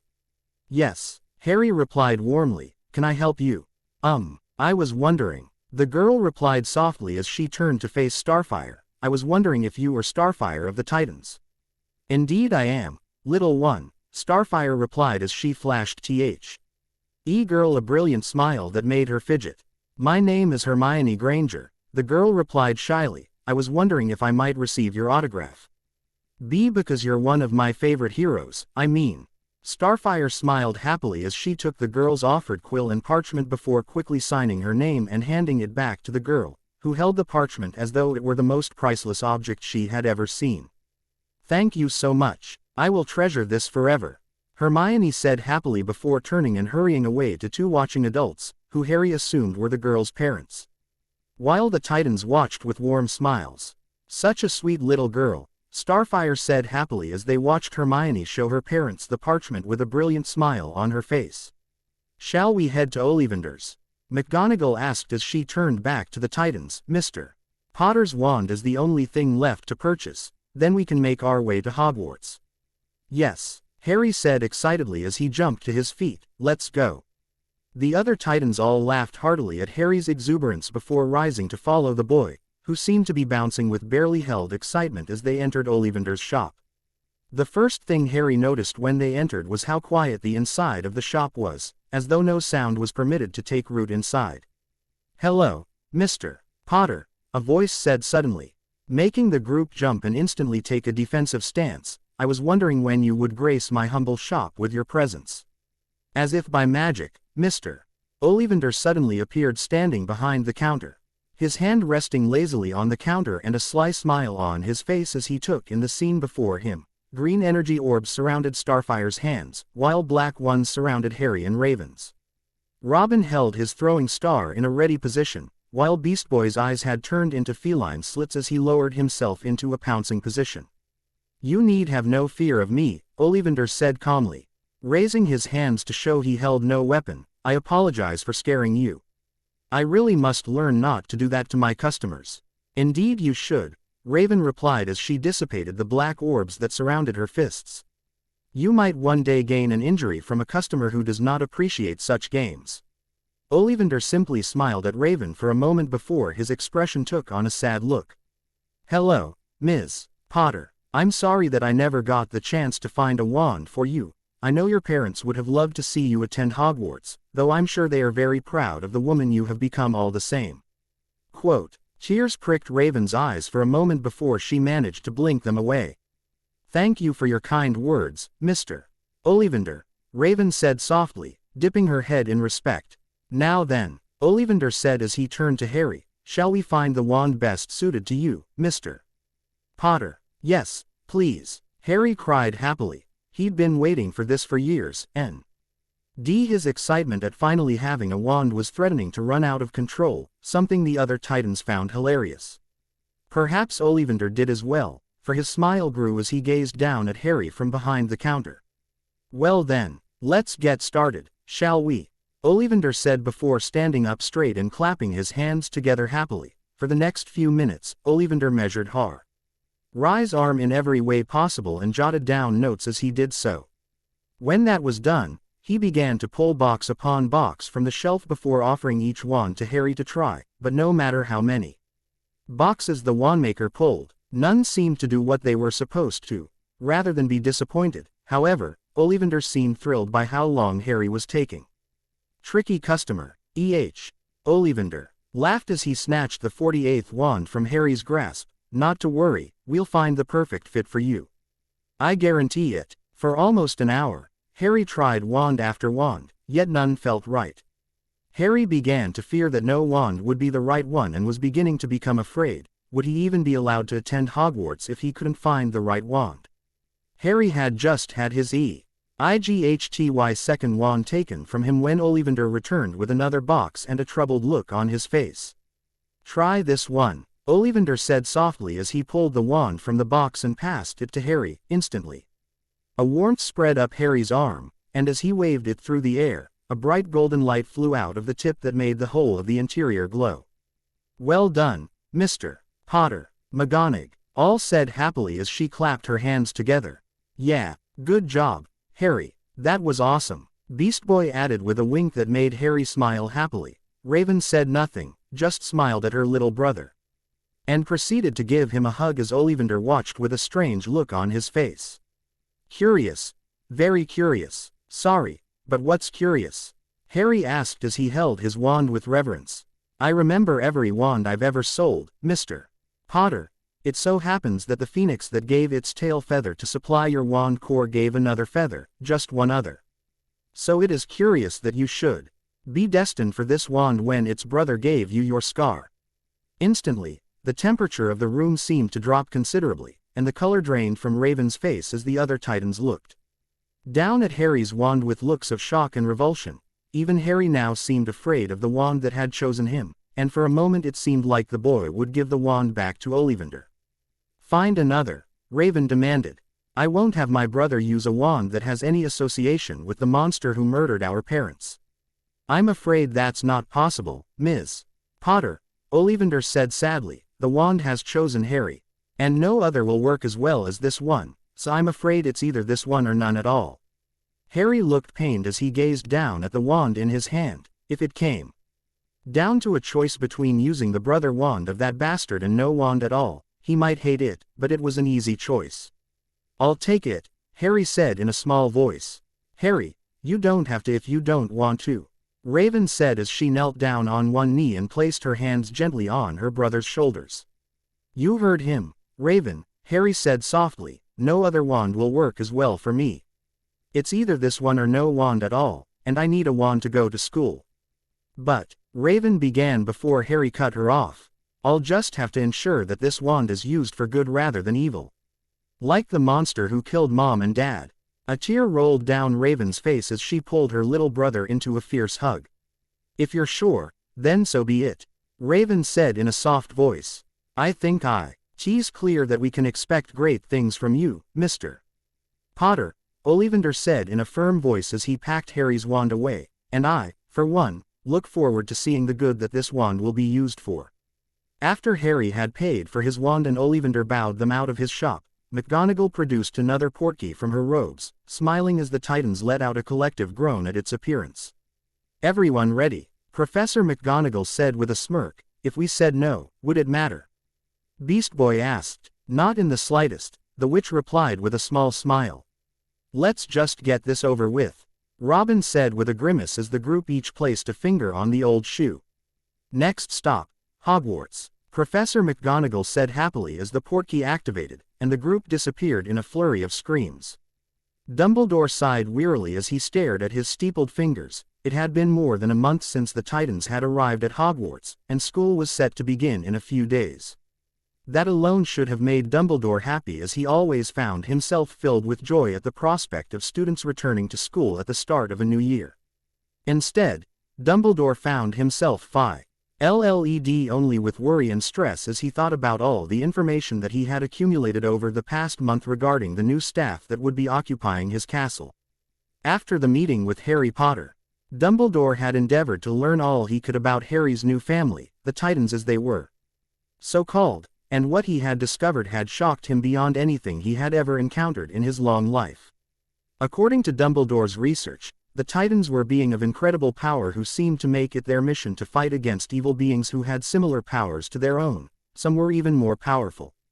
To make matters worse, Dumbledore had discovered that the Titans were not the only so-called superheroes residing in the Muggle world, but instead, the world was full of them. Including one group called the Justice League, which on more than one occasion had saved the entire planet from destruction.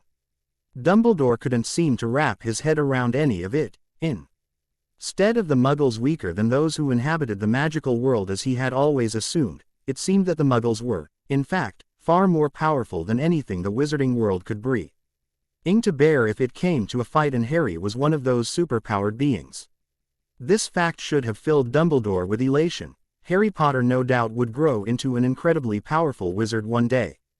However, with the added bonus of his other abilities, if the day came that Voldemort should ever return, the Dark Lord would no doubt find himself supremely outmatched, especially if the rest of Harry's family aided him in the fight against Voldemort. But instead, Dumbledore found himself terrified about the future of his people, if the day ever came when the wizarding world decided to throw off the statue of secrecy and reveal their existence to the world. Dumbledore feared that they would all be annihilated in a matter of days by these super beings. The fact that he was being forced to hire 4 of them was bad enough, even if the one called Robin didn't have any powers, at least none that Robin had made known at any rate. which made Dumbledore even more nervous as he imagined what the young man might be hiding from him. With another weary sigh, Dumbledore picked up the reports he had gotten from his fellow professors regarding the Titans and the new stations that they would be occupying when the new term began. Raven had shown a fantastic aptitude for not only transfiguration but also for charms and runes as well. Ultimately, the young girl had decided that she would like to devote her time to charms and runes, much to Professor McGonagall's disappointment, and was therefore hired as a teacher's aide for those classes, jumping back and forth as she was needed. Beast Boy's placement had been an easy one due to his abilities, and he had been immediately hired as a teacher's aide to help Professor Kettleburn in care of magical creatures. The professor had been overjoyed when Beast Boy had shown what he could do and had all but begged the young man to help him with his students to show them creatures that were too dangerous to actually bring to class, and that Beast Boy could rectify by simply transforming into. Starfire's placement had also been a relatively easy one, as once it was known that she was, in fact, an alien from another planet. Professor Sinestra had all but demanded that the girl aid her in astronomy, something that Starfire was all too happy to do. The professor had since spent hours with the Titan learning all that Starfire had to offer and being amazed that life beyond the stars was, in fact, real. The final Titan had given Dumbledore the most significant headache as he had to struggle to find somewhere to place the Muggle's as to satisfy the deal he had made with Harry Potter, which he was now regretting with every fiber of his old body. Dumbledore had finally discovered where to place Robin after the young man had taken a look at the school's Muggle Studies class and reported that not only was the teacher grossly misinformed about her own subject but also that the course material was over a century out of date. Furthermore, Dumbledore had been shocked to discover that the dirigible was no longer the wave of the future but had instead been replaced with something called an airplane. Unable to refute Robin's rather convincing argument, Dumbledore had found no other choice but to hire the young man as the new Muggle Studies professor, something that the other Titans found hilarious for some reason. Despite Dumbledore's arguments, Robin had refused to give his real name and chose instead to be referred to as Professor Robin, which made the other Titans laugh even harder. Dumbledore shook his head as he felt another headache coming, which seemed to happen fairly regularly since those damned superheroes had come into his life. He knew that he had to find a way to get Harry away from those who might lead him astray from his destiny. Yet, now Dumbledore couldn't see a way to do so without unleashing a horde of superpowered beings on not only himself but also the wizarding world at large. Now make sure to have fun on the train ride, and we'll see you tonight, Raven said with a smile as she watched Harry get ready to leave. Raven and the rest of the Titans had agreed with Professor McGonagall that Harry should be taken to King's Cross and ride back to Hogwarts aboard the train like the other first years so he could make some friends before school started. I will, Harry replied happily as he gave his big sister one final hug. A moment later, he took Professor McGonagall's hand, and the two apparated to platform 93/4. Harry's eyes widened as he took in the large red steam engine train before him, followed almost immediately by how packed the station seemed. This is where I leave you, Mr. Potter, Professor McGonagall said with a small smile. I will see you at the feast, and I hope that you make a few friends before then. I'll try, Harry replied, suddenly feeling very shy as he looked around the platform.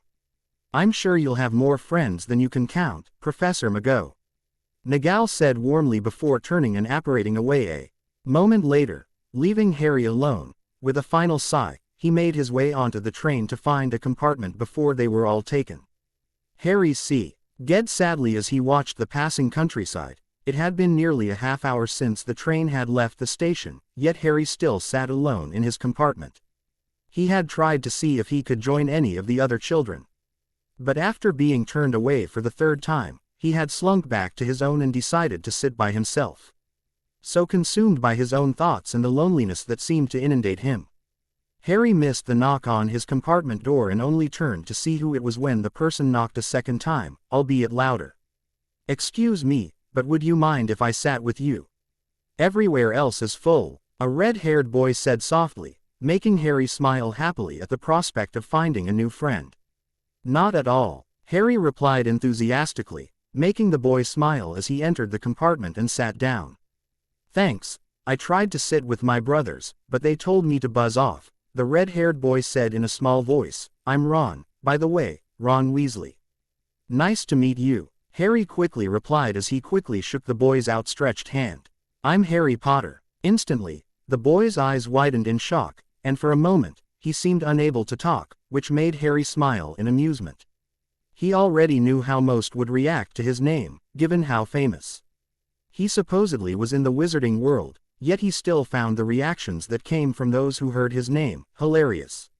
Are you really? Ron asked in shock. I mean, do you really have the scar and all?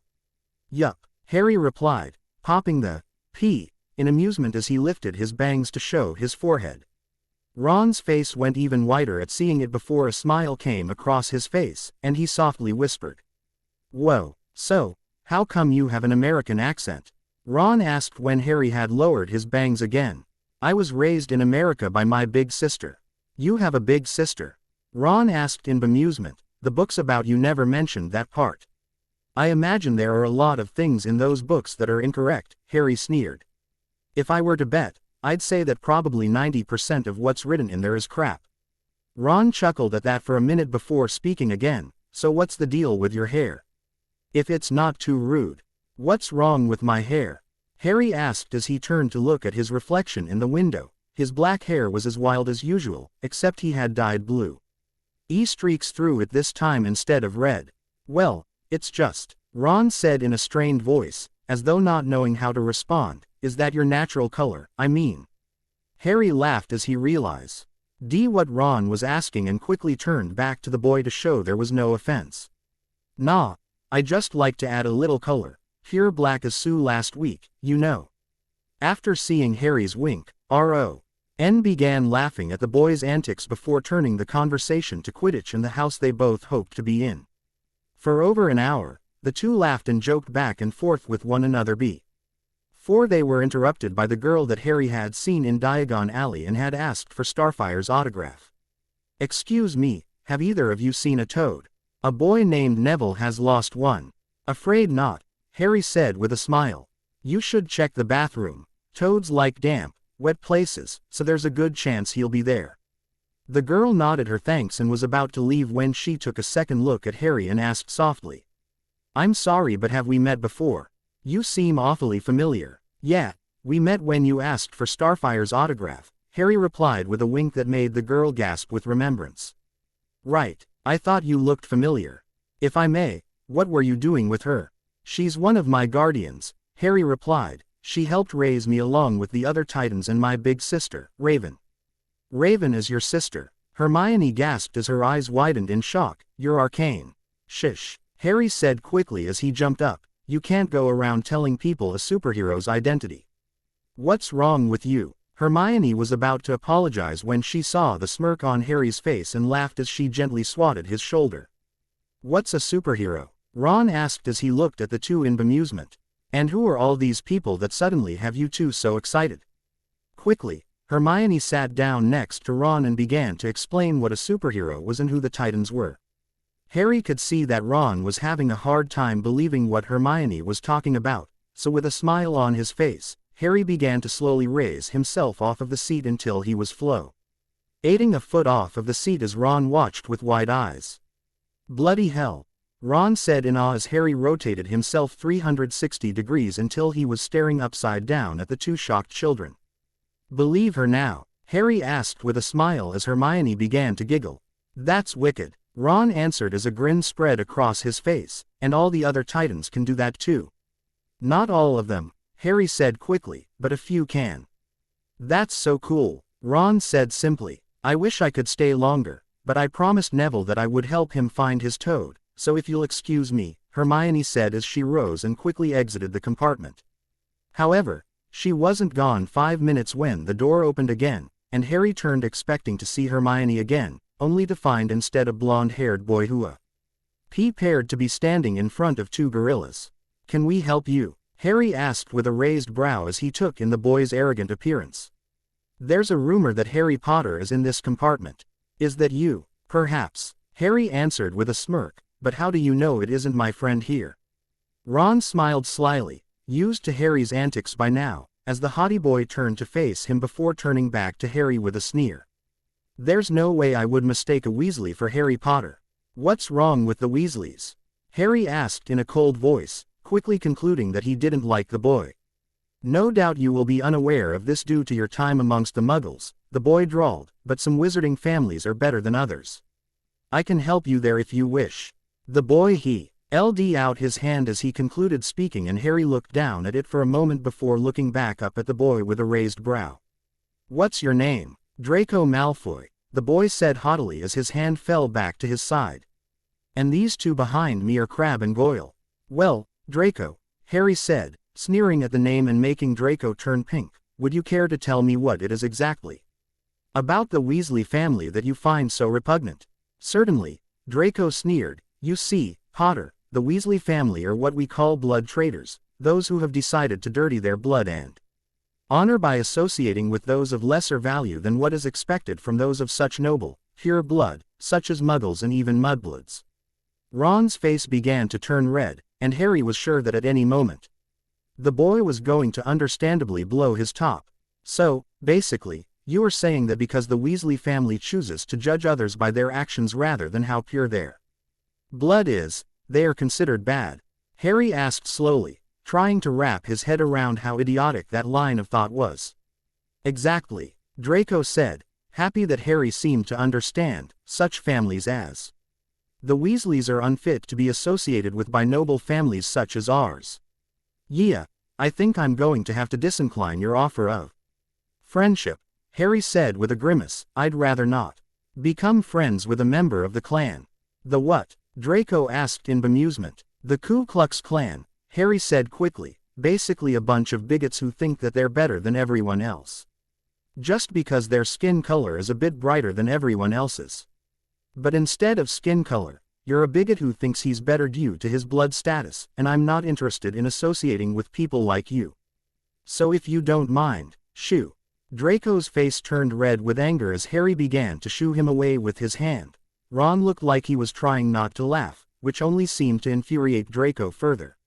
"You should learn better manners, Potter," Draco drawled, "unless you want to end up like your parents. They didn't know what was good for them either." "Wrong answer," Harry snapped as he opened his fist, and a black tentacle shot out of his open palm, which slammed into Draco's chest and threw him out of the compartment and into his two bodyguards. "And don't come back." "Ha!" RRY said angrily as the tentacle wrapped around the door handle and slammed the door shut in the stunned faces of Draco and his friends. A moment later, they disappeared, obviously unnerved at what had just happened. "How did you do that?" Ron asked as he stared wide-eyed at the tentacle that was slowly retracting into Harry's hand. "I'm a superhero, remember?" Harry replied with a wink as the tentacle finally disappeared. "Wicked," Ron said as a grin took over his features. A few hours later, Harry smiled happily as he waited outside the Great Hall with Ron to be called into and sorted into whatever house would be his home for the next 7 years.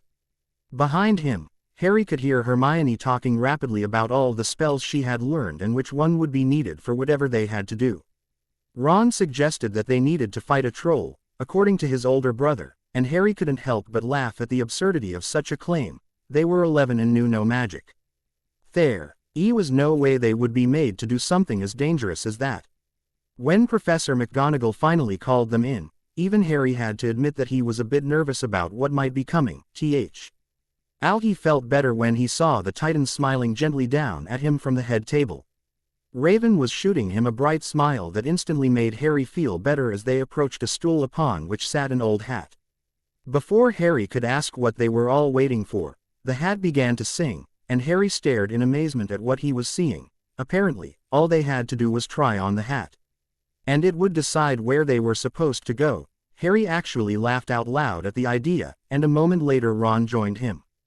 "I'll kill Fred." He was going on about fighting a troll.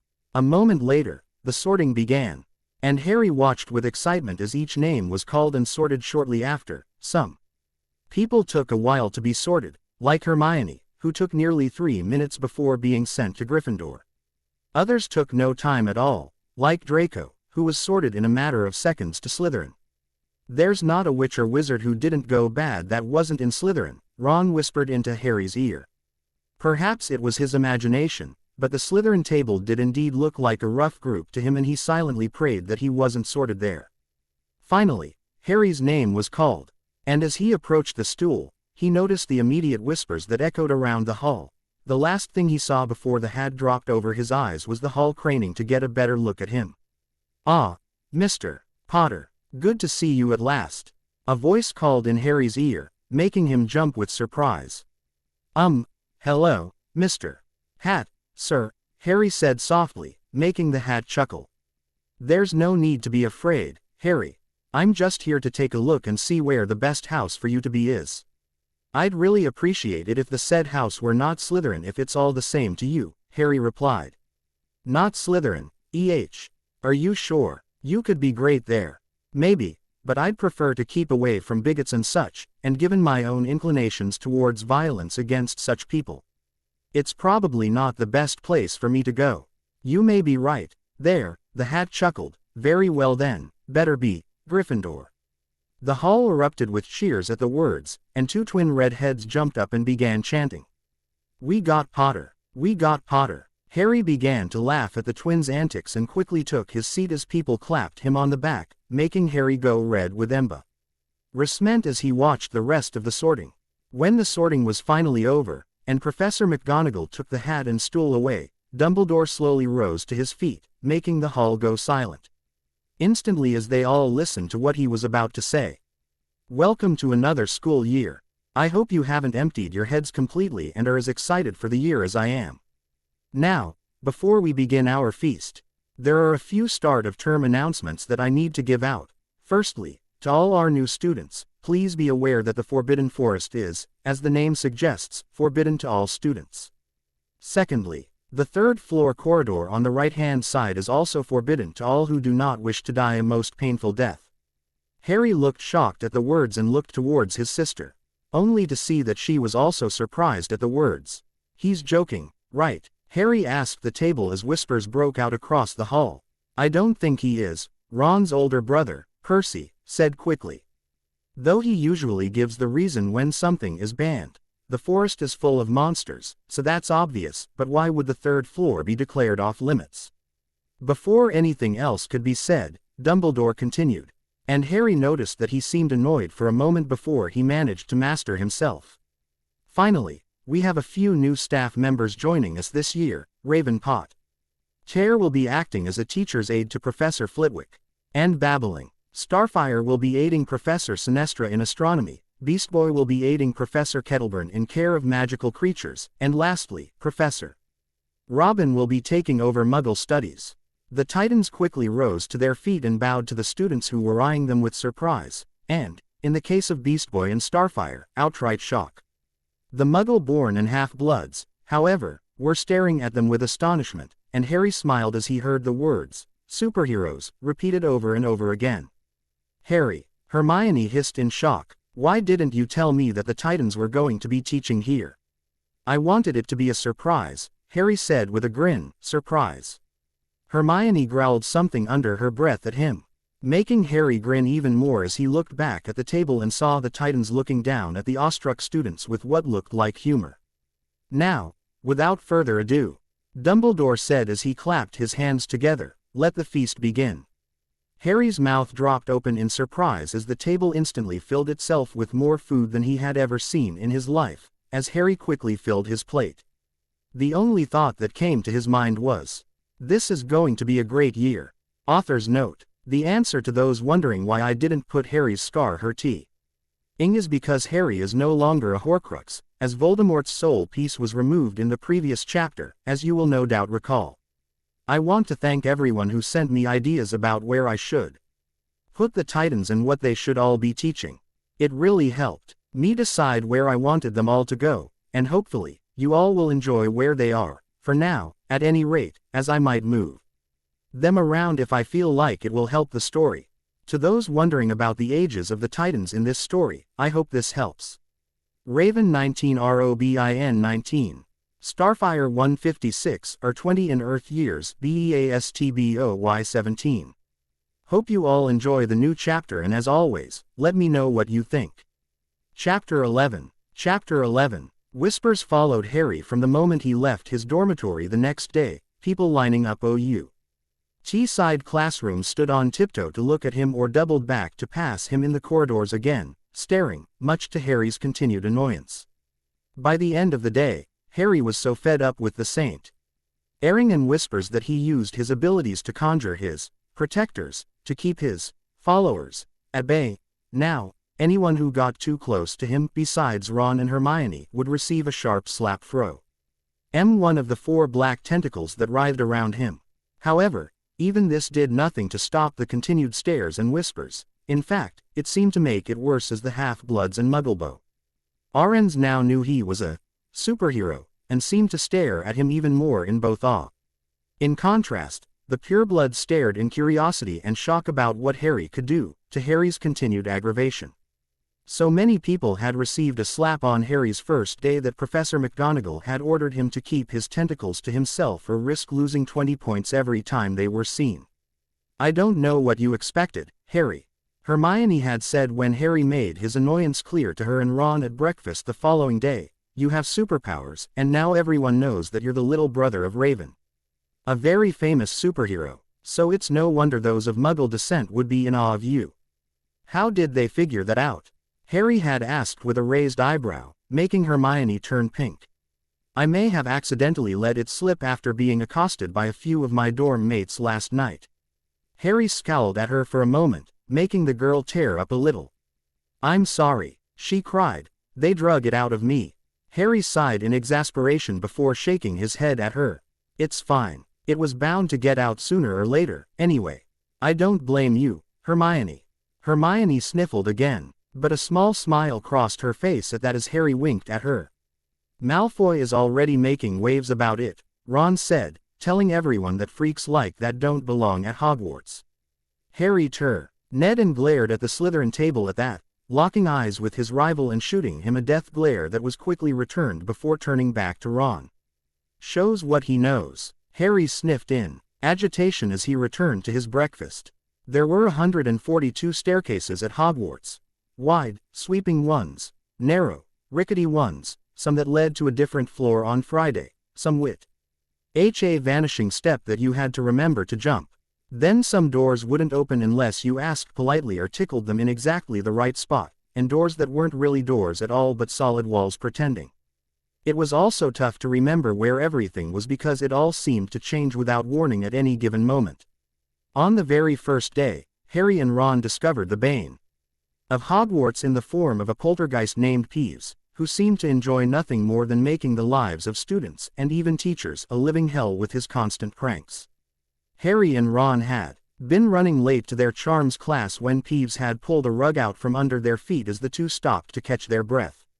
Because of Robin's training, Harry had managed to perform a flip and land safely at the bottom. But Ron had tumbled down the stairs and lay in a heap at the bottom while Peeves had hovered over them, cackling madly. Unfortunately, Professor Sinestra had shown up, just as Harry had used some very colorful language at Peeves, resulting in the loss of 10 house points. Even worse than Peeves, if that was possible, was the caretaker, Argus Filch. Harry and Ron nagged to get on the wrong side of him on their very first morning. Filch found them trying to force their way through a door that unluckily turned out to be the entrance to the out-of-bounds corridor on the 3rd floor. He wouldn't believe they were lost. He was sure they were trying to break into it on purpose and was threatening to lock them in the dungeons when they were rescued by Professor Quirrell, who was passing. Harry, who had been trained by Jinx and Raven since he was 9, was left disappointed when he realized that he already knew much of what the professors were teaching. The professors were soon calling him a prodigy, but the reality was that Harry was just bored having to relearn what he already knew.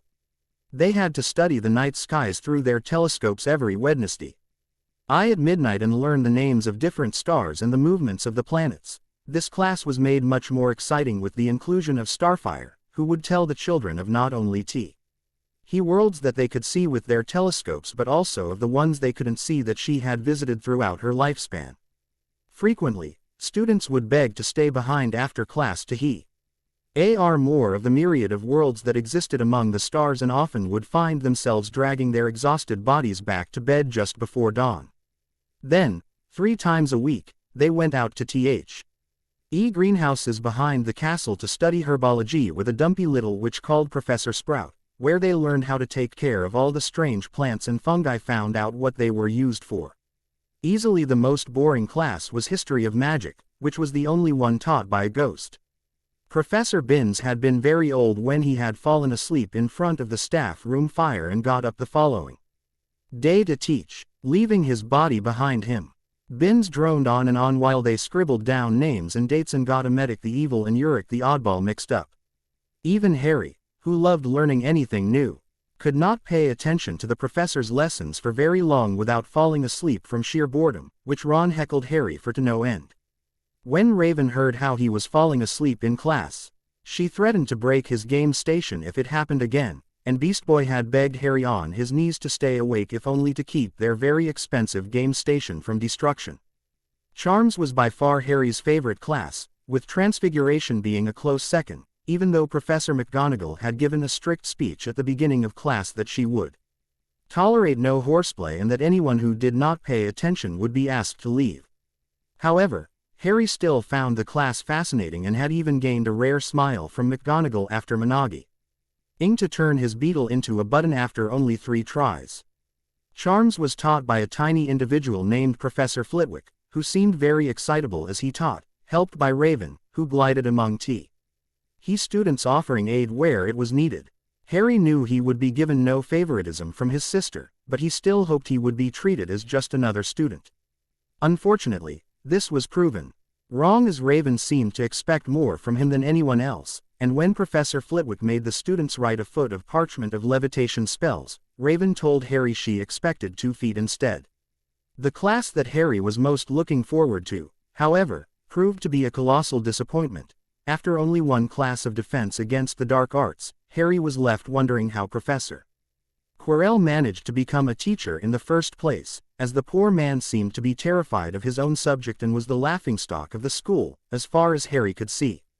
His turban, so he said, was a gift from an African prince as thanks for getting rid of a troublesome zombie, something that Harry questioned the veracity of, as every time someone would ask to hear the story, Professor Quirrell would blush and talk about something else. All in all, the class left Harry feeling very disappointed. Friday started out as a very good day for Harry and Ron. They didn't get lost once they left Gryffindor Tower and strode into the Great Hall like heroes who had just won a great battle. Before they could take their seats, however, they were accosted by Ron's twin elder brothers. "Harry, we wish to thank you for your great donation to Hogwarts," Fred replied with a giant grin plastered to his face. "Indeed," George added, "we owe you one." "Huh?" Harry asked in bemusement. "I'm afraid I don't know what you mean." "Beast Boy," the twins chorused. "What about him?" Harry asked. "He's amazing." "Is what?" Fred answered ecstatically. "We just had a class yesterday on sphinxes, ND Beast Boy actually turned into one to show us what they looked like. He's a great help to Professor Kettleburn, to be sure," George said, just as enthusiastically. "He's able to transform into almost everything that the professor asks for. It's amazing." "Oh, well, you're welcome," Harry replied as a smile began to form on his face. "Plus," George added in a hushed tone, "it's a lot of fun to watch as another person with shapeshifting abilities blushes at him during class." "Another?" Harry asked. "Who?" "Sorry, Harry, my lad," Fred said with a sly smile. "Can't say, but it's safe to say that Beast Boy has an admirer." "He's 17, Harry replied in shock, "and a teacher." "That's not allowed." "So is she," George replied with a wink. "And she won't be a student after this year, will she?" Fred added with a wink of his own. Harry's mouth dropped open in shock, but before he could say anything, the twins walked away, leaving a blushing Ron and Harry in their wake. Once the two regained their composure, they quickly strode to Gryffindor's table, both looking to see if they could spot the mystery girl the twins were speaking of. "What do you have today?" Harry asked as he took his seat and began shoveling food onto his plate. "Double potions with Slytherin," Hermione responded as she looked down at her schedule, making Harry grimace in distaste. "He was one of the Professors that Dumbledore brought with him when he came to convince me to attend Hogwarts. If that one meeting is anything to go by, it's going to be a long 7 years. I hear he heavily favors Slytherin, Ron sneered. One of my family members was in Slytherin, Harry replied sadly. She told me that it's not a very good place for anyone who isn't pureblooded. Makes sense that Snape would be an asshat to anyone who isn't, as well. Harry, Hermione said, scandalized. Harry had just started on his second plate of eggs when the day's mail arrived, and Hedwig landed on his shoulder carrying a letter. Thanks, Hedwig, Harry replied warmly, offering a piece of bacon to his owl, who took it with a happy hoot and flew off a moment later. Who's it from? Ron asked. It's from Jinx, Harry replied happily. She's probably writing to see how I'm doing. Jinx, Hermione said in shock, the Queen of Misfortune.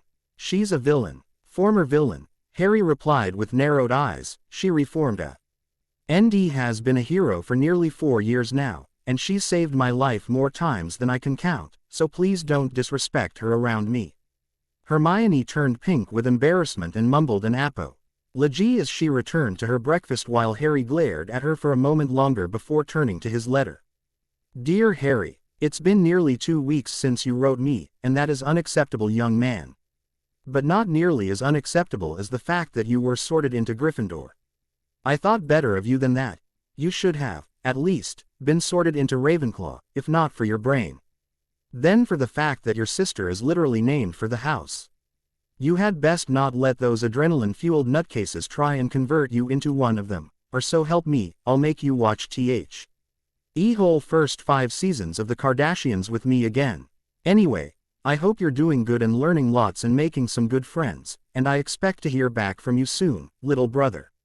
All my love, Jinx. Harry shuddered as he read about the punishment that Jinx had planned for him, causing Ron to look at him in confusion for a moment. Who are the Kardashians, and why are you so afraid of them? Harry quickly lunged forward and clamped a hand around Ron's mouth before looking around the hall in terror. We do not speak their name, Harry whispered, for to do so invites them down upon you. And trust me when I say you don't want that. Ron turned pale and nodded quickly before returning to his breakfast as Harry did the same. From the corner of his eyes, Harry saw Hermione grinning at him mischievously and quickly sent her a playful wink. When Harry and Ron made their way down to the dungeons where their potions class was to be held, Harry saw Draco and his 2 bodyguards all standing silently near the door apart from the rest of their classmates. As Draco caught sight of Harry, he sniffed in disdain. I thought I smelled something foul coming closer, Draco sneered. Figures it would be you, Potter. Keep it up, and I'll make it so you can't smell anything at all. Prick, Harry replied with a wink that made Draco pale with fury. Before anyone could say anything more, the door to the potions classroom suddenly opened, and Professor Snape strode out. He cast a quick eye over the students who fidgeted nervously under his gaze before stepping aside and saying one word in a cold voice. In a few minutes later, once everyone had taken their seats, Snape began a speech that Harry was sure the professor had given many times before. However, Snape spoke barely above a whisper. The students hung on every word as Professor Snape told them how he could teach them to bottle fame and brew glory. Harry was entranced with the words and sat up straighter. Determined to do good in potions if only to spite Snape and make Raven proud. Beside him, Hermione did the same, whereas Ron, who was sitting on the other side of Harry, seemed to slouch in his chair as though he couldn't care less. Professor Snape then began to take roll call, and Harry noticed that Professor Snape seemed to sneer at some of the names, as though Snape had already made up his mind about some of the students in his class. When Professor Snape came to Harry's name, Snape paused before a cold look came across his face. Ah, Mr. Potter, our new celebrity. The way that Snape sneered the word made Harry instantly wary. But before Harry could respond, Snape continued, Tell me, Mr. Potter, what would I get if I added powdered root of asphodel to an infusion of wormwood? Instantly, Hermione's hand shot up into the air, but Snape ignored her and simply stared at Harry with a raised eyebrow. I don't know, sir, Harry replied softly. He had skimmed his school books but hadn't really paid any attention to any of it.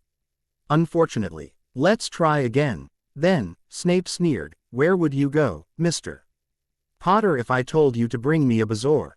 Again, Hermione's hand shot into the air, and again Harry racked his brain and couldn't think of an answer.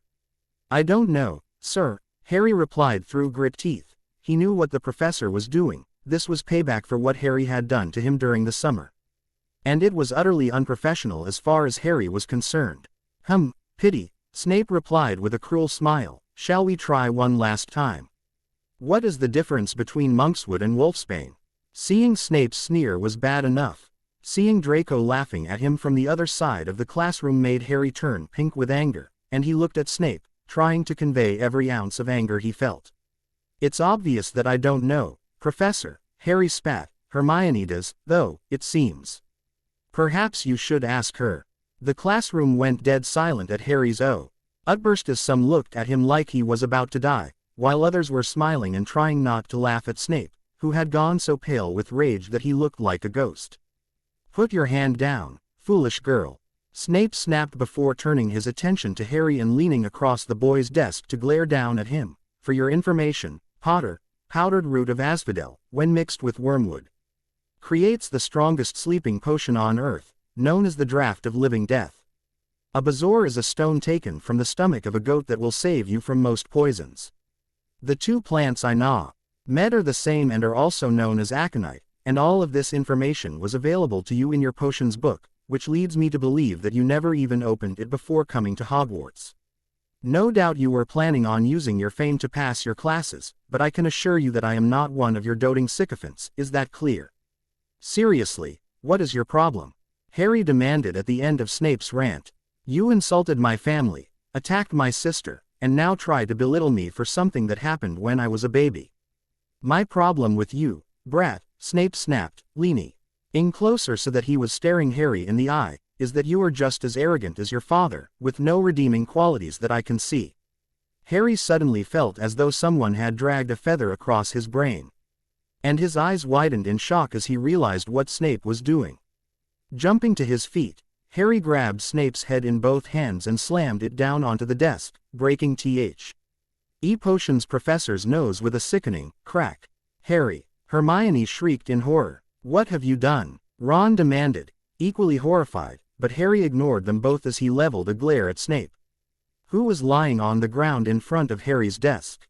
Stay the hell out of my head, Harry snarled, making the classroom go silent instantly. What are you talking about, Harry? Ron asked. This prick was using legilimency on me, Harry replied angrily, making the classroom gasp in shock. The purebloods knew what Snape had done, and it was considered taboo to do so without permission. Why? The Muggle-born and half-bloods simply stared in confusion. You're done at Hogwarts, Potter, Snape snarled as he tried to stop the blood that was pouring down his face. I'll see you expelled for this. Fine by me, Harry snarled back. If teachers are allowed to read students' minds without permission here, then I'll happily leave. Without another word, Harry grabbed his bag and stormed out of the classroom, one of his tentacles appearing from his back and slamming the door behind him as the class watched in shock. An hour later, Harry was still fuming as he sat in the library and tried to focus on his homework for Transfiguration, as he tried to read the same paragraph for the third time. A slight cough made him turn to see Professor McGonagall standing behind him with a severe look on her face. May I help you, Professor? Harry asked politely. You need to come with me, Mr. Potter, McGonagall replied. Professor Dumbledore would like a word with you. Will my sister be there? Harry asked. If not, then I request she be summoned, as she is my legal guardian, and if Dumbledore wishes to speak about what I think he does, then I request my guardian be present. A ghost of a smile seemed to appear on McGonagall's face before she nodded her head. If you'll follow me, then we shall go and fetch her before making our way to the headmaster's office.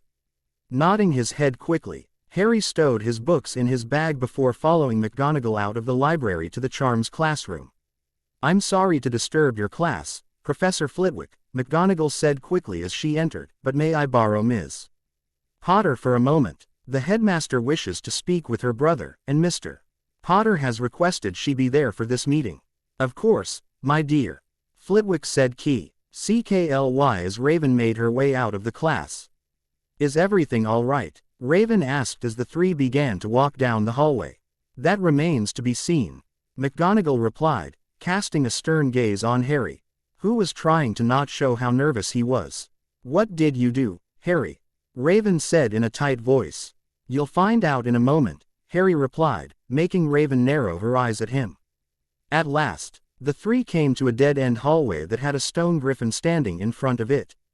Hershey's kiss, McGonagall said with exasperation in her voice. A moment later, the griffin jumped to the side, revealing a stone staircase that McGonagall quickly started up, followed by Raven and Harry. When they reached the top of the staircase, they stood before a wooden door, and McGonagall raised her hand to knock when a voice called out from the other side. Come in, Professor. I hate when he does that, McGonagall growled as she opened the door and led them inside, where Professor Dumbledore was waiting behind his desk. Professor Snape stood beside him with a cruel smile on his face, and Harry instantly felt his temper rise as he remembered what had happened. Good afternoon, Harry, Dumbledore said warmly. Thank you for coming so quickly, though if I may ask, why did you feel the need to bring your sister with you? I felt it necessary for my guardian to be present for this meeting, Harry replied in a tight voice. Especially considering why this meeting is needed in the first place. Raven looked between Harry and Dumbledore for a moment before narrowing her eyes in annoyance. Okay, someone want to explain to me what's going on? What has my brother done? I'm afraid Mr. Potter attacked Professor Snape during class today, Dumbledore replied as he steepled his fingers and gazed at the boy with disappointment. You did what? Raven shouted as she rounded on Harry. It was justified, Harry retorted as he angrily pointed at Snape. This jerk used legilimency on me during class. McGonagall gasped in horror, and the blood faded from her face as she turned to Snape. Raven, however, looked pissed and rounded on Snape instantly as Harry and Dumbledore watched. You illegally read my brother's mind, Raven shouted, as the room began to shake. How dare you, Ms. Potter? Dumbledore cried placatingly as he rose from his seat. I'm sure this is all just a misunderstanding. Surely Mr. Potter is mistaken about what occurred. I am not, Harry retorted. Jinx and Raven taught me occlumency when I was 9 years old. I know how to defend my mind, and I know when someone is trying to break in. Dumbledore paled at this newest revelation. He had already failed to properly formulate a plan to bring Harry to his side, but now the boy was telling him that he was already trained to protect his thought. This just kept getting worse. You know it's illegal to read a student's mind without his parents' permission, Severus. McGonagall raged. How stupid can you be to try and do so in a room full of children? Quote, there is no proof to the brat's accusation. Snape sneered. Furthermore, his parents are dead, so the law doesn't apply to him if I did read his mind. Not saying I did, though. Snape smiled cruelly at the last part, and Raven uttered a savage cry of rage as he lunged forward and punched Snape across the jaw, knocking him to the floor to the shock of those present. The hell it doesn't, Raven snarled as she stood over him. Our parents may be dead, but that doesn't give you a free pass to torture my brother. Raven's eyes suddenly turned red, and Dumbledore and McGonagall paled as they watched a second pair of eyes suddenly appear as Raven glared down at Snape, who was staring at her in sudden fear. Raven, Harry called suddenly, making her turn to him. Calm down. Raven looked back down at Snape for a moment before nodding her head and moving back to stand beside Harry, who took her hand and squeezed it gently as her eyes turned back to their original violet. What was that? Dumbledore breathed. None of your concern, Raven replied back curtly. I'm afraid I must respectfully disagree, Dumbledore retorted. If it is a danger to my students, then it is my concern. If you cared so much about your students, then why are you allowing one of your teachers to mentally torture them? Harry demanded as he cast his eyes at Snape, who was slowly picking himself up off the floor. Albus, this is a very serious matter, McGonagall stated. If Mr. Potter is telling the truth, then Severus broke the law and could face jail time, at the very least. If the ministry were to be informed, that won't be necessary, Dumbledore responded quickly, as there is no proof, aside from the word of Mr. Potter here, there is nothing we can do about this matter. But I will speak with Severus to ensure it doesn't happen again. Snape glared at Dumbledore at that for a moment before turning back to Harry. So that's it. This arrogant brat attacks me in my own classroom. And he gets away with it. What about his sister? She just punched me. I demand that she be fired immediately. Unfortunately, he is right, Mr. Potter, Dumbledore said sadly, you did attack a teacher. And that cannot go unpunished. So I will, unfortunately, need to dock Gryffindor House 50 points and you will serve detention with Professor McGonagall this weekend. You cannot be serious. Raven spat. My brother defended himself. So he says. Dumbledore replied testily, but there is no proof, unfortunately.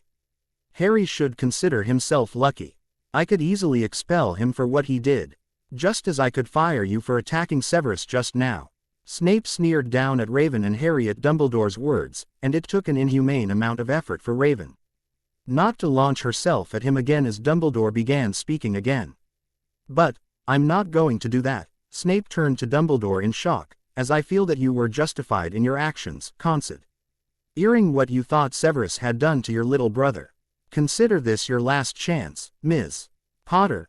Any more acts of violence toward my staff and I will be forced to fire you from your position, is that clear? Raven glared angrily at the headmaster for a moment, and Harry mentally laughed as he saw Dumbledore silently gulp under Raven's stare before she finally answered him back.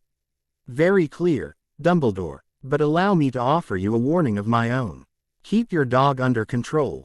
If there is one more instance of Harry being threatened or attacked, I will pull him from Hogwarts. There are plenty of other schools that he can attend, and to be honest, I never wanted him to come here in the first place. So, consider this your final warning, old man. One more attack on my brother, and he and the rest of the Titans will leave England for good. Got it? Dumbledore paled significantly at Raven's words, and he seemed unable to respond, so instead simply nodded at her. Raven sniffed at the old man for a moment before turning on her heel and dragging Harry to the door, where they promptly vanished a second later. You utter fool, McGonagall sneered at Snape once Raven and Harry were gone. How stupid can you get? How dare you speak to me that way? Snape growled angrily. I'll speak to you any way I want. McGonagall snapped back. You tried to illegally read a student's mind. In front of a classroom full of children. How long before the owls start bringing letters from parents about you? How long before they start demanding your resignation? Do you think Albus will be able to save you, then? Snape's lip curled at the threat while Dumbledore steepled his fingers in thought. It was true that Snape's actions would have severe consequences, and no doubt students would be writing their parents about it immediately. Minerva, please leave us alone. I need to speak to Severus privately. McGonagall sniffed in derision at Snape before turning on her heel and quickly leaving the pair, slamming the door behind her.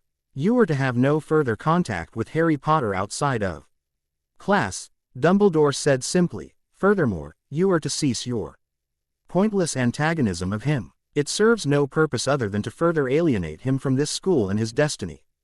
So, the brat gets special privilege just because of who he is.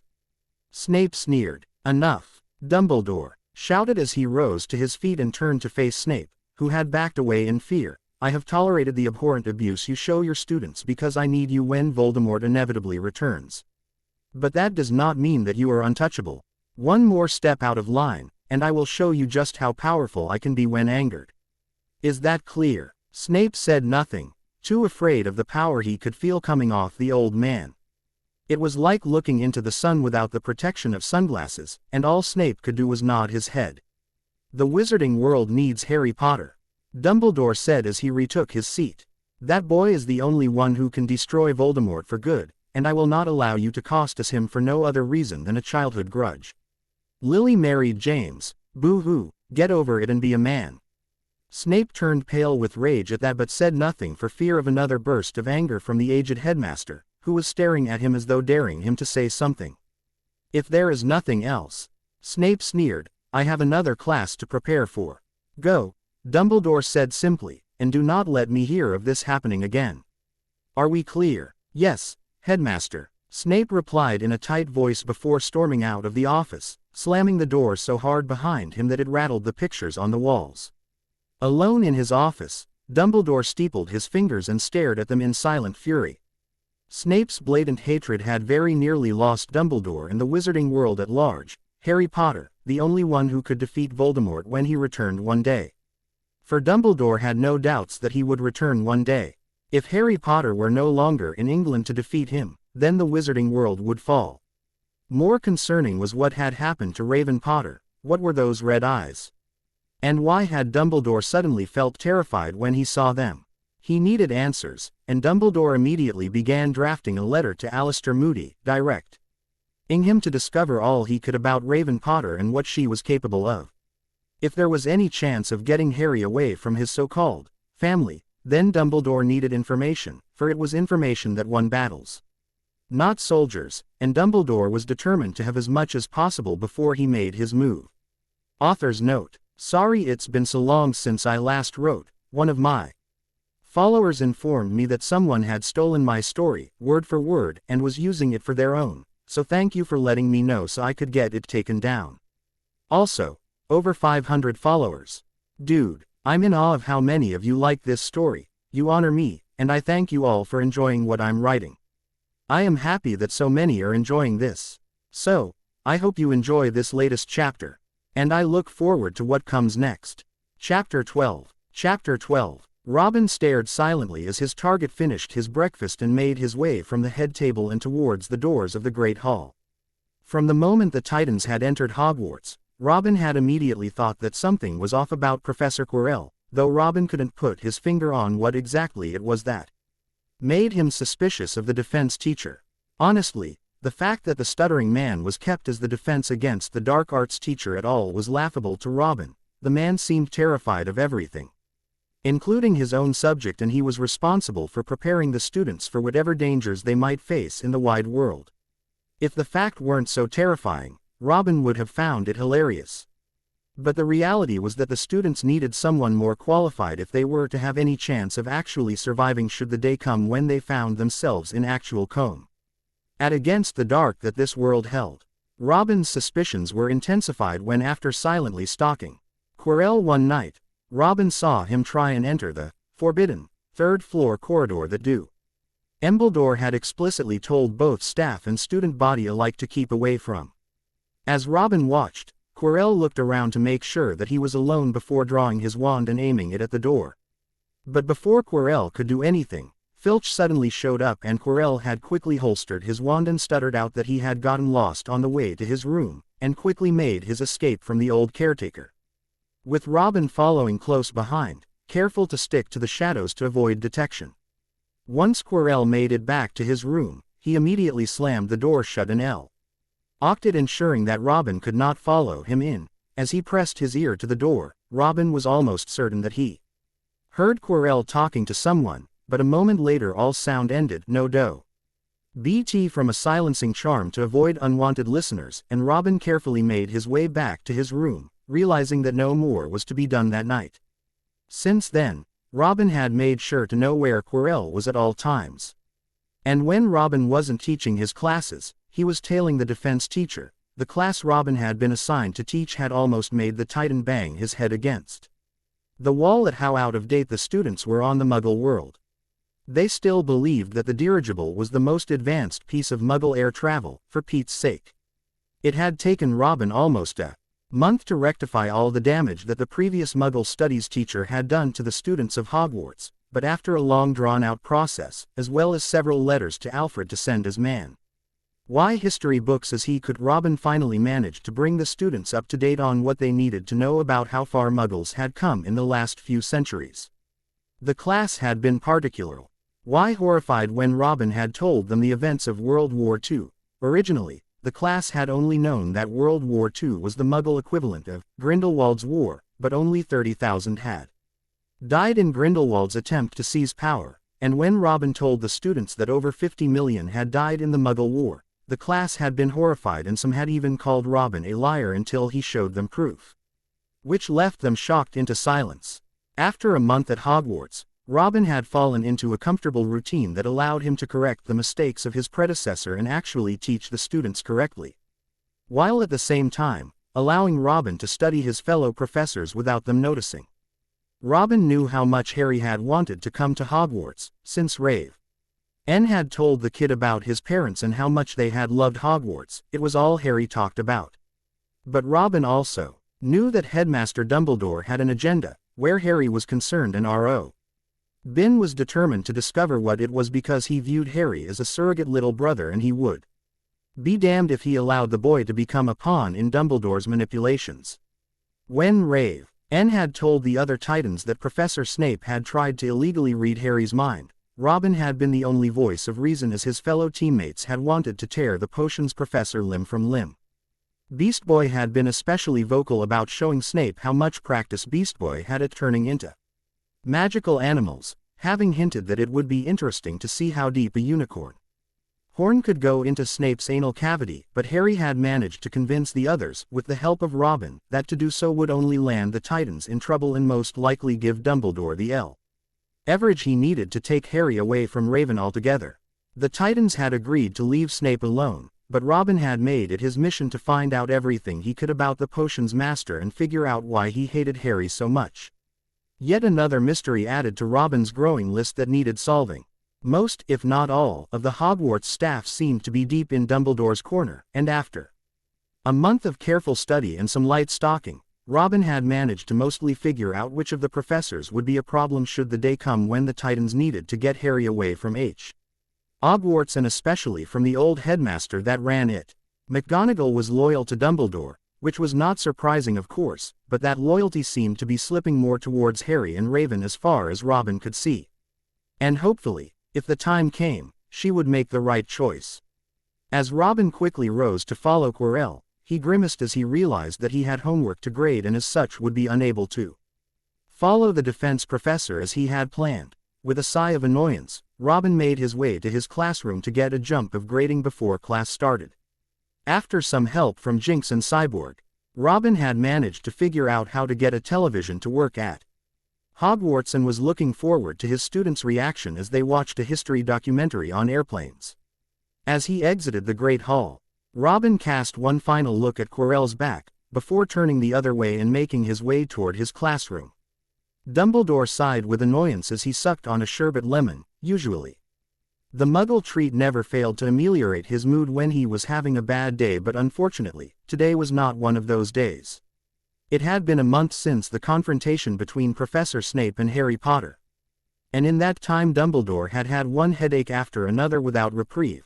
A few days after Snape's mind attack, owls had swarmed Hogwarts, carrying Missy Vase and howlers from concerned parents demanding to know if what their children had told them was true, and if so, what was Dumbledore planning to do to punish the potions master.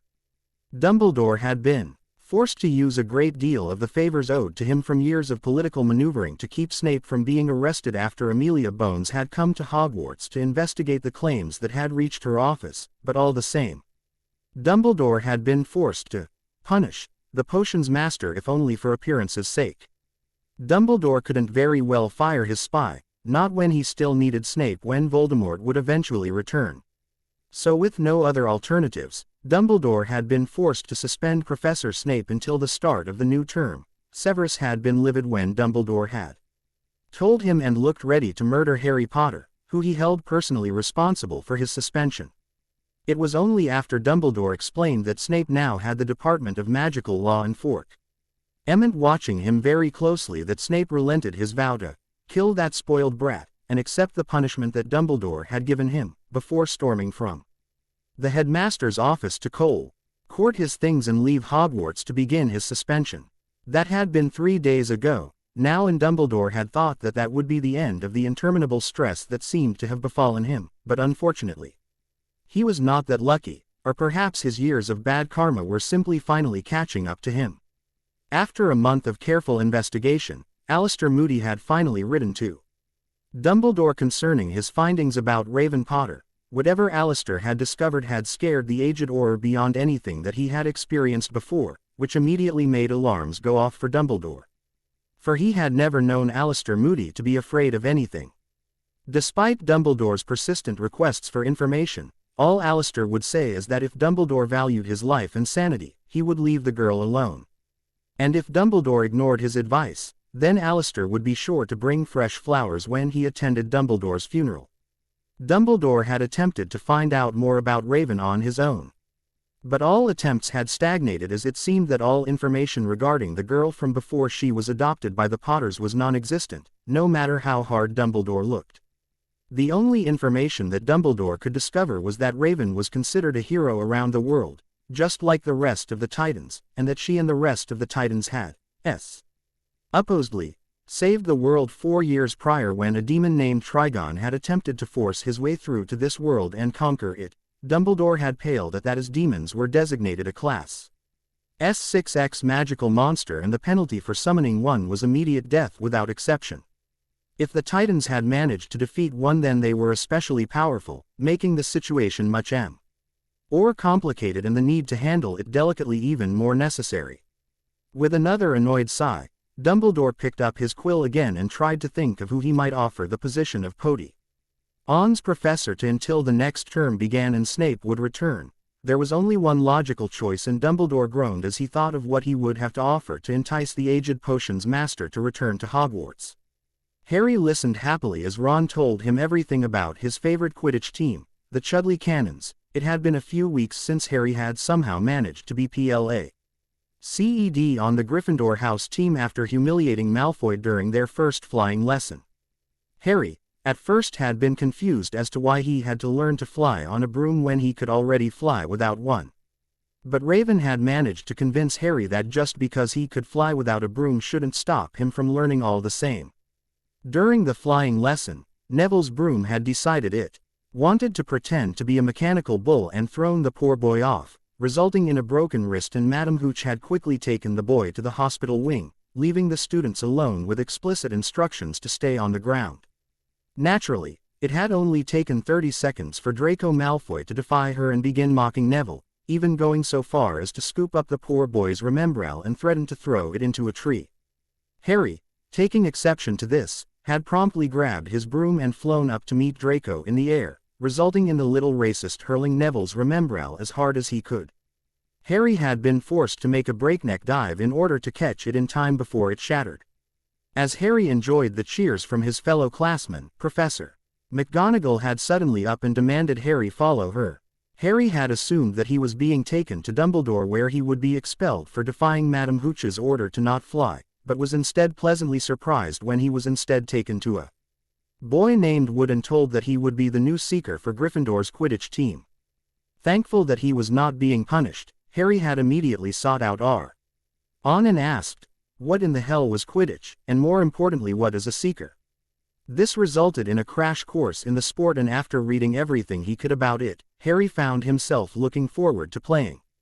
This was made even more prominent when Raven found out that Harry had been put on the team and had told him tearfully that their dad would be proud of him as James Potter had also been on the Gryffindor Quidditch team. As a reward for making the team in his first year, Raven had used Hedwig to place a special order, and Harry soon found himself the owner of a brand new Nimbus 2000 broomstick. Ron had been gobsmacked when Harry let him have the first ride on it, and Harry was sure he had made a forever friend by doing so. The rest of the Titans also congratulated him and were also looking forward to seeing Harry play, and Harry found himself torn between being excited about his first game and scared that he would let everyone down once he began practicing with the rest of the Gryffindor team. He realized just how much work it took to fly with a broomstick, and yet Harry found himself loving it just as much as flying without one. Another strange thing that happened in the months since Harry had gotten Snape suspended was how many people stopped to thank Harry for a job well done, all except for Slytherin House, that is.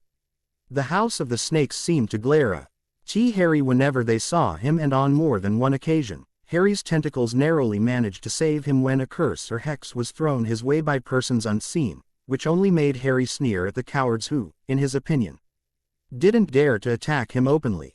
As Halloween rolled around, Harry found himself sitting in charms looking forward to the first major feast of Hogwarts and eagerly in all the food and sweets that awaited him that evening when he noticed Ron and Hermione arguing with each other a few rows down from him. The two had seemed to get along fairly well so long as Harry was around. But when they were alone it seemed they fought like cats and dogs, much to Harry's annoyance, and today seemed like no exception. From what Harry could see, Hermione was trying to help Ron levitate his feather.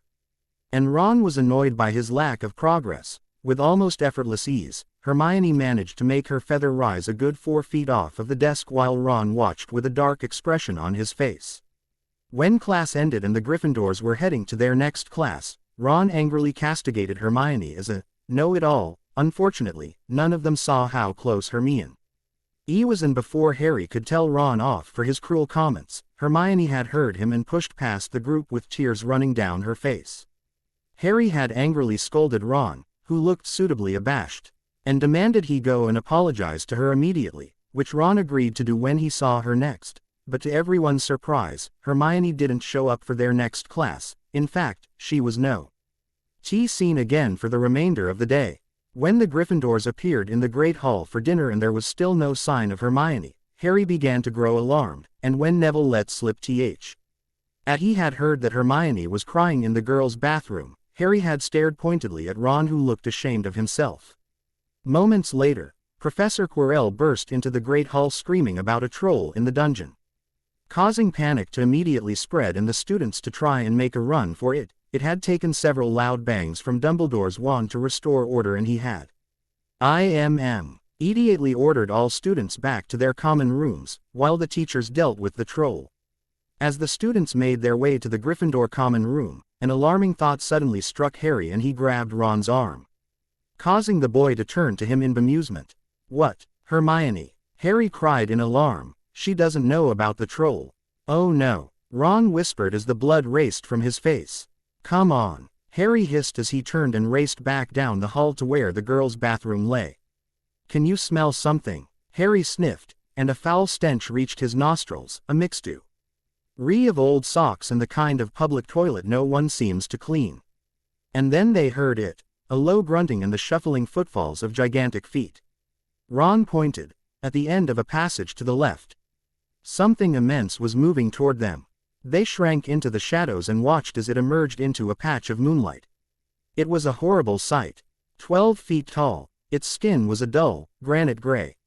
Its great lumpy body like a boulder with its small bald head perched on top like a coconut. It had short legs thick as tree trunks with flat, horny feet. The smell coming from it was incredible. It was holding a massive wooden club, which dragged along the floor because its arms were so long. The troll stopped next to a doorway and peered inside. It waggled its long ears, making up its tiny mind, then slouched slowly into the room. "The key's in the lock," Harry muttered. "We could lock it in." "Good idea," said Ron nervously.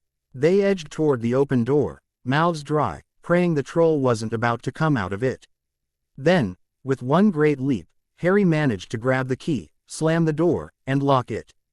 Yes, flushed with their victory, they started to run back up the passage, but as they reached the corner, they heard something that made their hearts stop, a high, petrified scream, and it was coming from the chamber they'd just chained up. "Oh, no," said Ron, pale as the bloody Baron. "It's the girls' bathroom," Harry gasped. "Hermione," they said together. Wheeling around, they sprinted back to the door and turned the key, fumbling in their panic. Harry pulled the door open, and they ran inside. Hermione Granger was shrinking against the wall opposite, looking as if she was about to faint. The troll was advancing on her, knocking the sinks off the walls as it went. "Confuse it," Harry said desperately to Ron, and, seizing a tap, he threw it as hard as he could against the wall. The troll stopped a few feet from Hermione. It lumbered around, blinking stupidly, to see what had made the noise. Its mean little eyes saw Harry.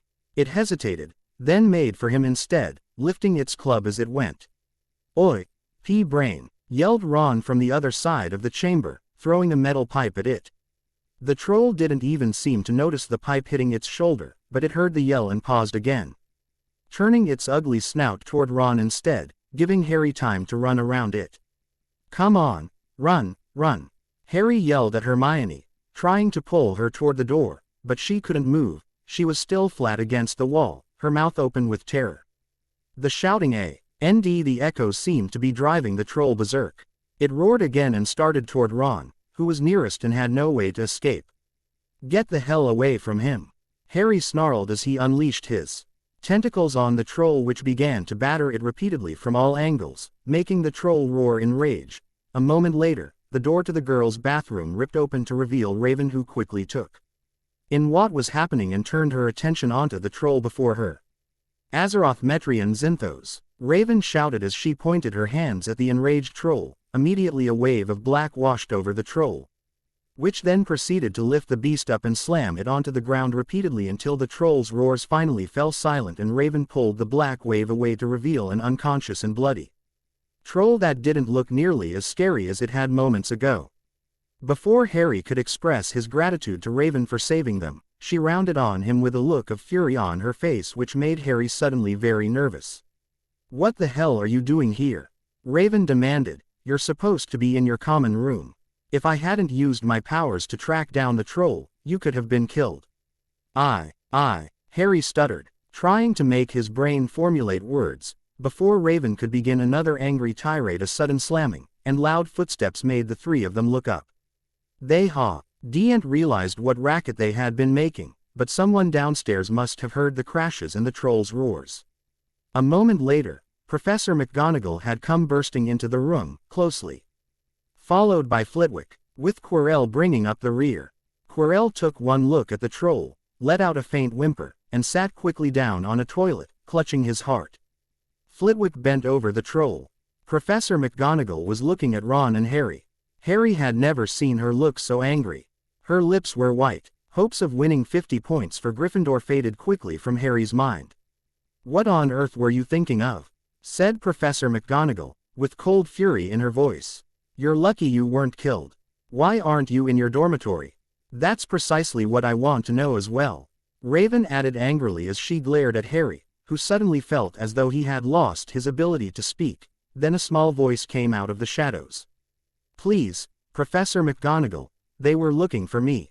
"Miss Granger," McGonagall replied in shock. Hermione had managed to get to her feet at last. "I went looking for the troll because I thought I could deal with it on my own, you know, because I've read all about them. If they hadn't found me, I'd be dead now. They didn't have time to come and fetch anyone. It was about to finish me off when they arrived." "What happened to it?" Flitwick asked as he gazed down at the bloody body of the troll. "That would be me, Professor," Raven replied quickly. "I saw that the troll was about to finish off my brother and his friends, so I took the initiative." "Very impressive, Ms. Potter," Flitwick replied warmly as Professor McGonagall seemed to finally regain her ability to speak and turned back to the three Gryffindors who were looking at their feet. "Well, in that case," said Professor McGonagall, desperately trying to regain her composure as she stared at the three of them. "Miss Granger, you foolish girl, how could you think of tackling a mountain troll on your own?" Hermione hung her head. Harry was speechless. Hermione was the last person to do anything against the rules, and she was pretending she had to get them out of trouble. It was as if Snape had started handing out sweets. "Miss Granger, 5 points will be taken from Gryffindor for this," said Professor McGonagall. "I'm very disappointed in you. But, if you're not hurt at all, you'd better get off to Gryffindor Tower. Students are finishing the feast in their houses." Hermione left. Professor McGonagall turned to Harry and Ron. "Well, I still say you were lucky. But not many first years could have taken on a full-grown mountain troll. So, you each win Gryffindor 5 points. Professor Dumbledore will be informed of this. You may go." As Harry and Ron left the bathroom, Raven followed them out. "Mr. Weasley, kindly return to Gryffindor Common Room. I wish to speak to my brother alone for a moment." As Ron nodded and hurried away, Raven round on Harry with a dark expression on her face. Now, what really happened? Too afraid of his sister's fury to even attempt to lie, Harry quickly told her what had transpired that day and how he and Ron had come to be in the girls' bathroom confronting a troll. By the time he was done, Raven had her eyes closed and was pinching the bridge of her nose in annoyance. "So let me get this straight," Raven said slowly. "Instead of telling your prefect or a teacher, you decided to do it yourself and almost got 2 other students seriously hurt in the process." "I had it under control," Harry defended. "The troll had nothing on Cinderblock, and I've beaten him countless times." "That's not the point," Raven countered. "You're not a hero here. You're a student, and while you may have superpowers, the other children do not. What would you have done had one of them been killed due to your carelessness?" "If I hadn't acted, Hermione would have been killed," Harry retorted. "Should I have left her to try and save herself?" "Damn it, Harry, that's not what I'm saying," Raven exclaimed in exasperation. "I know that you're a hero and I'm proud that you went to save a friend, but you could have been killed. I've already lost our parents. I can't lose you too. Harry was shocked into silence at that as he saw tears slide down Raven's cheeks. Without a word, Harry lunged forward and wrapped his arms around Raven's waist, trying desperately not to cry himself. I'm sorry, Raven, Harry said softly as he felt her wrap her arms around him. I wasn't thinking. I promise I won't do something like this again. Raven tightened her hold around her brother for a moment more before she released him and got down on one knee so that she was facing him. I'm not asking you to stop being a hero, Harry, Raven said softly. All I'm asking is for you to think first, next time. Okay, Harry replied with a warm smile that Raven returned. Good, now why don't you head back to your common room and enjoy the rest of the feast? After giving one final quick hug, Harry raced away, leaving a smiling Raven behind him before she turned and walked back into the bathroom where the other teachers were examining the unconscious troll. When Harry reached the door to Gryffindor Tower, he found Ron waiting for him and the two nodded at each other and entered the common room without saying a word. Gryffindor Tower was packed and noisy as everyone ate the food that had been sent up. Hermione, however, was standing alone waiting for them, and as Harry and Ron approached her, there was an embarrassing pause. I'm sorry I made fun of you, Ron said, his face growing red with embarrassment. I didn't mean to hurt your feelings. I accept your apology, Hermione said with a warm smile. Would you like to get some food? Yeah, Ron said happily as the three made their way over to the table where said food lay. As the three hungrily dug in, Harry couldn't help but smile. It had been a pretty good Halloween, all things considered. So what did you want to talk about? Beast Boy asked from where he sat as he munched on a caramel apple. Robin had asked all the Titans to meet him in an empty class room not long after the troll had been dealt with and the children returned to their respective common rooms. Quirrell, Robin stated simply. What about him? Starfire asked in bemusement. He is a strange teacher, but otherwise harmless. I don't think that's the case, Robin replied as he leaned against the desk and crossed his arms. I think he's actually much more dangerous than he lets on. What do you mean? Raven asked with a raised brow. After he collapsed in the Great Hall, and all the teachers raced off to the dungeons to fight the troll, I hung back to see what would happen, Robin explained. As soon as everyone was gone, Quirrell got up and raced to the third floor. You mean the floor that we're not supposed to go to? Beast Boy asked with a smirk. That'd be the one, Robin replied with a smirk of his own. Quirrell got the door open and went inside. What happened next? Starfire asked quickly. I was about to go in after him when there was a gigantic roar from the other side and Quirrell came bursting out and slammed the door behind him, looking terrified. And then what? Beast Boy prodded as the others listened with bated breath. After he managed to collect himself, he left and made his way to the dungeons, Robin replied. This makes no sense, Raven said as she put her thumb under her chin. Why would Quirrell go to the third floor that Dumbledore specifically told everyone to avoid, instead of going to the dungeons and helping the other teachers deal with the troll?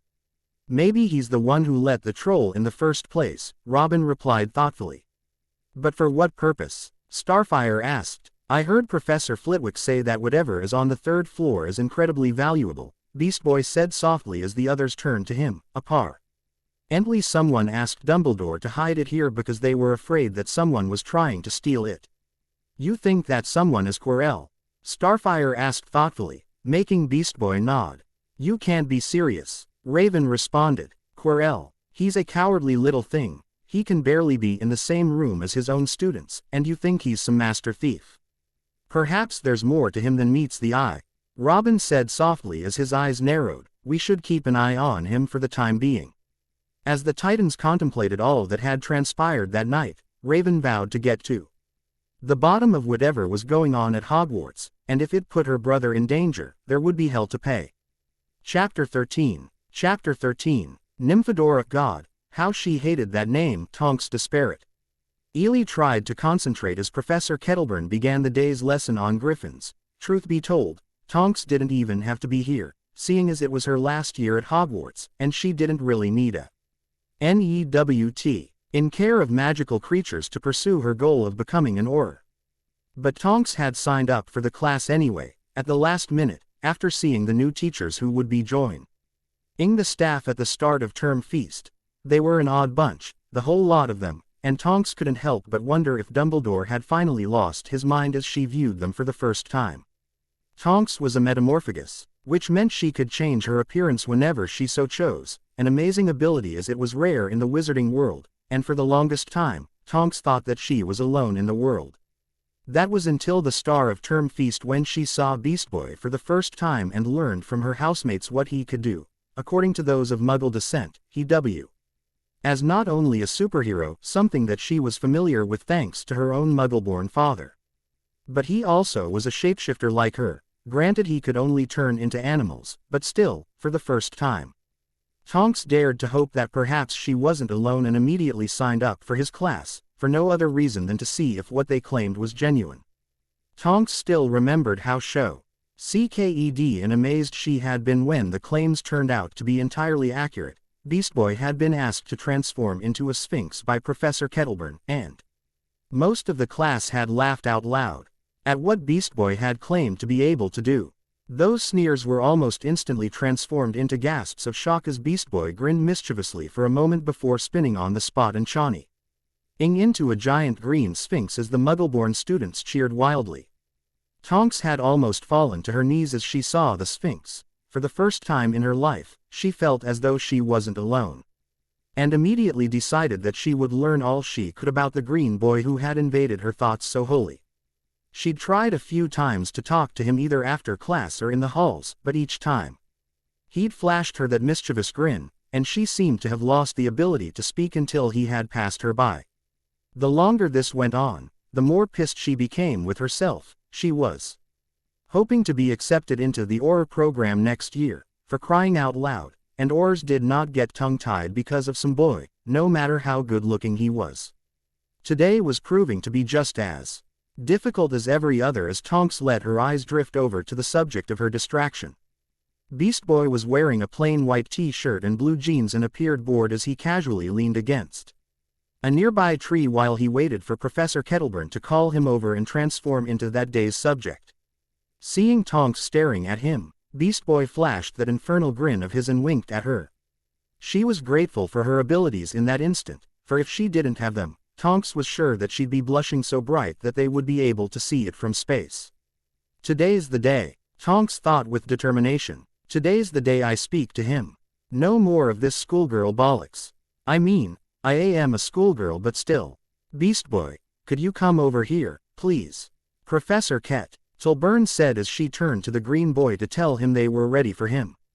Sure thing, Professor. Beast Boy called as he swaggered over. Behind her, Tonks heard a girl sigh softly, and Tonks had to fight back a growl at the sound. Don't even think about it, hussy. Tonks thought quickly, he's mine.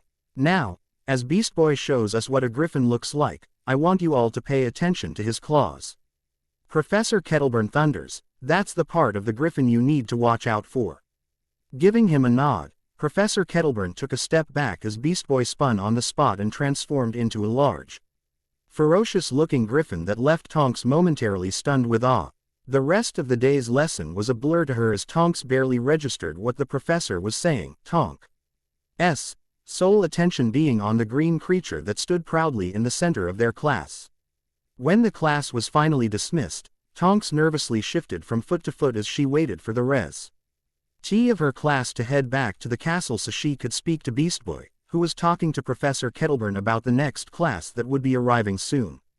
With a final nod, Professor Kettleburn turned and strode away, leaving Beast Boy and Tonks alone. As he turned around, Beast Boy looked at Tonks in surprise for a moment before that damned grin appeared again.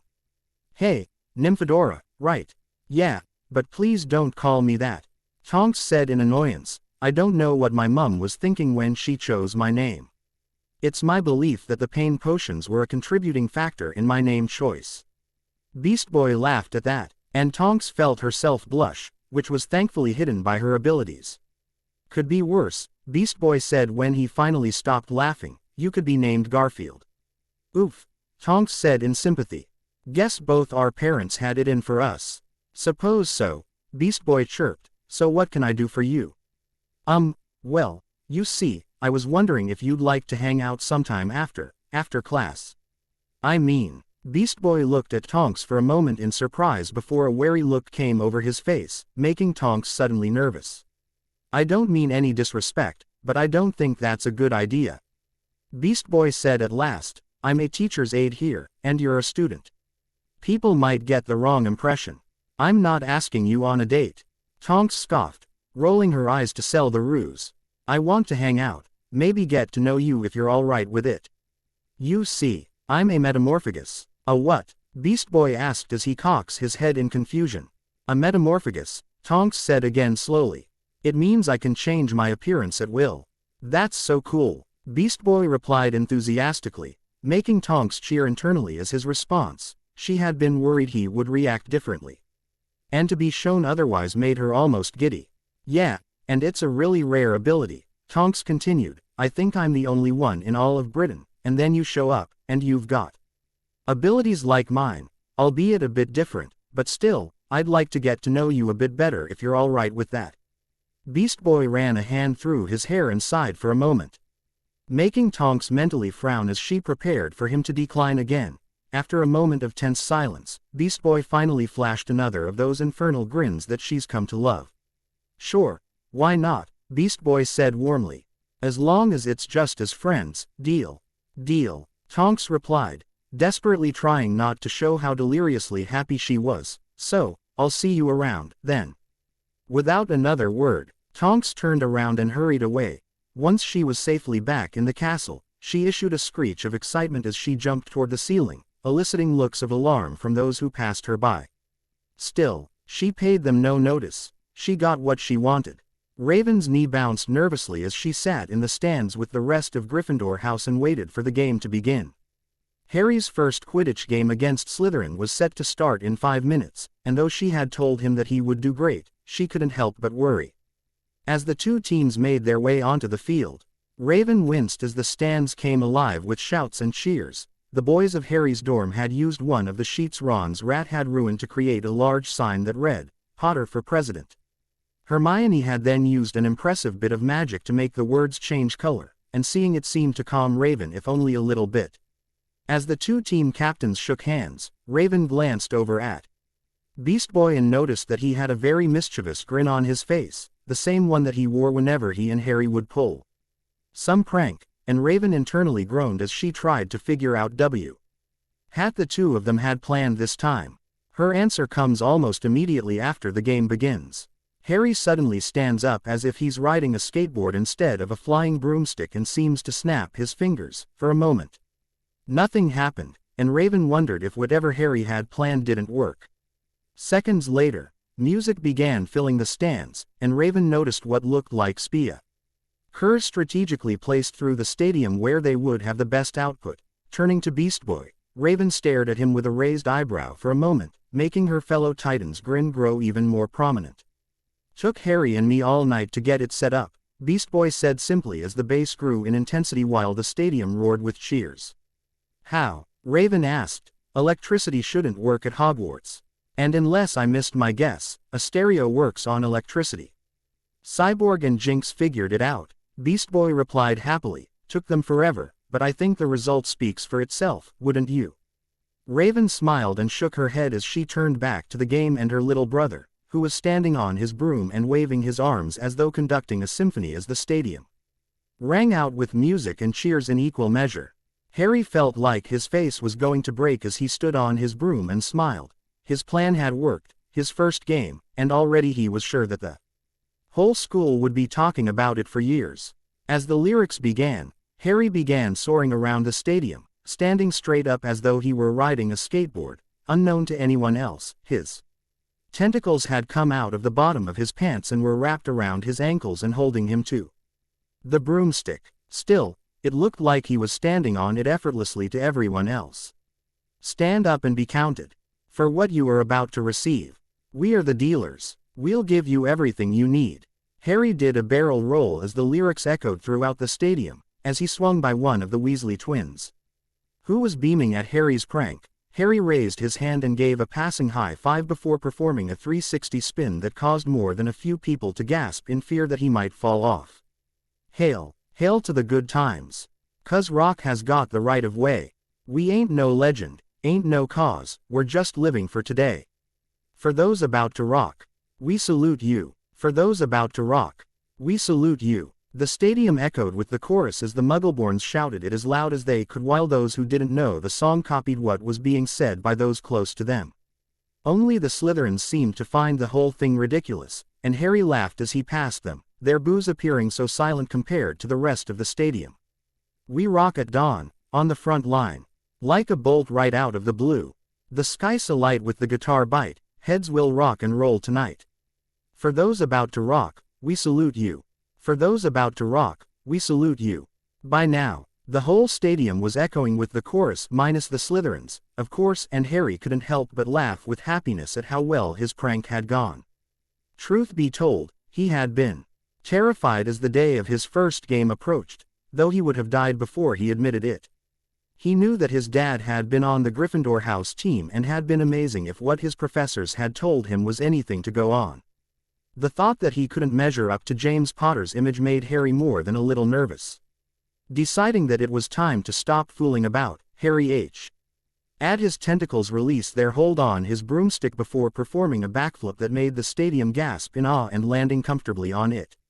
As the song finally ended, Harry gripped the broomstick tight with one hand and raised his fist into the air, eliciting a roar of approval from the crowd before tearing off across the stadium in search of the snitch. Raven shook her head in exasperation, even as she fought the grin that was trying to spread across her face. Around her, the Gryffindors around her screamed out their exultations for her little brother, and Raven couldn't help but agree that James Potter would have very much approved of the way his son had begun his first ever Quidditch game. As a bludger sent from one of the Weasley twins slammed into a Slytherin chaser, Robin let out an audible groan of disbelief. I can't believe that this game is allowed to exist. This is an emergency room's wet dream. When magic can heal you in literal seconds, you don't really have to worry about things like getting too badly hurt, Raven replied, wincing as another bludger was sent from one of the twins at the same chaser, who luckily managed to dodge it this time. I find it quite enjoyable. Starfire cried enthusiastically as she jumped up and down in her seat. Yeah, dude, Beast Boy added, this is awesome. I think Harry's spotted the snitch. Hermione shouted excitedly, causing many to cast their gaze toward the sight of Harry and the Slytherin Seeker racing side by side toward the ground at breakneck speed. At the same time, Raven watched and nervously chewed her lip. A moment later, a groan echoed throughout the stadium as the Slytherin captain, Marcus Flint, cut Harry off just as he was about to capture the snitch, causing Harry's broom to spin out of control. Foul, screamed the Gryffindors. Cheating prick, Beast Boy shouted, that can't be legal. It's not. Ron barked, but what else do you expect from a Slytherin? Madam Hooch spoke angrily to Flynn. And then ordered a free shot at the goalposts for Gryffindor. But in all the confusion, the snitch was lost. Down in the stands, Dean Thomas was yelling. Send him off, ref. Red card. This isn't football, Dean, Ron reminded him. And what's a red card? As Dean explained, Raven watched her brother with narrowed eyes. Something was wrong. Harry's broomstick was behaving oddly, jerking erratically, and from the look on Harry's face, it was not him doing it.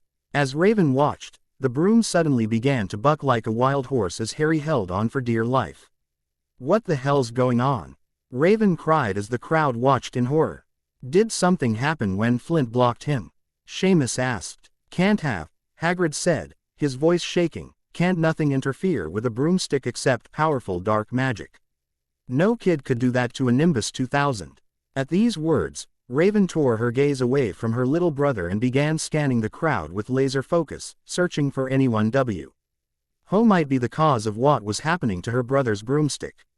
Suddenly, Raven's eyes landed on Professor Quirrell, who she saw looked muttering while staring at Harry with an almost obsessed intensity, looking over at Robin. Raven saw that he too was staring at Quirrell, and he quickly nodded at her before turning and disappearing into the crowd. What the hell is wrong with this thing? Harry snarled as his broom rolled and bucked interminably to throw him off. It had been fine a few moments ago, but now it seemed to have gone completely out of control and was beginning to piss Harry off. As the broom performed another barrel roll, Harry saw below him the glint of gold. The snitch was hovering 100 feet beneath him, there for the taking.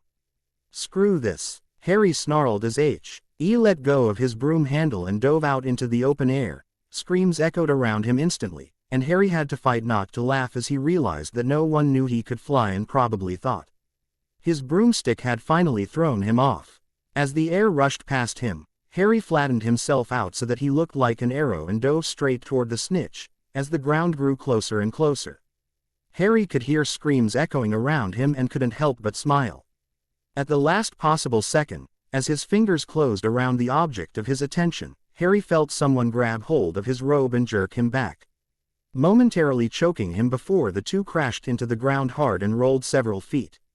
As Harry lay gasping on his back, he turned his head to see that it had been Katie Bell, one of his teammates who had grabbed him and was now sporting what looked like a broken leg and arm while her broom lay several feet away.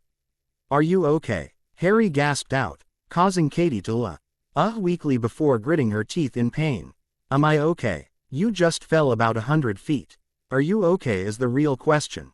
"I'm fine," Harry replied, though he felt anything but, "Takes a lot more than that to kill me." "Good for you," Katie replied sarcastically as the rest of the Gryffindor team descended upon them. "Are you both okay?" Wood asked as he landed and quickly landed and kneeled between them. "No," Harry and Katie answered in unison, making the other team members chuckle. "That was brilliant, Harry." Fred cried out. "Never seen anything like it." George added. "Harry James Potter, what the hell were you thinking?" Raven roared as she descended on her brother, who winced slightly. "You could have been killed. Why the hell did you jump off of your broom?" "The stupid thing was about to throw me off," Harry defended. "I couldn't hold on much longer, and in case you forgot, I can fly."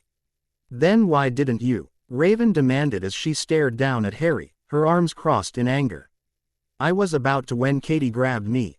So it's my fault," Katie screeched, making Harry wince at his poor choice of words. "No, I didn't mean it like that. I'm sorry, Katie," Harry replied, looking suitably abashed. "We need to get the two of you to the hospital wing," Wood said quickly as the rest of the stadium descended upon the fallen players. "Indeed," Professor McGonagall added in a harsh tone. "Never in all my years have I seen anything so idiotic as a student jumping off of their broom, Mr. Potter. You're lucky to be alive. You and I are going to be having a very in-depth discussion later," Raven growled, making Harry gulp slightly as Professor McGonagall raised her wand and began to levitate Harry and Katie toward the castle. Once they were gone, Raven turned towards Robin, who had just managed to fight his way through the crowd to her. "Guess you didn't make it in time," Raven snapped. "He was gone by the time I got there," Robin growled back. "Must have taken off when Harry jumped from his broom." "Then let's get after him," Beast Boy snapped, his eyes turning into feline-like slits. "Dumbledore will never believe us," Robin retorted. "He can barely stand us as is. So we just let this pass." Raven snarled. "He tried to kill my brother." "I know," Robin retorted, "but we have no proof, and until we do, all we can do is watch him and hope he slips up." "Guess this proves you were right," Beast Boy sneered. "The dude really is the one we're looking for. I want him watched at all times." Raven growled. "If he so much as looks in my brother's direction in a way that feels threatening, his ass is mine. I'm next in line after you," Beast Boy growled as the group made their way towards the castle. Author's note: For Those About to Rock was written by AC/DC. As such, I claim no legal ownership over the song whatsoever. 600 follows. Holy crap, I had no idea when I was writing this that so many people would enjoy reading it. I'm honored that you all like it so much. And I hope I can continue to keep you all entertained with my story. The pressure is on to keep up the momentum now, lol. I apologize for how long it's taken me to update lately. Life has been getting in the way recently. I hope this will sat your appetite for now. Unfortunately, I didn't put the Midnight Duel and Finding Fluffy part where it should be. That's because it's my story, and I'm writing it differently than J.K. Rowling did. Don't worry, it's coming. Reviews are always welcome as they help me plan what comes next, what to continue, and what to drop. I hope y'all like it. Chapter 14. Chapter 14. The next few weeks were some of the best that Harry could remember. With a single game, Harry had established himself not only as a fantastic Quidditch player but also as a master prankster. Harry's reputation was further elevated when, to prove his claims that he could in fact fly without the aid of a broom, Harry led a group of Hogwarts students to the top of the tallest tower and promptly leapt off of it, to the horror of his assorted audience.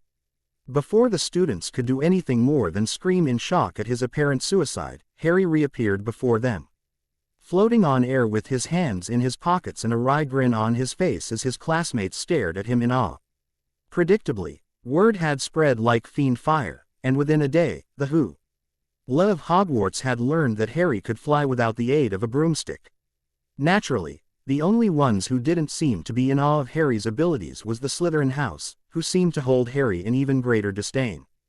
They still hadn't forgiven them for getting Snape suspended, something Harry found amusing as the new potions professor, a man named Slughorn, was not only a better instructor but also more temperate of mood. As far as Harry was concerned, it was during breakfast that Harry learned just how much Slytherin house hated him, or at least how much one Slytherin in particular did. Harry was just finishing up his breakfast when he felt someone approach him. Turning to see who it was, Harry found himself staring at the sneering face of Draco Malfoy, who was flanked by his two bodyguards, Crabbe and Goyle. "Something I can do for you, Draco?" Harry asked in his most innocent voice. "You think you're so special, don't you?" Draco sneered, causing Harry to raise an eyebrow at him. "Not particularly," Harry replied in a bored voice. "You know who's special? Chris Angel. I saw him in Vegas once. Dude was phenomenal." "What?" Draco asked in confusion as a few Muggleborns around Harry snickered in amusement. Realizing that he was losing momentum, Draco turned red with embarrassment for a moment before snapping angrily. "You're just a freak, Potter. Like the rest of your family. You and the rest of them should be driven from Hogwarts. There's no place here for your abnormality." "Ah, Draco," Harry said in a mock-sad voice, "does this mean we aren't friends anymore? You know, if I thought you weren't my friend, I just don't think I could bear it." The table burst into laughter at that, and Draco turned red with embarrassment and anger in equal measure as Harry looked at him with a sad expression that seemed to make his housemates laugh even harder. "How dare you mock me, Potter? My father will," Draco began before Harry cut him off. "You know, I've noticed something about you, Draco," Harry said with a smile. "And what is that?" Draco spat back. "You only act tough when you're with your bodyguards," Harry replied with a wry grin. "Without your two gorillas, I doubt you'd have the balls to talk to anyone the way you do." Instantly, the temperature of the table seemed to drop 10 degrees, and everyone seemed to hold their breath as they waited for Draco to respond. "I'll take you on any time, Potter. In fact, I challenge you to a wizard's duel." "What's the matter? Never heard of it." "Of course, he has," Ron replied before Harry could respond. "I'm his second." "Who's yours?" Draco turned to his bodyguards and seemed to be sizing them up for a moment, before turning back to Harry and Ron. "Crabbe," Draco replied coolly. "We'll meet tonight at midnight in the trophy room that's always unlocked. See you there, dear Draco," Harry replied with a wink that seemed to make Draco even angrier. Without another word, Draco spun on his heel and omped back to the Slytherin table as Harry turned back to his food. "You're not seriously going to meet him, are you?" Hermione demanded as Harry reached over and pulled more food onto his plate. "Of course not," Harry replied through a mouthful of bacon. "Prick probably won't even show up, and I'll most likely end up in detention for being out of the dorm past curfew. And on the off chance that he does show up, I already know I can beat him. I have nothing to gain by dueling him and far too much to lose, so there's no profit in it for me and, therefore, no reason to acquiesce to his demands." Hermione nodded in agreement before returning to her book as the rest of Gryffindor House grinned at Harry. "So, you basically just set him up," Fred stated with a laugh. "Either he shows up and gets caught, or he doesn't show up. Thinking he just got you in trouble, which he hasn't. Either way, it's his loss." "Exactly, my red-headed friend," Harry replied with a wink that caused the twins to burst into laughter. "Blimey, I'd hate to be your enemy, Harry," George said with a grin. "You're a devious one. Ah, you're going to make me cry if you keep flattering me like that," Harry said as he pretended to sniffle, causing his housemates to laugh even harder. As the weeks passed, Harry's fame gradually faded as the students began preparing for Christmas break. The Titans had decided to Emain at Hogwarts for Christmas due to Cyborg going to visit his dad and Jinx paying a visit to an old friend, thus leaving Titan's Tower empty for the holidays. To Harry's delight, Ron would be staying for the holidays as well, due to his parents visiting his older brother, Charlie, in Romania. With no classes and unlimited time to goof off alongside his friends, Harry found that he was looking forward to the break. The day that Christmas break began, Harry was tightly hugged by Hermione, who was about to leave with the others going home for Christmas break. "Now, remember to stay out of trouble," Hermione scolded as she released Harry from her hug. "I know that's difficult for you, but I do wish that you would try all the same." "I give you my sworn oath," Harry replied back, snapping to attention, and giving her a mock salute that made her shake her head in exasperation. "I just hope Hogwarts is still standing when I come back," Hermione replied with a slight grin. "I'll keep 1 or 2 towers up for you. How's that sound?" Harry replied with a wink. "That would be greatly appreciated," Hermione replied with a smile before turning on her heel and following the rest of the school to the train station.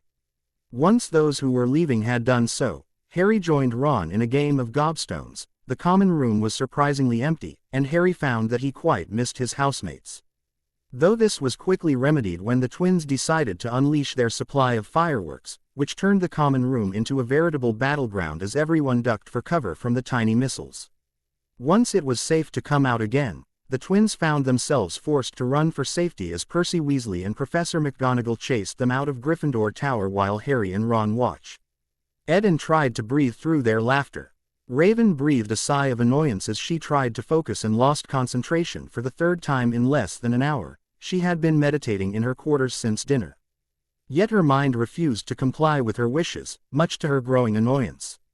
When Cyborg and Jinx told the Titans that they would be leaving the tower for Christmas, it gave them the perfect opportunity to volunteer to stay at Hogwarts, if for no other reason than to monitor Quirrell.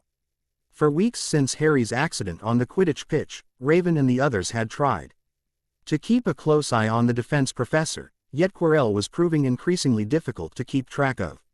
Raven had attempted to use her abilities to keep an eye on him, only to discover that for some reason, whenever she attempted to focus on Quirrell, she would draw a blank, as if the professor was somehow able to hide himself from her gaze. That only made Raven more determined than ever to keep track of where Quirrell was at all times, and the Titans had decided to take shifts that would ensure that someone was watching Quirrell at all times. To everyone's aggravation, it seemed that Quirrell was aware that he was being watched. However, it appeared he was unaware of who it might be and had taken to spending hours by himself, locked in his chambers with anti-listening wards surrounding it, thereby ensuring that the Titans had no idea what was going on in there. Having decided that whatever Quirrell was up to involved whatever was on the 3rd floor, Robin had paid a visit to the room in question with Beast Boy a few days after Christmas break had begun. When they returned a few hours later, Raven was ready to wring Dumbledore's neck. According to Robin and Beast Boy, the THIRD floor held a maze of one danger after another, ending in a seemingly empty chamber that Robin and Beast Boy had scoured, only to come back empty-handed. Why would Dumbledore put such dangerous TRAPS on the 3rd floor and yet have nothing at the end worth guarding? Starfire had asked once Robin and Beast Boy had returned from their investigation. Maybe he hasn't put the thing in there yet, Beast Boy replied. Could be that he plans to put it in there later. What the hell will he be placing in there that needs such protection? Raven had demanded as she imagined the 3-headed monstro City Robin had described as being the first of the traps he and Beast Boy had encountered. Whatever it is, it's gotta be valuable to warrant such protections, Robin replied grimly. We should keep a careful eye on the 3rd floor. And be ready when Dumbledore finally does put whatever it is he's guarding up there. How will we know when he finally does, though? Beast Boy had asked. When Quirrell makes his move, Robin replied grimly. That's when we'll make ours as well. Since then, the Titans had ensured that one of them knew where Quirrell was at all times, yet Raven couldn't help but fail as though she were missing something important. It was as though she were staring at a puzzle and yet was missing a vital piece that would ensure the whole picture could be understood. With no classes to work with and nothing better to do, Raven had spent numerous hours locked in her quarters, meditating in the hopes that her powers would show her just what it was that she was missing. Yet, she was continually denied, much to her aggravation. As Raven tried once again to center herself, a sudden banging on the door to her quarters caused her concentration to slip. With a grimace, Raven read herself to the ground and made her way to the door to see who it was that might be bothering her. "Hey, Raven," Harry cried happily as she opened her door, "the Weasleys and I are gonna have a snowball fight. Wanna come?" Raven couldn't help but smile at her little brother's genuine happiness. Since coming to Hogwarts, Raven had watched happily as Harry seemed to open up more now that he had friends who he could be completely honest with about his abilities and powers. "Sure, sounds fun," Raven replied, smiling as she saw Harry's smile grow tenfold. "Did you invite the rest of the Titans?" "Yup, they're getting ready and are going to meet us outside in 15. Harry cried happily, "It's gonna be epic." "I'm sure it will be," Raven replied with a gentle laugh, "just don't blame me when you lose." "Oh, it is on," Harry retorted happily as the two made their way outside. After a furious snowball war that left everyone frozen and dripping, and in which Harry and the Weasleys lost spectacularly due to Raven creating giant snowballs that easily overcame the Weasleys' defenses, the Titans and Weasleys made their way to the Great Hall for some well-earned hot chocolate before going to bed. The last thought Harry had before he succumbed to his exhaustion was that this was probably the best Christmas he had ever had. For the first time, he had friends that he could be totally open with and who didn't see him as a freak or gawk at him. To his new friends, he was just Harry, and though that might seem odd to others, to Harry it meant the world. Christmas morning, Harry was awoken by an ear-shattering scream of joy, followed almost immediately by someone launching themselves upon Harry, causing him to awaken with a painful oomph. As Harry finally managed to extricate himself from his attacker, before promptly falling out of his bed and onto the floor, Harry saw that it was Ron who had dive-bombed him and was enthusiastically jumping on Harry's bed with a wide grin on his face. "Have you gone mad?" Harry demanded as he slowly rose from where he lay and rubbed the sleep out of his eyes. "It's Christmas," Ron shouted happily, "and you took too long to get up." "Just because it's Christmas doesn't mean you should violently attack someone in their sleep," Harry retorted. "What if I had accidentally attacked you?" Ron paused in his jumping at that, before shaking Hi's head nervously and leaping to the floor. "You wouldn't have hurt me. I trust you, Harry." Harry blushed at the comment and was about to reply when the door to his dorm opened up, and Raven walked in with a wry grin on her face. "Oh good, you're awake. I was about to wake you myself, but I see Ron had first dibs." Harry stuck his tongue at her, causing Raven to smile and gently rub his head for a moment before he shoved her hand away. "I moved everyone's presents to the common room. We're opening them there so that everyone can be together," Raven said warmly. "Everyone is waiting on you too, so hurry up." Without another word, Raven turned on her heel and quickly walked out of the dorm. Ron and Harry promptly turned to each other and seemed to register Raven's words at the same time before huge smiles appeared on their faces. And they shouted in unison, "Presents." A moment later, Harry and Ron were tumbling down the stairs to the enjoyment of the onlookers before landing in a heap at the bottom of the staircase. As Harry groaningly got to his feet, he saw a massive pile of presents with his name on them, waiting for him to open them, and he immediately began to tear into them with all the happiness that a child could express. For the next hour, Harry, the Titans, and the Weasleys opened the mountain of presents each had received. Harry, with Raven's knowledge and consent, spared no expense in his purchases for the Weasleys, now that he knew how wealthy he and Raven were. Ron had received a brand new Nimbus 2000 and had immediately tackled Harry in a hug as he repeatedly said how grateful he was.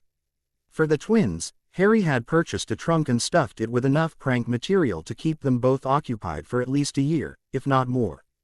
The twins had been almost beside themselves with glee at the present and had promptly adopted Harry into the Weasley clan in gratitude, baptizing him by pouring a cup of butterbeer over his head, which left him sputtering but laughing all the same. Knowing how studious he was, Harry's gift to Percy had been a voucher to Flourish and Blotts, worth 500 galleons, to be used as he saw fit. Percy had been beside himself at Harry's present and had thanked him profusely as he carefully tucked the voucher away for safekeeping. Harry had sent the same gift to Hermione and was waiting on the return owl that would surely come, expressing her thanks. When it came time for the Titans to open their presents, Harry could hardly sit still as he watched with bated breath, hoping they would like what he had bought them. Robin had received an autographed poster from his favorite band, Queen. Harry had to spend a fortune to get it, seeing as the lead singer was dead, but the shocked look on Robin's face was worth it in the end, at least to him anyway. Starfire had received a season pass to Hershey Park. Due to her excessive love of chocolate, Harry knew that she would love her gift and was happily rewarded with one crushing hug from Starfire once she had stopped squealing in pleasure. Beast Boy's gift had left the green changeling speechless as he looked down at the receipt for the next top-of-the-line VR game. Station that was set to come out next year. It was supposed to be stupidly expensive, and Beast Boy had planned to wait until the price dropped, but Harry had decided to buy it for him immediately. Hitch resulted in another bone-crushing hug of gratitude. As Raven opened her gift, she felt her breath catch in her throat as her eyes began to water with unshed tears. Harry had spared no expense with his elder sister's gift. And seeing her expression now, he knew it had been worth it. For his big sister, Harry had bought a clasp for her robe, made of pure silver and shaped like a raven in flight, for an extra price. The silversmith that Harry had hired had managed to enchant the clap to actually flap its wings as though it were a real bird. "Oh, Harry," Raven whispered in reverence, "it's so beautiful, thank you." Harry beamed at his friends as he saw the joy in their eyes. A moment later, he was tearing into his own presents with reckless abandon and marveling at what he had received.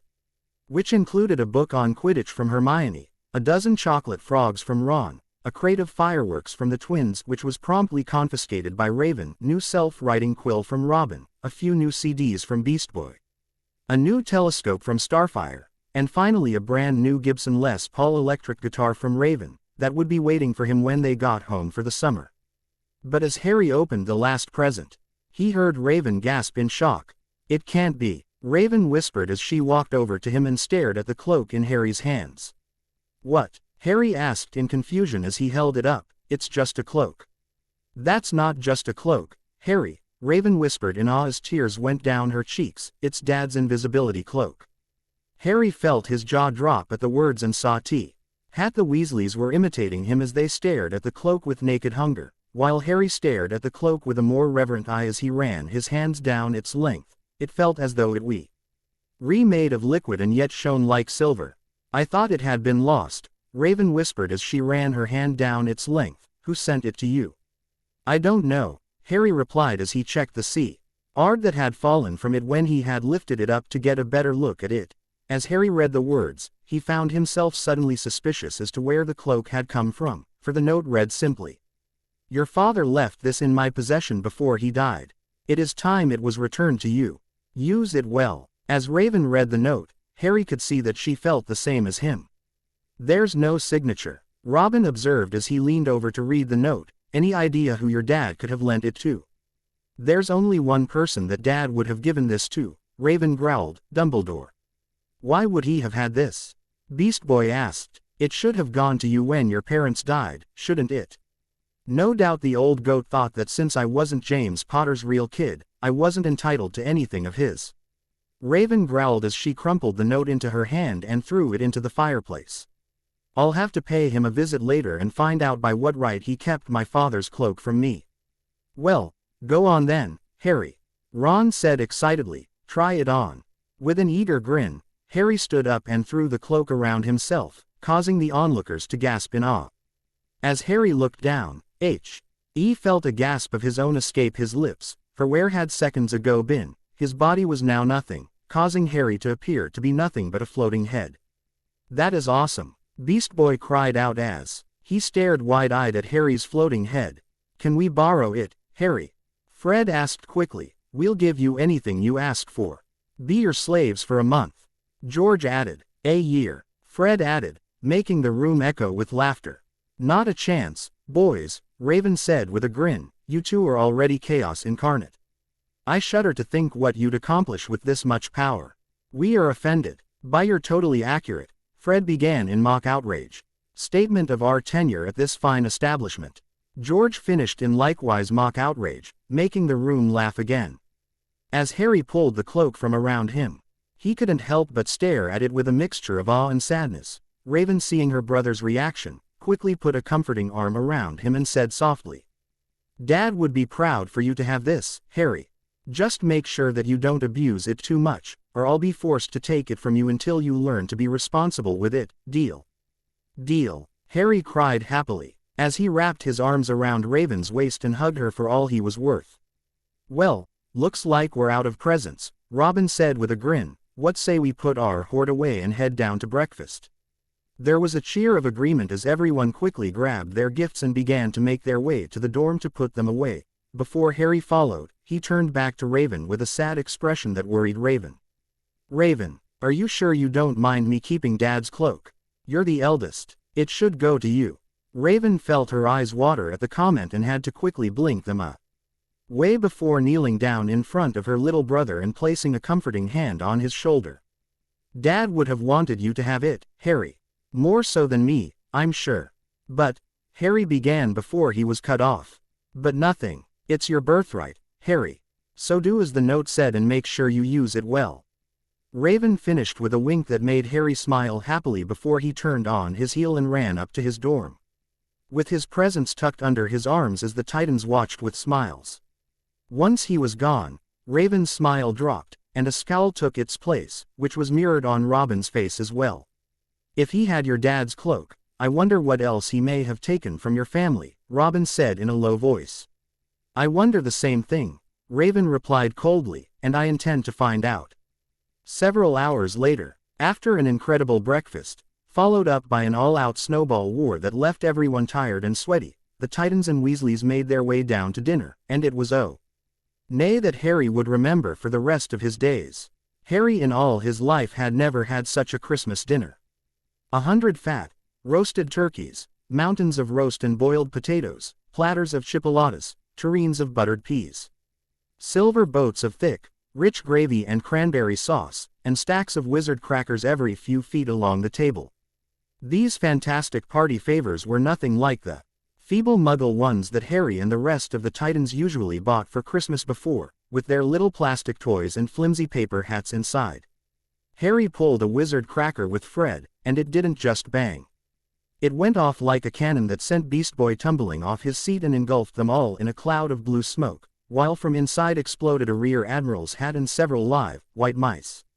Up at the high table, Dumbledore had swapped his pointed hat for a flowered bonnet and was chuckling merrily at a joke Professor Flitwick had just told him. Flaming Christmas puddings followed the turkey. Robin nearly broke his teeth on a silver sickle embedded in his slice. Harry watched Hagrid getting redder and redder in the face as he called for more wine, finally kissing Professor McGonagall on the cheek, who, to Harry and Raven's amazement, giggled and blushed, her top hat lopsided. When Harry finally left the table, he was laden down with a stack of things that had come from the crackers, including a pack of non-explodable luminous balloons, a grow-your-own warts kit, and his own new wizard's chess set. The white mice had disappeared, and Harry had a nasty feeling that they would end up as Mrs. Norris's Christmas dinner. After dinner, the Titans and the Weasleys retired to the Gryffindor common room, where Harry broke in his new chess set by losing spectacularly to Ron. However, Harry suspected that he wouldn't have lost so badly if not for Percy trying to help him so much. Afterward, Robin asked if he could play against Ron, and the match proved to be surprisingly even, with Robin barely managing to win. Surprisingly, Ron wasn't depressed about his loss. Rather, he seemed overjoyed to finally find a worthy opponent and asked Robin if they could play again sometime. To which Robin happily agreed.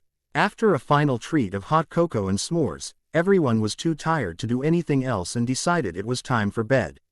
It had been Harry's best Christmas ever. Yet something had been nagging at the back of his mind all day. Not until he climbed into bed was he free to think about it, the invisibility cloak and whoever had sent it. Ron, full of turkey and cake and with nothing mysterious to bother him, had fallen asleep almost as soon as he'd drawn the curtains of his four-poster. Harry leaned over the side and pulled his cloak from under it. His father's. This had been his father's. He let the material flow over his hands, smoother than silk, light as air. Use it well. That's what both Raven and the note had said. He had to try it now. He PPED out of bed and wrapped the cloak around himself before looking down in awe as he saw only moonlight and shadows. It was a funny feeling, but a pleasant one, all the same. Use it well. Suddenly, Harry felt wide awake. The whole of Hogwarts was open to him in this cloak. Excitement flooded him as he stood there in the dark and silence. He could go anywhere, and Filch would never know. Harry felt freer than he had since coming to Hogwarts, and his mind began to race to where he should go first. Ron grunted in his sleep, causing Harry to turn to stare at him. Should Harry wake him? Something held him back. This cloak had belonged to Harry's father, and he felt that he wanted to use it alone this time, the first time. As quietly as he could, Harry crept out of the dormitory, down the stairs, across the common room, and climbed out of the portrait hole. Who's there? The fat lady squawked, causing Harry to quickly walk down the corridor.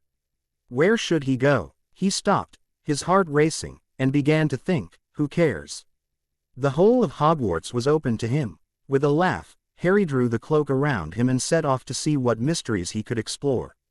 Raven had just finished getting ready for bed when she felt it. Something was wrong. She didn't know what, but something was about to happen that would put her little brother in danger, which was odd because he should be in the tower at this time of night. With a groan, Raven remembered that her brother had their father's cloak, which meant that he could be anywhere, and with Hogwarts being so big, it could take her hours to find him. With a frustrated sigh, Raven rose from her bed and sat cross-legged on the floor as she closed her eyes and opened herself to her powers. As Raven began to rise into the air, her mind spread out, searching for her little brother. As she suspected, Harry was not in his bed, and Raven sighed in exasperation at how much Harry was like their dad. According to Lily, James would often be caught out of bed after curfew as well. He and his band of merry pranksters. Letting her magic guide her, Raven found herself being drawn to a room on the 5th floor that held great power within it. As Raven zeroed in on it, she heard a sound that made her heart wrench. Harry was sobbing in utter despair. Something in the room had caused her brother such pain that she could feel it even from here. The pain Raven felt made her almost weep before she managed to pull back from the link and close off her mind. Quickly, Raven lowered herself to the ground and exited her chambers. Whatever trouble her brother had gotten himself into was causing him terrible pain, and Raven needed to save him from it. Then, with a slight tremor of fear for Harry, Raven began to fly as fast as she could for the room she had seen, hoping she wouldn't be too late. Harry was having a blast. He'd spent the last hour exploring Hogwarts with wanton abandon, before finally ending up in the restricted section of the Hogwarts library. Harry knew he shouldn't be here, but the urge to read some of the juicy stuff students weren't allowed was almost too tempting to resist. The library was pitch black and very eerie. Harry lit a lamp to see his way along the row of books, causing the lamp to look as though it were floating along in midair. Even though Harry could feel his arms supporting it, the sight gave him the creeps.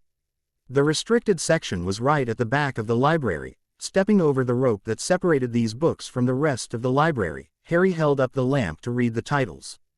This didn't help him much as many of the books were spelled in languages that Harry couldn't understand, their peeling, faded gold letters glistening against the light of Harry's lamp. Some had no title at all. And one book had stains on it that looked horribly like dried blood. As Harry continued looking along the rows, the hairs on the back of his neck began to prickle. Maybe he was imagining it, maybe not. But he thought a faint whispering was coming from the books, as though they knew that someone was there who shouldn't be. Deciding that he had to start somewhere, Harry carefully set the lamp on the floor and pulled out a large black and silver book that caught his eye. It took him a moment to pull it out due to how heavy it was, but as he balanced it on his knee and let it fall open, it issued a blood-curdling shriek. Instantly, Harry snapped the book shut, but the shriek went on, in one endless unbroken ear-splitting note, stumbling backward. Harry dropped the book and knocked over the lamp, which went out at once with a shattering echo. Panicking, Harry quickly stuffed the still shrieking book back onto the bookshelf, the blood running from his face as he heard footsteps closing in on him. Then, quickly wrapping the cloak around himself, Harry ran for it, turning a corner and narrowly avoiding colliding with Filch, who had just entered the library and was sweeping his head back and forth, looking for the one responsible for the noise. Narrowly avoiding Filch's outstretched hand, Harry streaked off up the corridor, the book's shrieks still echoing in his ears. He me to a sudden halt in front of a tall armor suit and leaned against it as he tried to catch his breath. He'd been so desperate to escape that he hadn't paid attention to where he was going. Perhaps because it was dark. He didn't recognize where he was at all.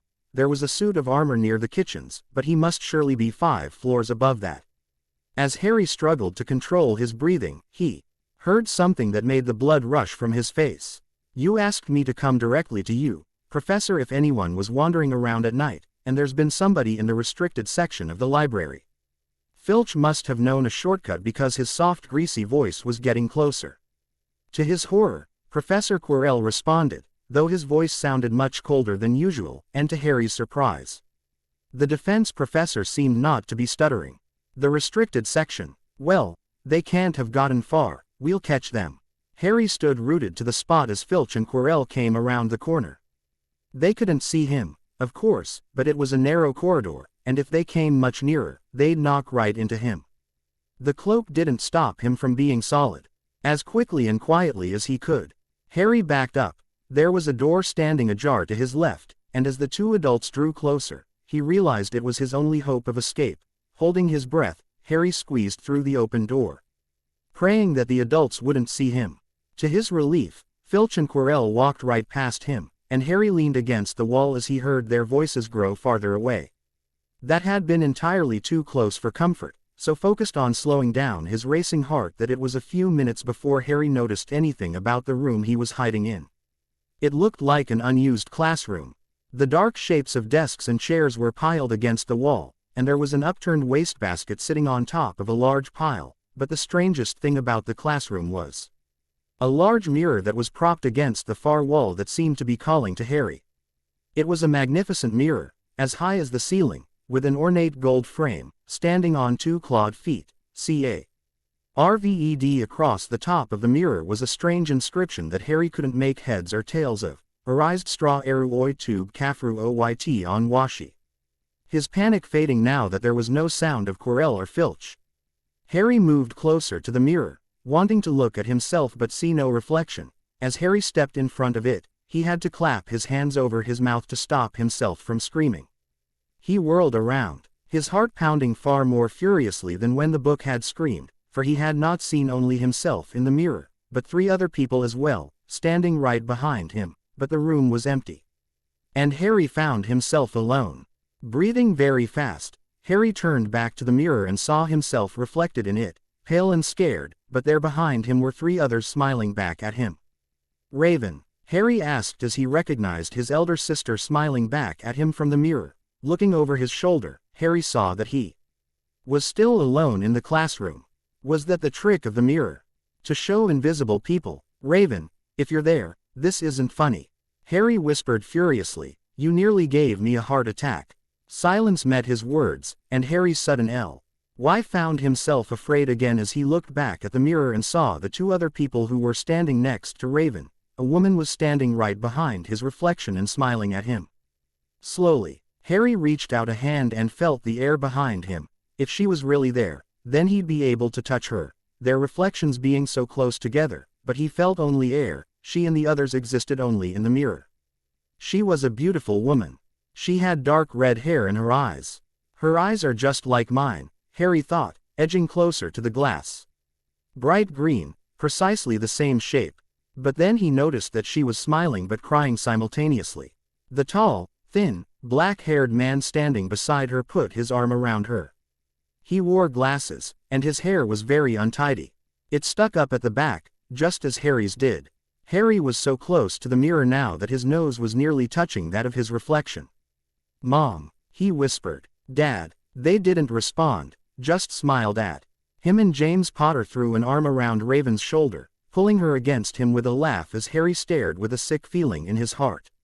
The Potters smiled and waved at Harry, and he stared hungrily back at them. His hands pressed flat against the glass as though he was hoping to fall right through it and reach them. But, instead, he had a powerful ache inside him, half joy, half terrible sadness. Slowly, Harry sank to his knees and began to sob in anguish as the cloak fell from his shoulder, rendering him visible. What kind of monster would create something like this? His parents were right there, he could see them. Yet he couldn't touch them, something that he wanted more than anything. "Harry," a voice behind him called. causing Harry to whip around in panic, only to see Raven standing at the doorway and looking at him with a worried look on her face. "Harry, what's wrong? Why aren't you in your dorm?" Raven, as tears ran down his face, Harry replied in a broken voice, "They're here, Raven. They're right here." Quote, "Harry, what are you talking about?" Raven said quickly as she dashed across the room and embraced her brother. "Who's here?" "Mom and Dad," Harry sobbed, making Raven's eyes widen in alarm. "Look in the mirror. They're right there." Tearing her eyes away from her little brother, Raven looked into the mirror and gasped in horror. Standing there smiling at her was Lily and James Potter, looking the same as they did the night Raven had lost them. "Mom, Dad?" Raven asked in a small voice as a tear began to roll down her face. "It's them, Raven," Harry cried. "They're here." "No," as anger replaced her awe, Raven replied, "It is not them, Harry. It's some sort of trick." Wrapping her arms tighter around her brother, Raven turned away from the mirror, pulling her brother with her. A difficult thing to do as Harry struggled in her arms to look again. "Don't look, Harry." As Harry struggled to look at the mirror again, Raven said, "It's not real." "Unfortunate, but true," a voice said, causing both Harry and Raven to turn to see who had spoken, only for them to gasp at the sight of Albus Dumbledore staring at them from the doorway with a sad look on his face. "What the hell is this thing?"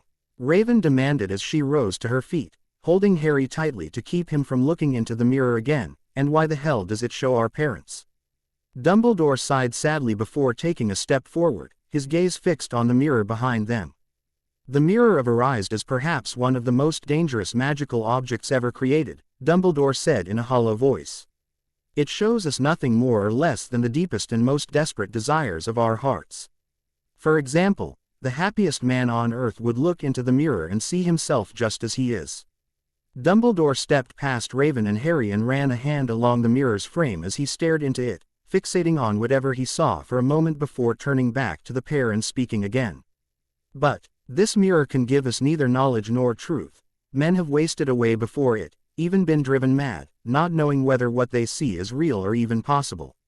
And you thought a school was a good place for such a thing? Then," Raven demanded, "look what that damn thing did to my brother." Dumbledore cast a sorrowful eye on Harry, who was sobbing into Raven's cloak as he hurriedly tried to break free from her grip and look into the mirror again. "It was never my intention to cause harm to you or your brother, my dear," Dumbledore said softly. "Why is that damn thing here?" Raven demanded. "Something that dangerous should be destroyed." "I wholeheartedly agree, my dear," Dumbledore said softly. "Unfortunately, the mirror is needed at the moment. But when that is no longer the case, I promise that I will ensure that the mirror is placed somewhere it can no longer harm anyone else." "Your continued incompetence is beginning to become quite tedious, Dumbledore," Raven growled. "And I'm sick and tired of my little brother being placed in danger due to your secrets."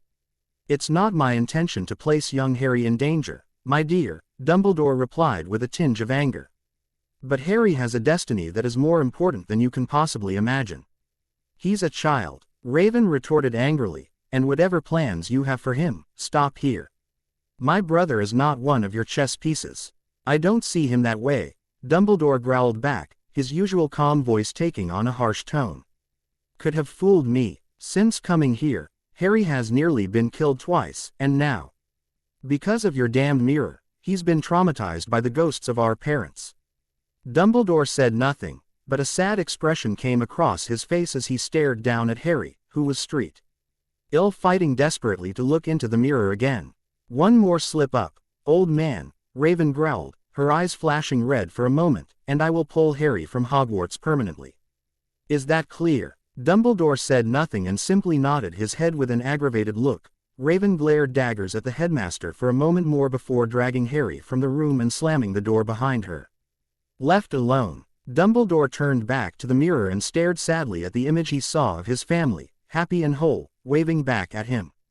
Then, after a considerable amount of time, Dumbledore finally turned away and made his way back to his office. Harry Potter must remain at Hogwarts. The future depended on it, and if he was removed, then all the plans Dumbledore had for the future would be lost. And if Raven threatened those plans, then she was just another problem to be removed as soon as possible. Raven hugged her brother and gently rocked him back and forth as the two sat on Harry's bed. Raven had had to nearly drag Harry back to Gryffindor Tower, and as she tried to calm her little brother, Raven felt only anger run through her at the thought of what Dumbledore had done to Harry. "It was them," Harry sobbed. "Why did you make me leave?" "Because it wasn't really them," Raven said gently, "as much as I would love to tell you differently, it wasn't them, Harry. It was just a cruel trick created by an evil object." Quote, "It doesn't matter," Harry nearly shouted, and Raven was happy that she had placed silencing wards around his bed when they returned. "I still want to see them." "Why don't you?" Raven looked at Harry with a hurt expression, and Harry found himself feeling horrible for what he had said. I'm sorry, Raven," Harry said quickly. "I didn't mean that, I swear." "I know, Harry," Raven said softly as she hugged him again. "It's just the mirror talking. I want more than anything to see Mom and Dad again, but they wouldn't want us to risk our sanity just for the chance to see them again." "I'm sorry, Raven," Harry said in a small voice. "I just wanted to see them again." "I know, kid, I do too. Will you stay with me tonight?" Harry asked softly. "I don't want to be alone tonight." "Of course, I will," Raven said gently, causing Harry to smile happily as he laid down, scooting over to make room for her. A few moments later, the two of them were asleep, holding each other tight. Author's note: holy crap, this chapter ran long. I just couldn't stop, and every time I tried, I would get a new idea to put in here. Things between Dumbledore and Raven are coming to a head, and it won't be long before the two come to blows over Harry's safety and future destiny. Not going to lie, though, I'm having trouble writing Dumbledore this way, as he's one of my favorite characters. To those who think that I'm going to fall into the trap that most writers do and just write the Harry Potter books without any change, allow me to offer you this blows raspberry. I fully intend to blow this story out of the water with my changes, but you'll have to wait and see what those changes will be. I hope you enjoy this chapter, and as always, stay golden ponyboy. Chapter 15. Chapter 15. Harry was almost glad when Christmas break ended, and everyone returned. Raven had taken to sleeping with Harry as he had been having nightmares since his run-in with the mirror, where he would see his parents smiling at him, only for them to disappear moments later in a violent flash of green, followed by a high cruel laugh that Harry found eerily familiar yet could not place. As Harry had expected, Hermione had immediately tackled him and proclaimed her thanks for his fantastic Christmas present, with the assurance that she would soon be putting it to good use. Once term had resumed, Harry was too preoccupied with the astronomical amount of classwork, homework and Quidditch practice that he soon found himself in to worry about the mirror or the nightmares anymore. So he was grateful when they finally began to pass. Oliver Wood, the Gryffindor Quidditch team captain, returned to Hogwarts as a man obsessed. He had the team practicing 5 nights a week, and Ari was happy that he had Hermione as a friend, as he didn't think that he would be able to keep up with his schoolwork without her. The only downside to the end of Christmas break was that it meant the return of Professor Snape from his suspension, and his hatred of Harry seemed to have been exacerbated in his time away. In Harry's first potions class of the term, Snape deducted 25 points for Harry's distracting hair color black, with streaks of red and gold to signify Gryffindor, and demanded that Harry go and wash it out immediately, to which Harry had respectively declined. Wick earned him another 25 points lost. Since then, Snape seemed to find fault in everything Harry did and seemed determined to take away as many points as he could, for whatever reason he could come up with. Harry had lost 10 points for wearing his raven earring in class, for not being able to answer a question that he wouldn't learn the answer to until his 3rd year, and for many other reasons. Ron and Hermione would constantly argue that Harry should tell Professor McGonagall or the headmaster about Snape's clearly unfair treatment, but Harry refused outright every time, refusing to be labeled as a child who could not fight his own battles and had to run to others for help. As the weeks went on, Snape's treatment worsened as he seemed unable to get a reaction out of Harry that would allow Snape to further punish the boy. The final straw came when Snape decided that if he couldn't get a reaction out of Harry by tormenting him, perhaps tormenting Harry's friends would yield the desired result. Harry had been sitting in class, attempting to make a calming draft, when Neville Longbottom had accidentally added the wrong ingredient, causing the poor boy's cauldron to explode and douse those nearest to him in a foul-smelling concoction.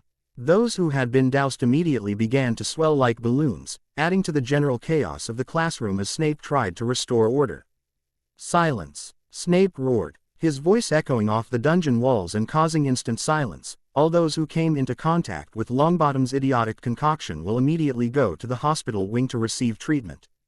As the class began to disperse, Snape held up his hand to stop Hermione, who had been sitting to Neville's immediate right.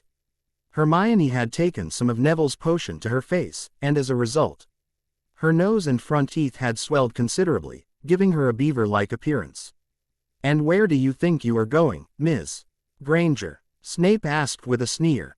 To the hospital wing, Professor," Hermione said, her words slurring a bit due to the swelling of her nose and teeth.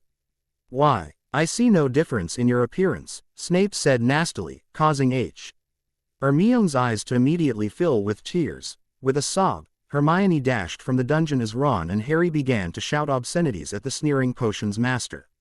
It was perhaps fortuitous that Snape couldn't understand what Ron and Harry were saying due to them both shouting at the same time, as no doubt Snape would have docked 50 points at the minimum if he had been able to understand what Harry had called him.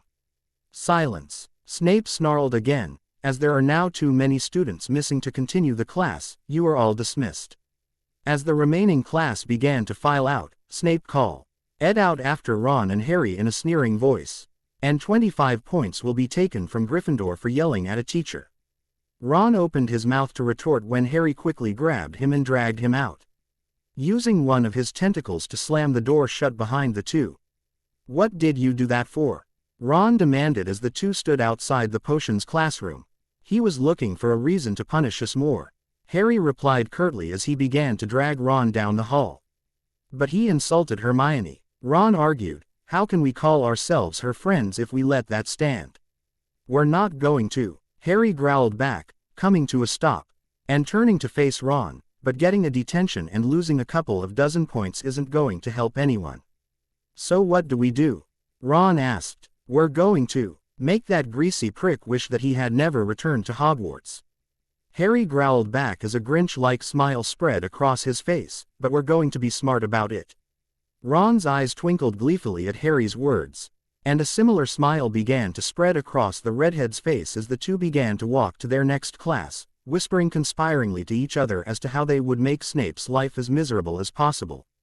A week later, Harry and Ron sat in potions next to Hermione. They had not told their friend what they were planning for fear that she would attempt to stop them, and if her honor was the reason they were about to unleash chaos on the unsuspecting class.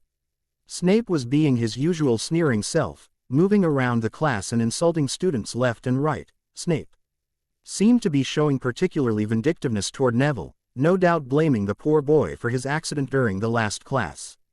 Finally, toward the end of class, Harry looked over at Ron and nodded slowly, causing Ron to smile in anticipation at what was to come. Hermione's eyes narrowed slightly as she caught Harry's nod, and she looked over at Ron with a raised eyebrow, who simply winked back. When Snape turned to insult Neville for the third time, Harry pulled out a vial that he and Ron had been working on all week and hurled it into Draco's cauldron. Instantly, bright red and gold FOAM exploded out of the cauldron and began to spread throughout the class like a flood. The foam had been a creation of Jinx's from years past. She had come up with the substance after Harry had come home crying one day after being bullied by an older student. It had taken her almost a month to get the formula right, but once she had, the end result was nothing short of monstrous in its capacity to cause chaos. The foam needed only a tiny space to contain it, but once released would rapidly expand to fill every remaining space. But the best part was that the foam would harden like concrete on it came into contact with anything not made of it. As the classroom rang out with screams, Harry quickly grabbed Ron and Hermione and dragged them out into the hallway to join the others who had been smart enough to run for it once they saw what was happening. As Harry and Ron watched with barely contained glee, Snape and all the Slytherins who hadn't gotten out of the way in time struggled to free themselves from the rock-like substance as the foam spread around them. "Well, that was fun," Harry said happily as he grabbed the classroom door and slammed it shut. "Who's up for nachos?" "What are nachos?" Ron asked with a grin as the two turned to leave. "Wait," Hermione called, making the two turn to her. "We can't just leave them like that." Why not? Ron asked. Because they could suffocate with the rate that stuff is spreading. Hermione said quickly. Oh, you don't need to worry about that, Harry replied. It'll stop before it covers their mouths. Hermione's mouth dropped in astonishment at Harry's words. And Harry laughed at her expression. It was you, Hermione whispered in horror as she dragged the two away from possible listeners. Why would you do something like that? You could be expelled. Because he insulted you, Ron growled, making Hermione's eyes widen. And no one insults our friend, Harry growled, especially now, some greasy git with a chip on his shoulder. Hermione looked like she was about to cry as she threw her arms around Harry and Ron, who looked at each other with surprise for a moment before returning her hug. You two are the best friends I've ever had. Hermione sniffled as she pulled away from them and wiped her eyes, even if you two are both insane. We all go a little mad sometimes, Harry whispered eerily, quoting one of Raven's favorite movies. Now, I don't know about you two, but I'm starving, so let's head down to the Great Hall. What about those trapped in the potions class? Hermione asked anxiously. The foam should evaporate in an hour. Harry shrugged. At least, it did last time, anyway. Oh, Hermione said thoughtfully. Well, that's okay then, I suppose. With a laugh, the three turned and made their way to dinner as behind them. The frantic students were trying to figure out what had happened to their potions master and what they were supposed to do to fix it. Raven watched her brother and his friends with narrowed eyes. They had arrived nearly half an hour before the class bell had rung and were all wearing suspicious grins on their faces that instantly made Raven wary. Her second clue, that something was wrong, came when the twin Weasleys showed up to dinner and immediately began to bow to Harry and Ron, proclaiming that their little brother had finally joined their ranks, and in a fantastic way. The final clue came when Snape stormed into the Great Hall and made a beeline straight for her little brother. Remembering what had happened last time, Raven immediately rose from her seat and intercepted the enraged-looking potions master. Get out of my way, Snape snarled. Sure, right after you explain to me why you're looking at my little brother like you're about to murder him, Raven replied with a raised brow. That little brat destroyed my classroom. Snape spat. He released a dangerous substance that trapped many of my students and me for over an hour.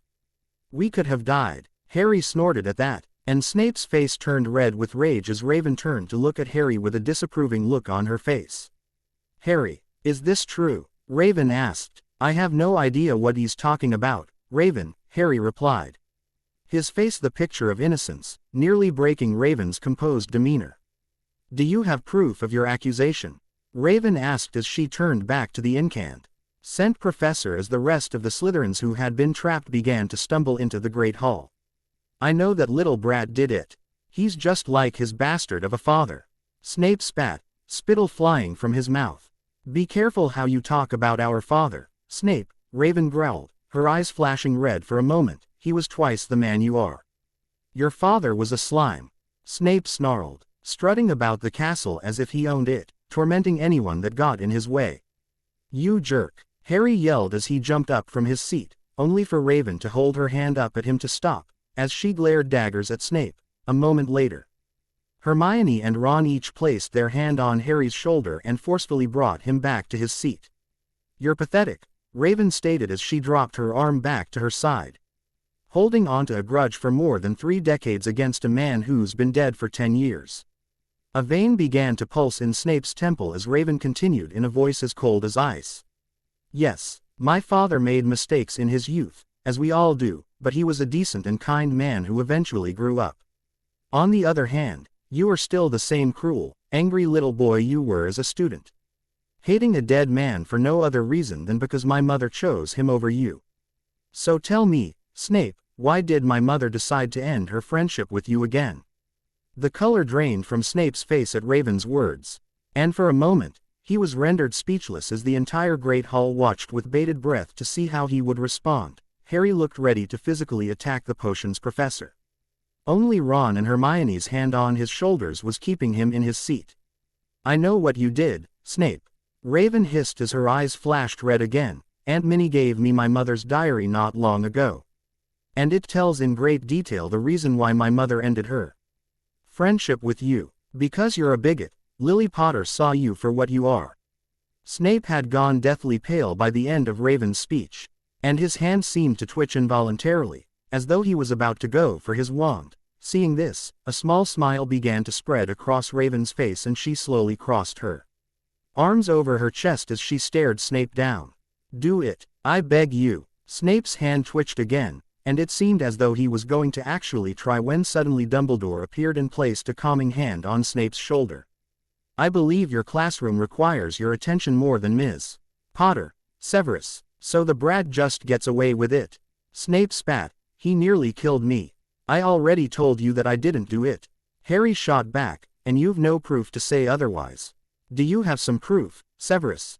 Dumbledore asked with a raised eyebrow. Snape's face turned red with barely contained rage as he glared first at Harry, then at Raven, who smirked at him. "Careful, Snape," Raven said softly, "you've already been suspended. Next time you might not be so lucky." Snape's eye twitched for a moment before he spun on his heel and stormed from the Great Hall, growling obscenities under his breath. Once he was gone, Dumbledore turned back to Harry and Raven and gave both a knowing smirk, his eyes twinkling madly. "While I admire seeing your father's love of pranks was passed down to you, my boy," Dumbledore said warmly, "perhaps in the future you could ensure that you do not destroy an entire classroom when you perform a prank." "Not saying I did it, sir," Harry replied with a grin, "but theoretically, if I did, and once again, I'm not saying I did, I'll endeavor to keep my pranks from causing total destruction in the future." "I appreciate that, my boy," Dumbledore chuckled before turning away and striding back to the head table. "Okay, Harry," Raven said softly as she turned to look at her little brother, who was suddenly sporting a sheepish expression. "Let's go have a chat." After a long lecture from his sister, in which it was made crystal clear that while he had no problem with Harry continuing their father's legacy of pranks and general mayhem, Raven expected Harry not to antagonize Snape any further without due cause. Harry made his way back to Gryffindor common room to find Ron and Hermione waiting for him, with bright smiles plastered across their faces. "So, how did the little chat with your sister go?" Ron asked with a smirk. "About as good as you would expect," Harry laughed. "She understands my need to protect my friends, though she respectfully asks that in the future, we keep our pranks from causing complete devastation. I think we can manage that," Ron said with a laugh as Hermione shook her head with a smirk. "Now," Harry said as he slapped his hands together, "how about we have some fun?" "What did you have in mind?" Ron asked with a raised eyebrow. "Quidditch." "I've got a better idea," Harry replied happily. "You guys want to watch a movie?" "A what?" Ron asked in confusion. "We can't," Hermione replied. "Technology doesn't work at Hogwarts." "I think my stereo setup shows that to be fiction," Harry smirked. "How did you do that, by the way?" Hermione asked. "It shouldn't have been possible." "Well, it took a lot of experimentation and setbacks. But eventually, my friends Cyborg and Jinx managed to create a system that doesn't fail when it comes in contact with magic but rather works alongside it." "Yes, but how?" Hermione asked in annoyance. "Trade secrets, I'm afraid," Harry replied with a wink that seemed to annoy Hermione more than ever. "Now, you all wait here, and I'll be right back," Harry said before rushing up to his dorm where his bottomless trunk lay. After quickly popping it open, Harry grabbed his laptop, the movie he had chosen for tonight's entertainment, and a bag of potato chips and salsa. Rushing back downstairs, Harry quickly placed the laptop onto the table in front of the couch, popped the DVD into it, and pressed play before tearing open the bag of chips and offering one to Ron, who had sat down on the couch next to him, with Hermione taking the other side. "Hey Harry, what's this?" Fred asked as he and George sat on the arms of the couch. "Rocky Horror Picture Show," Harry said as he bit into a chip. "It's a classic." The Weasleys watched in silence for a few moments, wholly absorbed in the film as Harry and Hermione enjoyed the chips. "What's that?" Ron asked after a moment. "A car," Harry answered with a smile. "What's happening?" Fred asked. "Their car broke down, and they need to use a phone to call for help," Hermione explained. "What's a phone?" George asked. "I'll tell you later," Hermione responded. "Why are they singing?" Ron asked. "Because it's a musical," Harry replied. "What's a musical?" George asked. "A movie with songs built into it," Hermione replied quickly. What about? George began before he was cut off. Would you all shut up and watch the damn movie? Oliver Wood commanded from behind them. Neither had noticed the older student walk in. Too engrossed in the movie playing out in front of them. As they laughed at the movie, more and more Gryffindors started filtering in, interested to see what all the commotion was about. Soon, the entire house was watching, and a seventh year cast a spell to make the movie play out on the wall instead of the laptop so that everyone could watch without crowding around the small screen on the computer. When the movie finally ended, the common room echoed with thunderous applause and a few whistles of appreciation. That was brilliant, George said happily. Absolutely brilliant. Are you thinking what I'm thinking, brother dear? Fred asked with a suspicious grin on his face. I think so, brother of mine, George replied with a similar grin. But where are we going to find lacy lingerie at this time of night? To Filch's desk, they cried in unison, their wands dramatically held above their heads as the watchers laughed.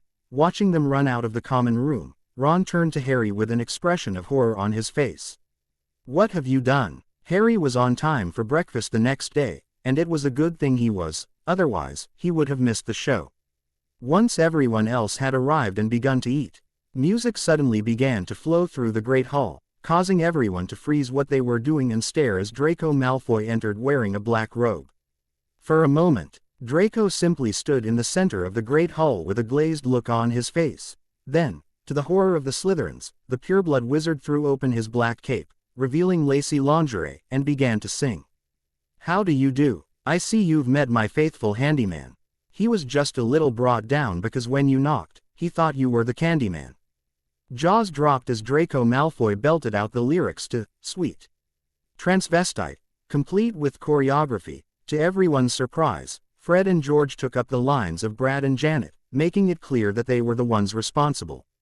As Harry wiped the tears of laughter from his eyes, he had to admit that he was impressed. Draco managed the role quite well. Sure, he was a little small in certain areas for the lingerie that Fred and George had picked out for him. But he sure could sing. When the song finally ended, the spell Draco was under came to an end, and Draco regained his senses. He was stuck between horror, embarrassment, and complete outrage.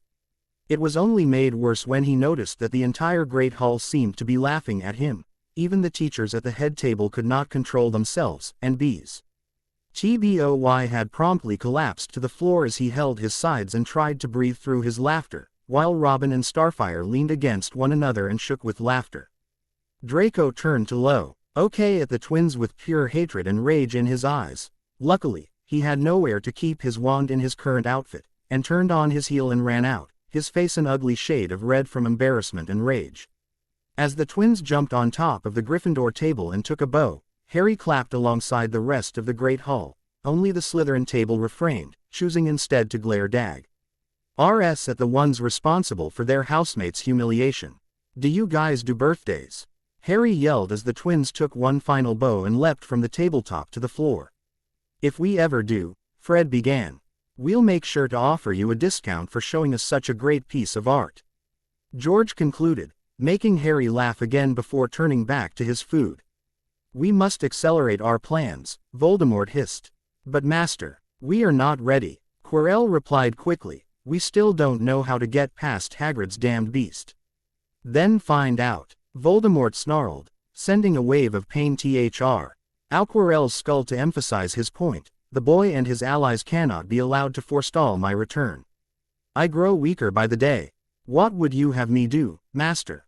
Quirrell asked meekly. The Potter brats' friends are keeping a close eye on me. It seems wherever I look, one of them is following me. Hagrid has loose lips when drunk, Voldemort hissed. Ply him with copious amounts of alcohol and find out how to get past that damn dog, then get me my stone. Fail me again, and I will show you the true price of those who displease me. Yes, Master, Quirrell responded in a scared voice. I will not fail you, I promise. Before the year is out, you shall have the Philosopher's Stone, and the world will howl with misery at your return. And then, I will finish what I started all those years ago. Voldemort replied coldly, and Harry Potter and his sister shall die by my hand.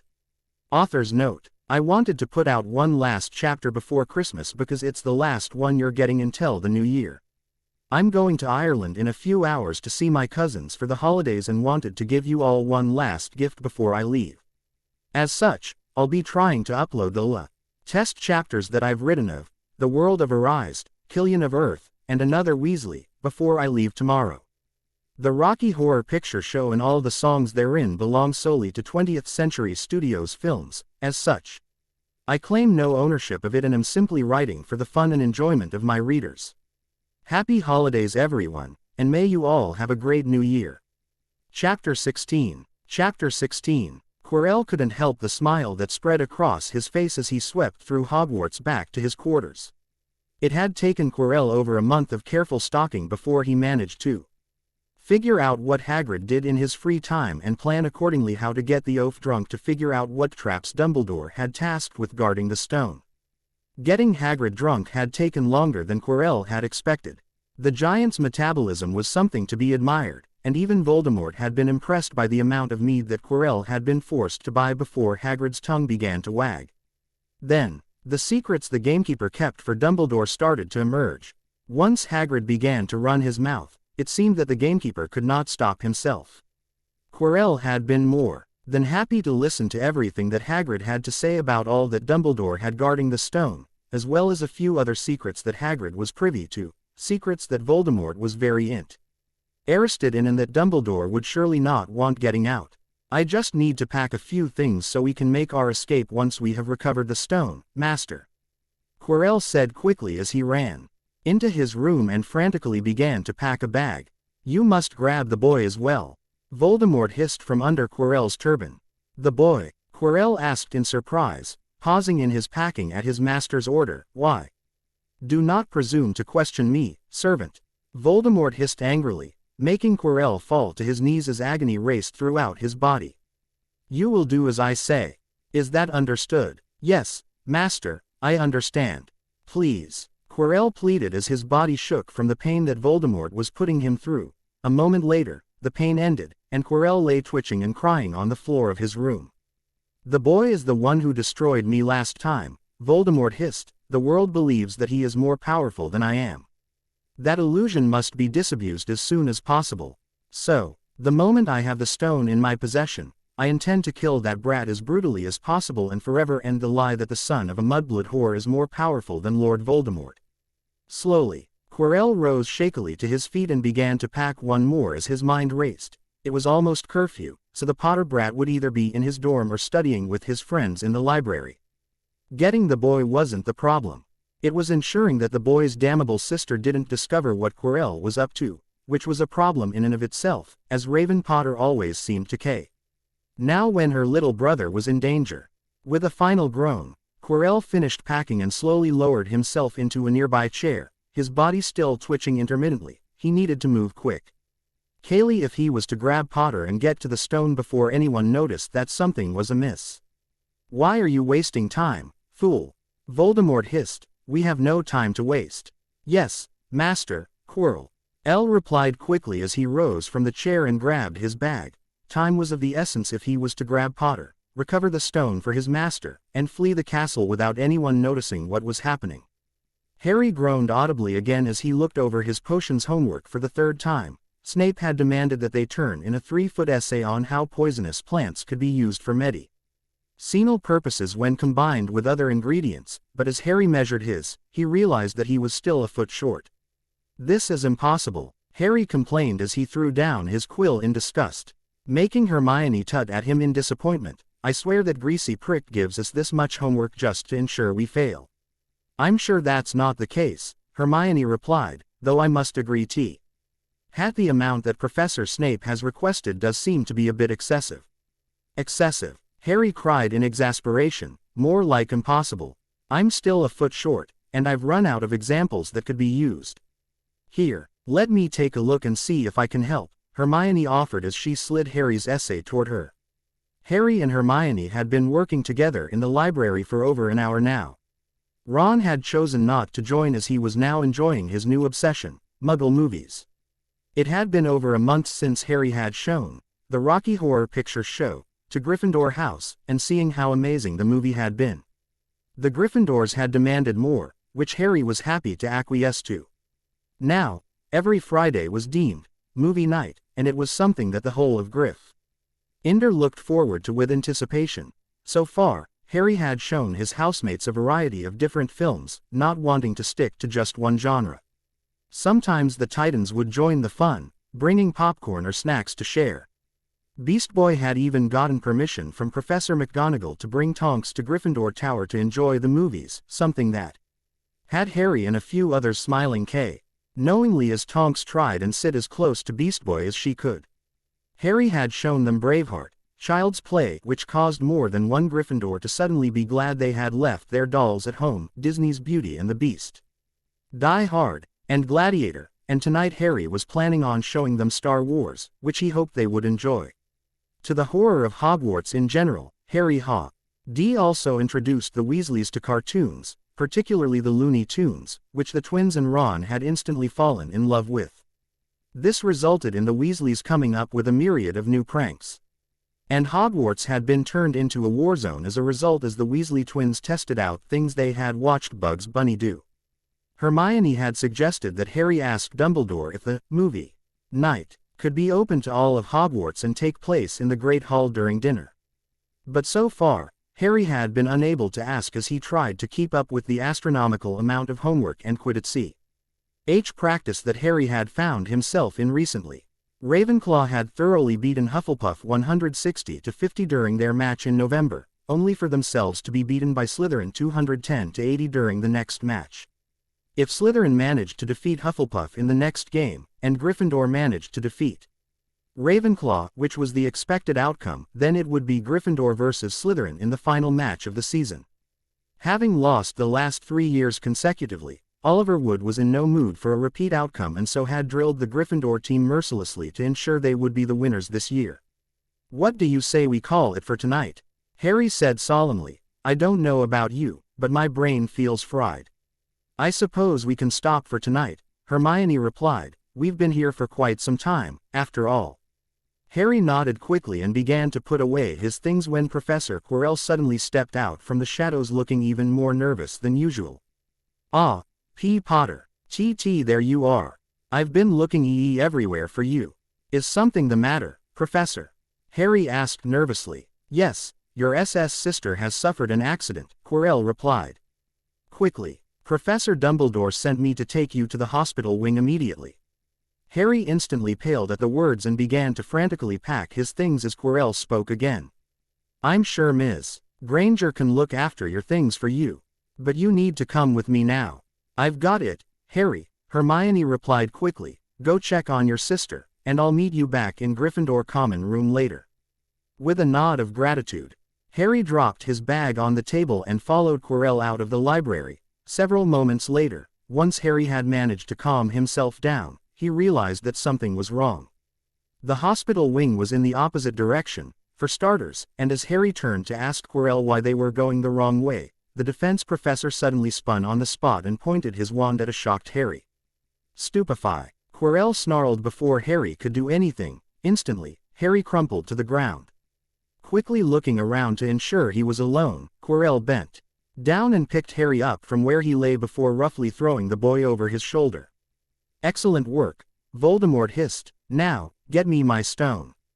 "Yes, Master," Quirrell responded meekly as He turned and quickly made his way to the third-floor corridor. His bag was already there waiting for him, and now that he had Potter, he'd be able to flee Hogwarts the moment the stone was in possession.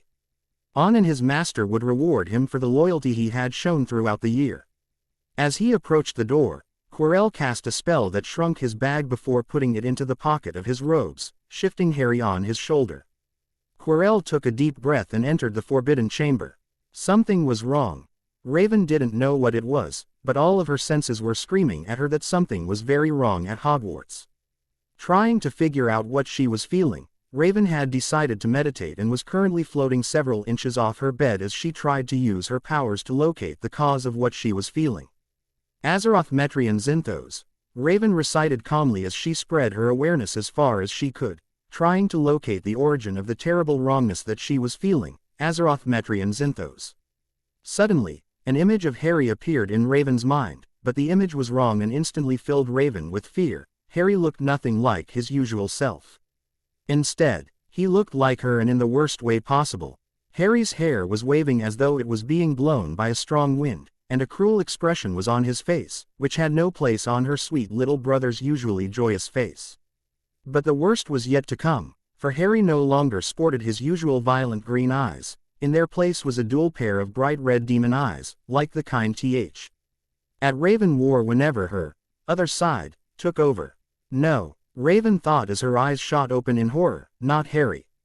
Quick as a flash, Raven lowered herself to the ground and teleported herself to Gryffindor Tower.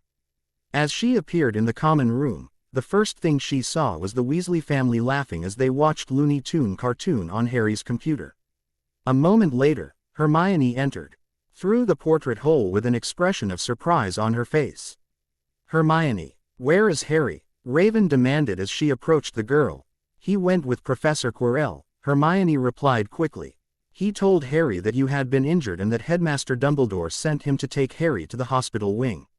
"How long ago?" Raven demanded. "About 10 minutes ago," Hermione replied quickly. "If you're not in the hospital wing, what's going on?" By now, the Weasleys had finished their cartoon and had come over to see what was happening. "Hermione, what's wrong?" Ron asked quickly. Saying the scared expression on Hermione's face. "Something's wrong," Hermione replied quickly. "Professor Quirrell lied about Raven being hurt and took Harry." "Took him where?" Fred asked. "And why?" George added, both of the twins sporting matching worried expressions.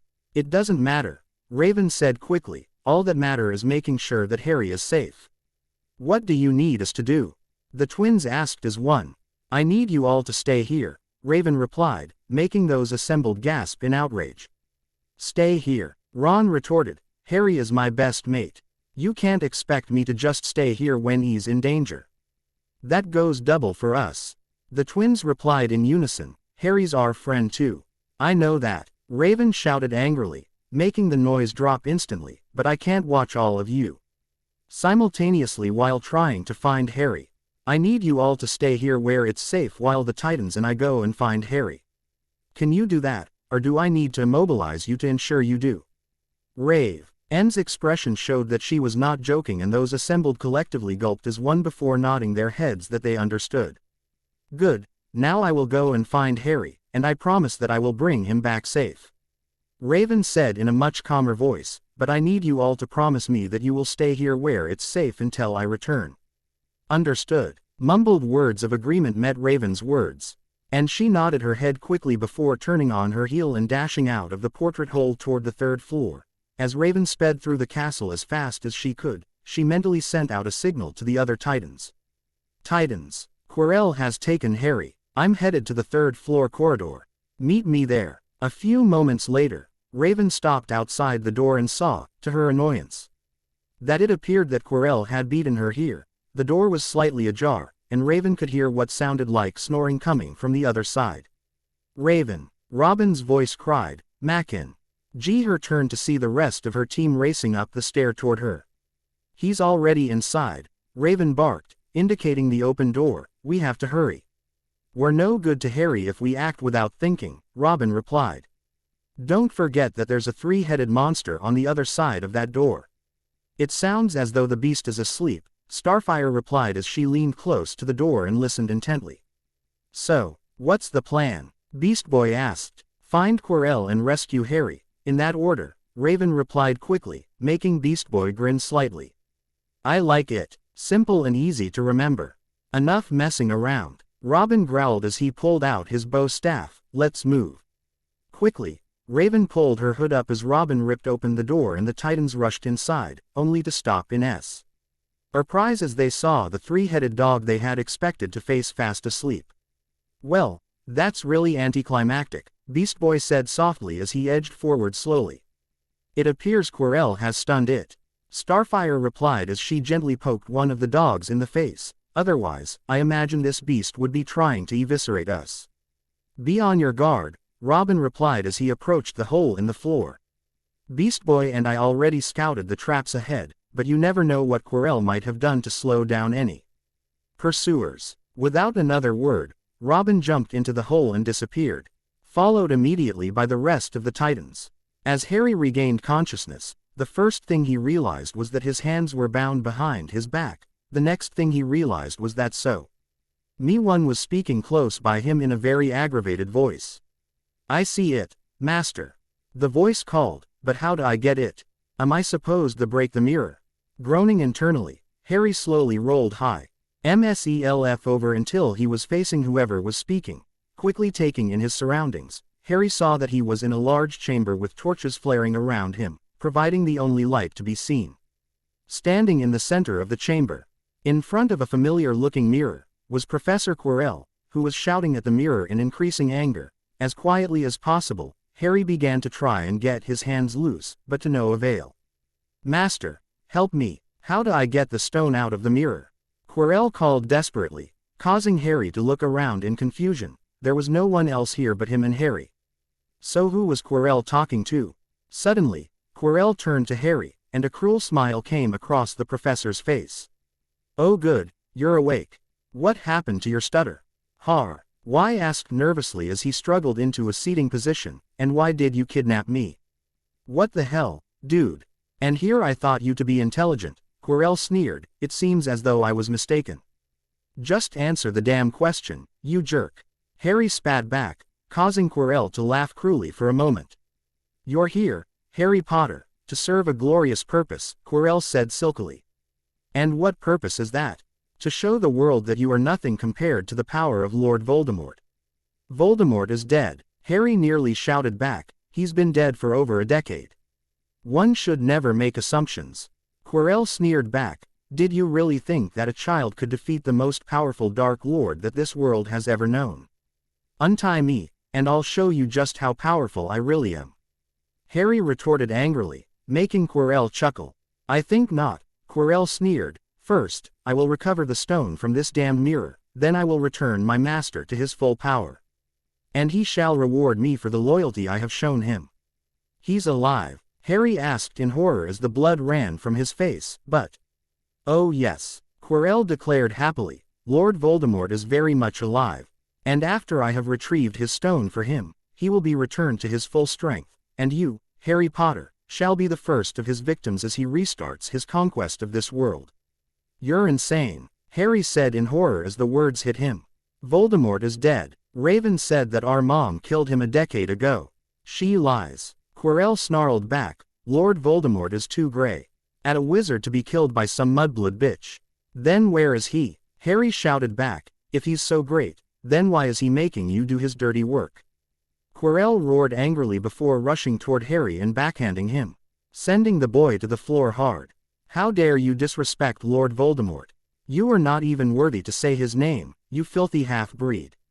Quirrell delivered a powerful kick to Harry's stomach, leaving the boy gasping for air before turning on his heel and swiftly regaining his place in front of the mirror. "Now, what does this mirror do?" Quirrell said softly. "I see myself giving my master the stone. But how do I get it out?" As Harry lay on his side, gasping for air, he suddenly felt the familiar sensation of Raven's presence in his mind. "Harry, are you okay?" Raven's voice asked as Harry struggled to breathe. "Raven, please hurry. It's Professor Quirrell. He keeps talking about getting some stone out of that mirror we came across at Christmas." Harry thought back. "We're on our way, little brother," Raven's voice replied. "Don't worry, Raven, Quirrell is working for Voldemort." Harry thought back. "He's trying to get the stone so he can bring Voldemort back." Harry could feel the panic coming from Raven at that, and there was silence across the mental bond for several seconds before Raven replied. "We're on our way, Harry. Don't worry." A moment later, the mental bond disconnected, and Harry was left alone. After a few moments, Harry gradually began to regain control of his breathing and struggled not to show how afraid he was. He was a Titan. He'd faced worse than this on multiple occasions and always come out on top, and Raven had said that she and the others were on their way, so there really was no reason to worry. Yet, Harry couldn't help but shiver as he felt fear rush through him at the thought of Voldemort, the monster that had stolen Harry's parents from him and Raven and would, without a doubt, kill Harry as soon as he could. If this stone, whatever it was the only thing keeping that from happening, then Harry had to ensure that Quirrell never laid his hands on it. "Hey, asshole," Harry called out, making Quirrell turn to him with a glare. Looks like you're having a bit of trouble getting your precious stone. Guess your dark daddy should have found himself a better lapdog, huh? Quirrell released an inhum and cry of rage that echoed around the chamber for a minute before pointing his wand at Harry and screaming a single word. Crucio. The red spell struck Harry, and pain like nothing he had ever before consumed him. Every single one of his nerves felt as though it had been set on fire. He felt as though he was being dragged over hot coals. He felt as though he were dying, yet was acutely aware of it in excruciating detail. Unable to stop himself, Harry screamed in agony. He tried to stop himself so that he wouldn't give Quirrell the satisfaction of hearing his pain. Slamming his jaw shut, Harry felt him bite down on his own tongue. And blood quickly filled his mouth. Realizing that he couldn't keep his jaw clamped shut anymore, or else he'd risk biting the tip of his tongue off, Harry unclenched his jaw, which made him start screaming again almost instantly as he writhed on the floor in agony. Harry could hear Quirrell laughing at him through the haze of pain, which only seemed to worsen it. Suddenly, Quirrell's laughter was cut off, along with the spell, as Quirrell was suddenly blasted off of his feet by a violent green light. Once the blinding pain ended, Harry was left trembling on the floor from the effects of the spell. Slowly, Harry lifted his head off the floor and spat out the blood pooled in his mouth from his tongue. Harry! Raven's voice cried as Harry felt his head fall to the floor again. A moment later, he felt himself enveloped in his sister's arms as she gently lifted him up. Harry, I need you to open your eyes. Please, please open your eyes. Raven. Harry mumbled, I knew you'd come. Always, little brother, Raven said softly as tears ran down her cheeks. As gently as she could, Raven wiped away the blood from Harry's mouth. I'll always come for you, Harry. Slowly, Harry managed to take in what was happening around him. Robin, Starfire, and Beast Boy were dodging spells that were being shot at them by an enraged and bleeding Quirrell. Come on, you can do better than that. Beast Boy laughed before turning into a sparrow and flying out of reach as another green light sailed past him. Stay still, you filthy green freak. Quirrell snarled. As he began firing green spells recklessly. Avada Kedavra. Avada Kedavra. A moment later, Quirrell screamed in pain as one of Robin's boomerangs impaled itself in the professor's hand, causing him to drop his wand with a clatter. You're beaten. As he raised his bow staff defensively, Robin shouted, Give up. Master, they're too strong. Quirrell called out, making the Titans look around warily. In case they missed someone hiding in the room with them, help me. Fool, can you not do anything right? A voice hissed angrily, making the Titans whirl around to see where it was coming from. Raven, however, paled at the voice and gripped Harry tighter as she stared at Quirrell in sudden fear. That voice, Raven said in a scared voice, it can't be, he died. Let me speak to them, the voice hissed, face to face. Master, you are not strong enough. Quirrell argued back as he clutched his bleeding hand to his chest. I have enough strength for this, fool. The voice hissed, and more than you, it would seem. Slowly, Quirrell reached up to his turban and began to unwind it. The Titans watched warily as the purple cloth began to fall away until, at last, Quirrell stood in front of the anxious watchers. Completely bareheaded, with a final sneer of contempt, Quirrell turned around, and the Titans blanched in horror. On the back of Quirrell's head was another face that glared out hatefully with blood-red eyes that had snake-like slits in lieu of pupils. Voldemort, Raven whispered in horror as Harry gripped her cloak in a death grip. It's not possible. Hello, Raven Potter, Voldemort said silkily. So good to see you again. Raven could not help but shiver as memories bombarded her of the night she had lost everything to this monster. Raven couldn't help.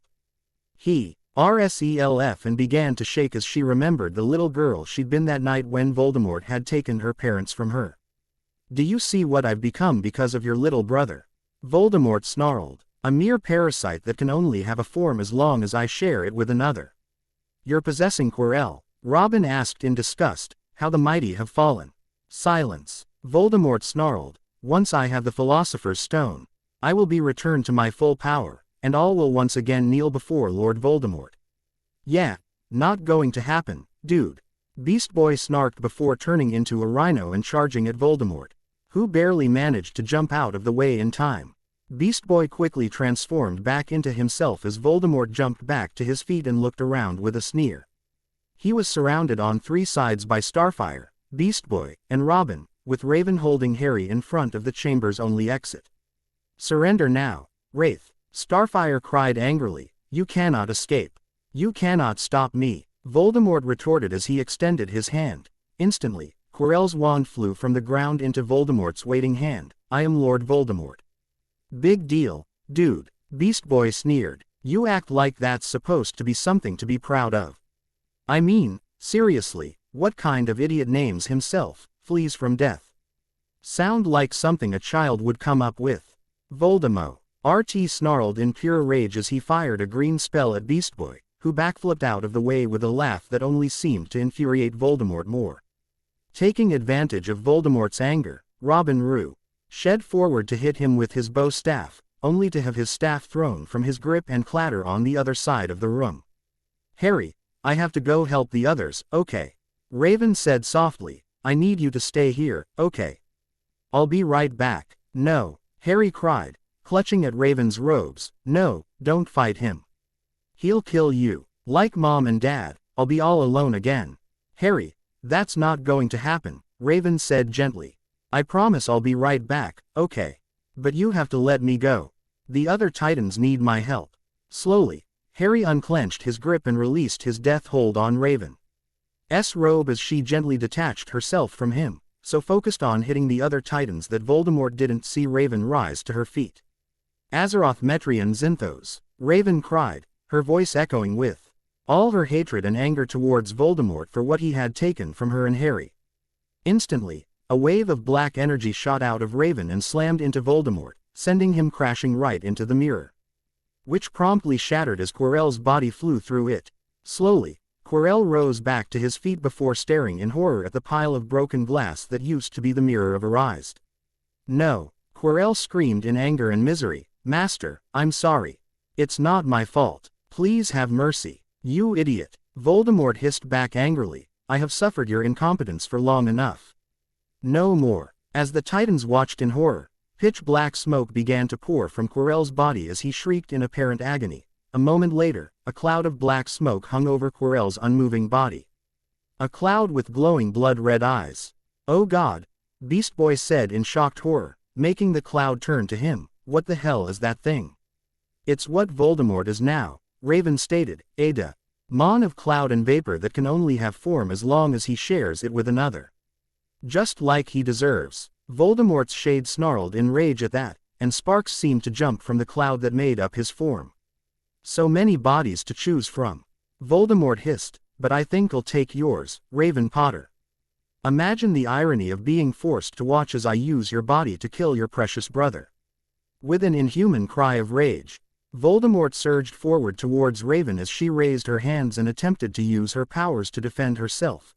Before Voldemort got to her, however, Raven's eyes widened in horror as Harry jumped in front of her.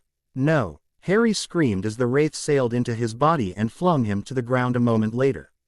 "No, Harry," Raven screamed in horror as she and to her brother's side and flipped him over onto his back. "Harry.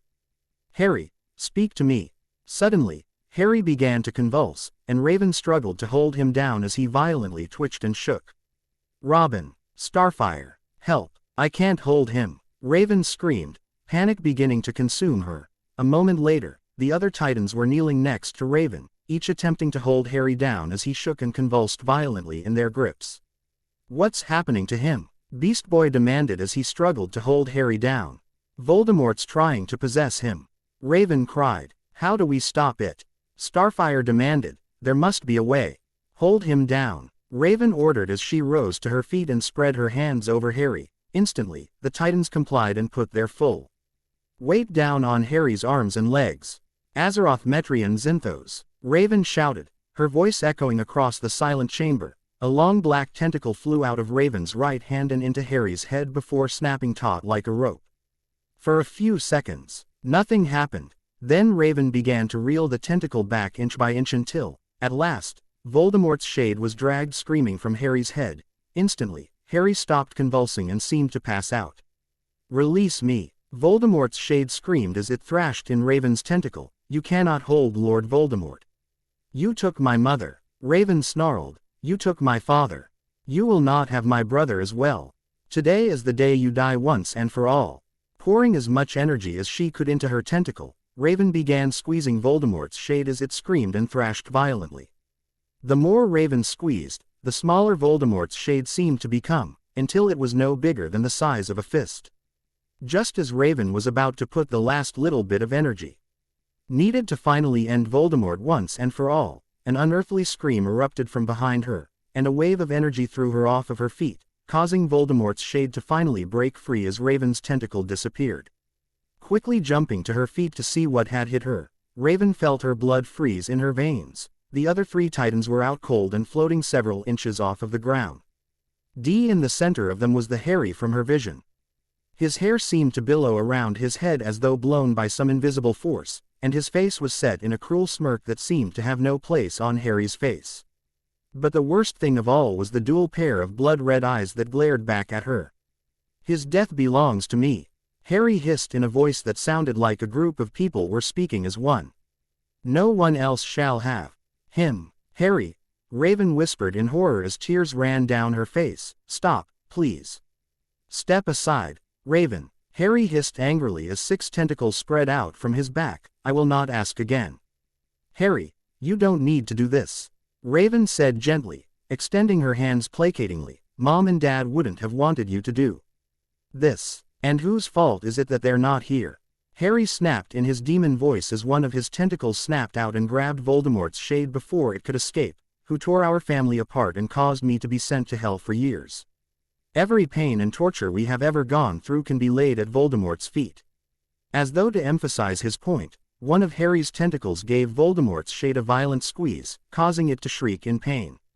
Voldemort deserves to suffer. I know that, Harry, Raven said gently, but if you do this, you'll become just like him. Is that really what you want? Look at your reflection and tell me this is what Mom and Dad would have wanted for you. Slowly, Harry looked down at one of the broken shards from the Mirror of Erised, and his eyes widened in horror as he took in his reflection. The shock of seeing himself like he'd seen Raven all those years ago seemed to do the trick as the tentacles snapped back into Harry as though they were bungee cords.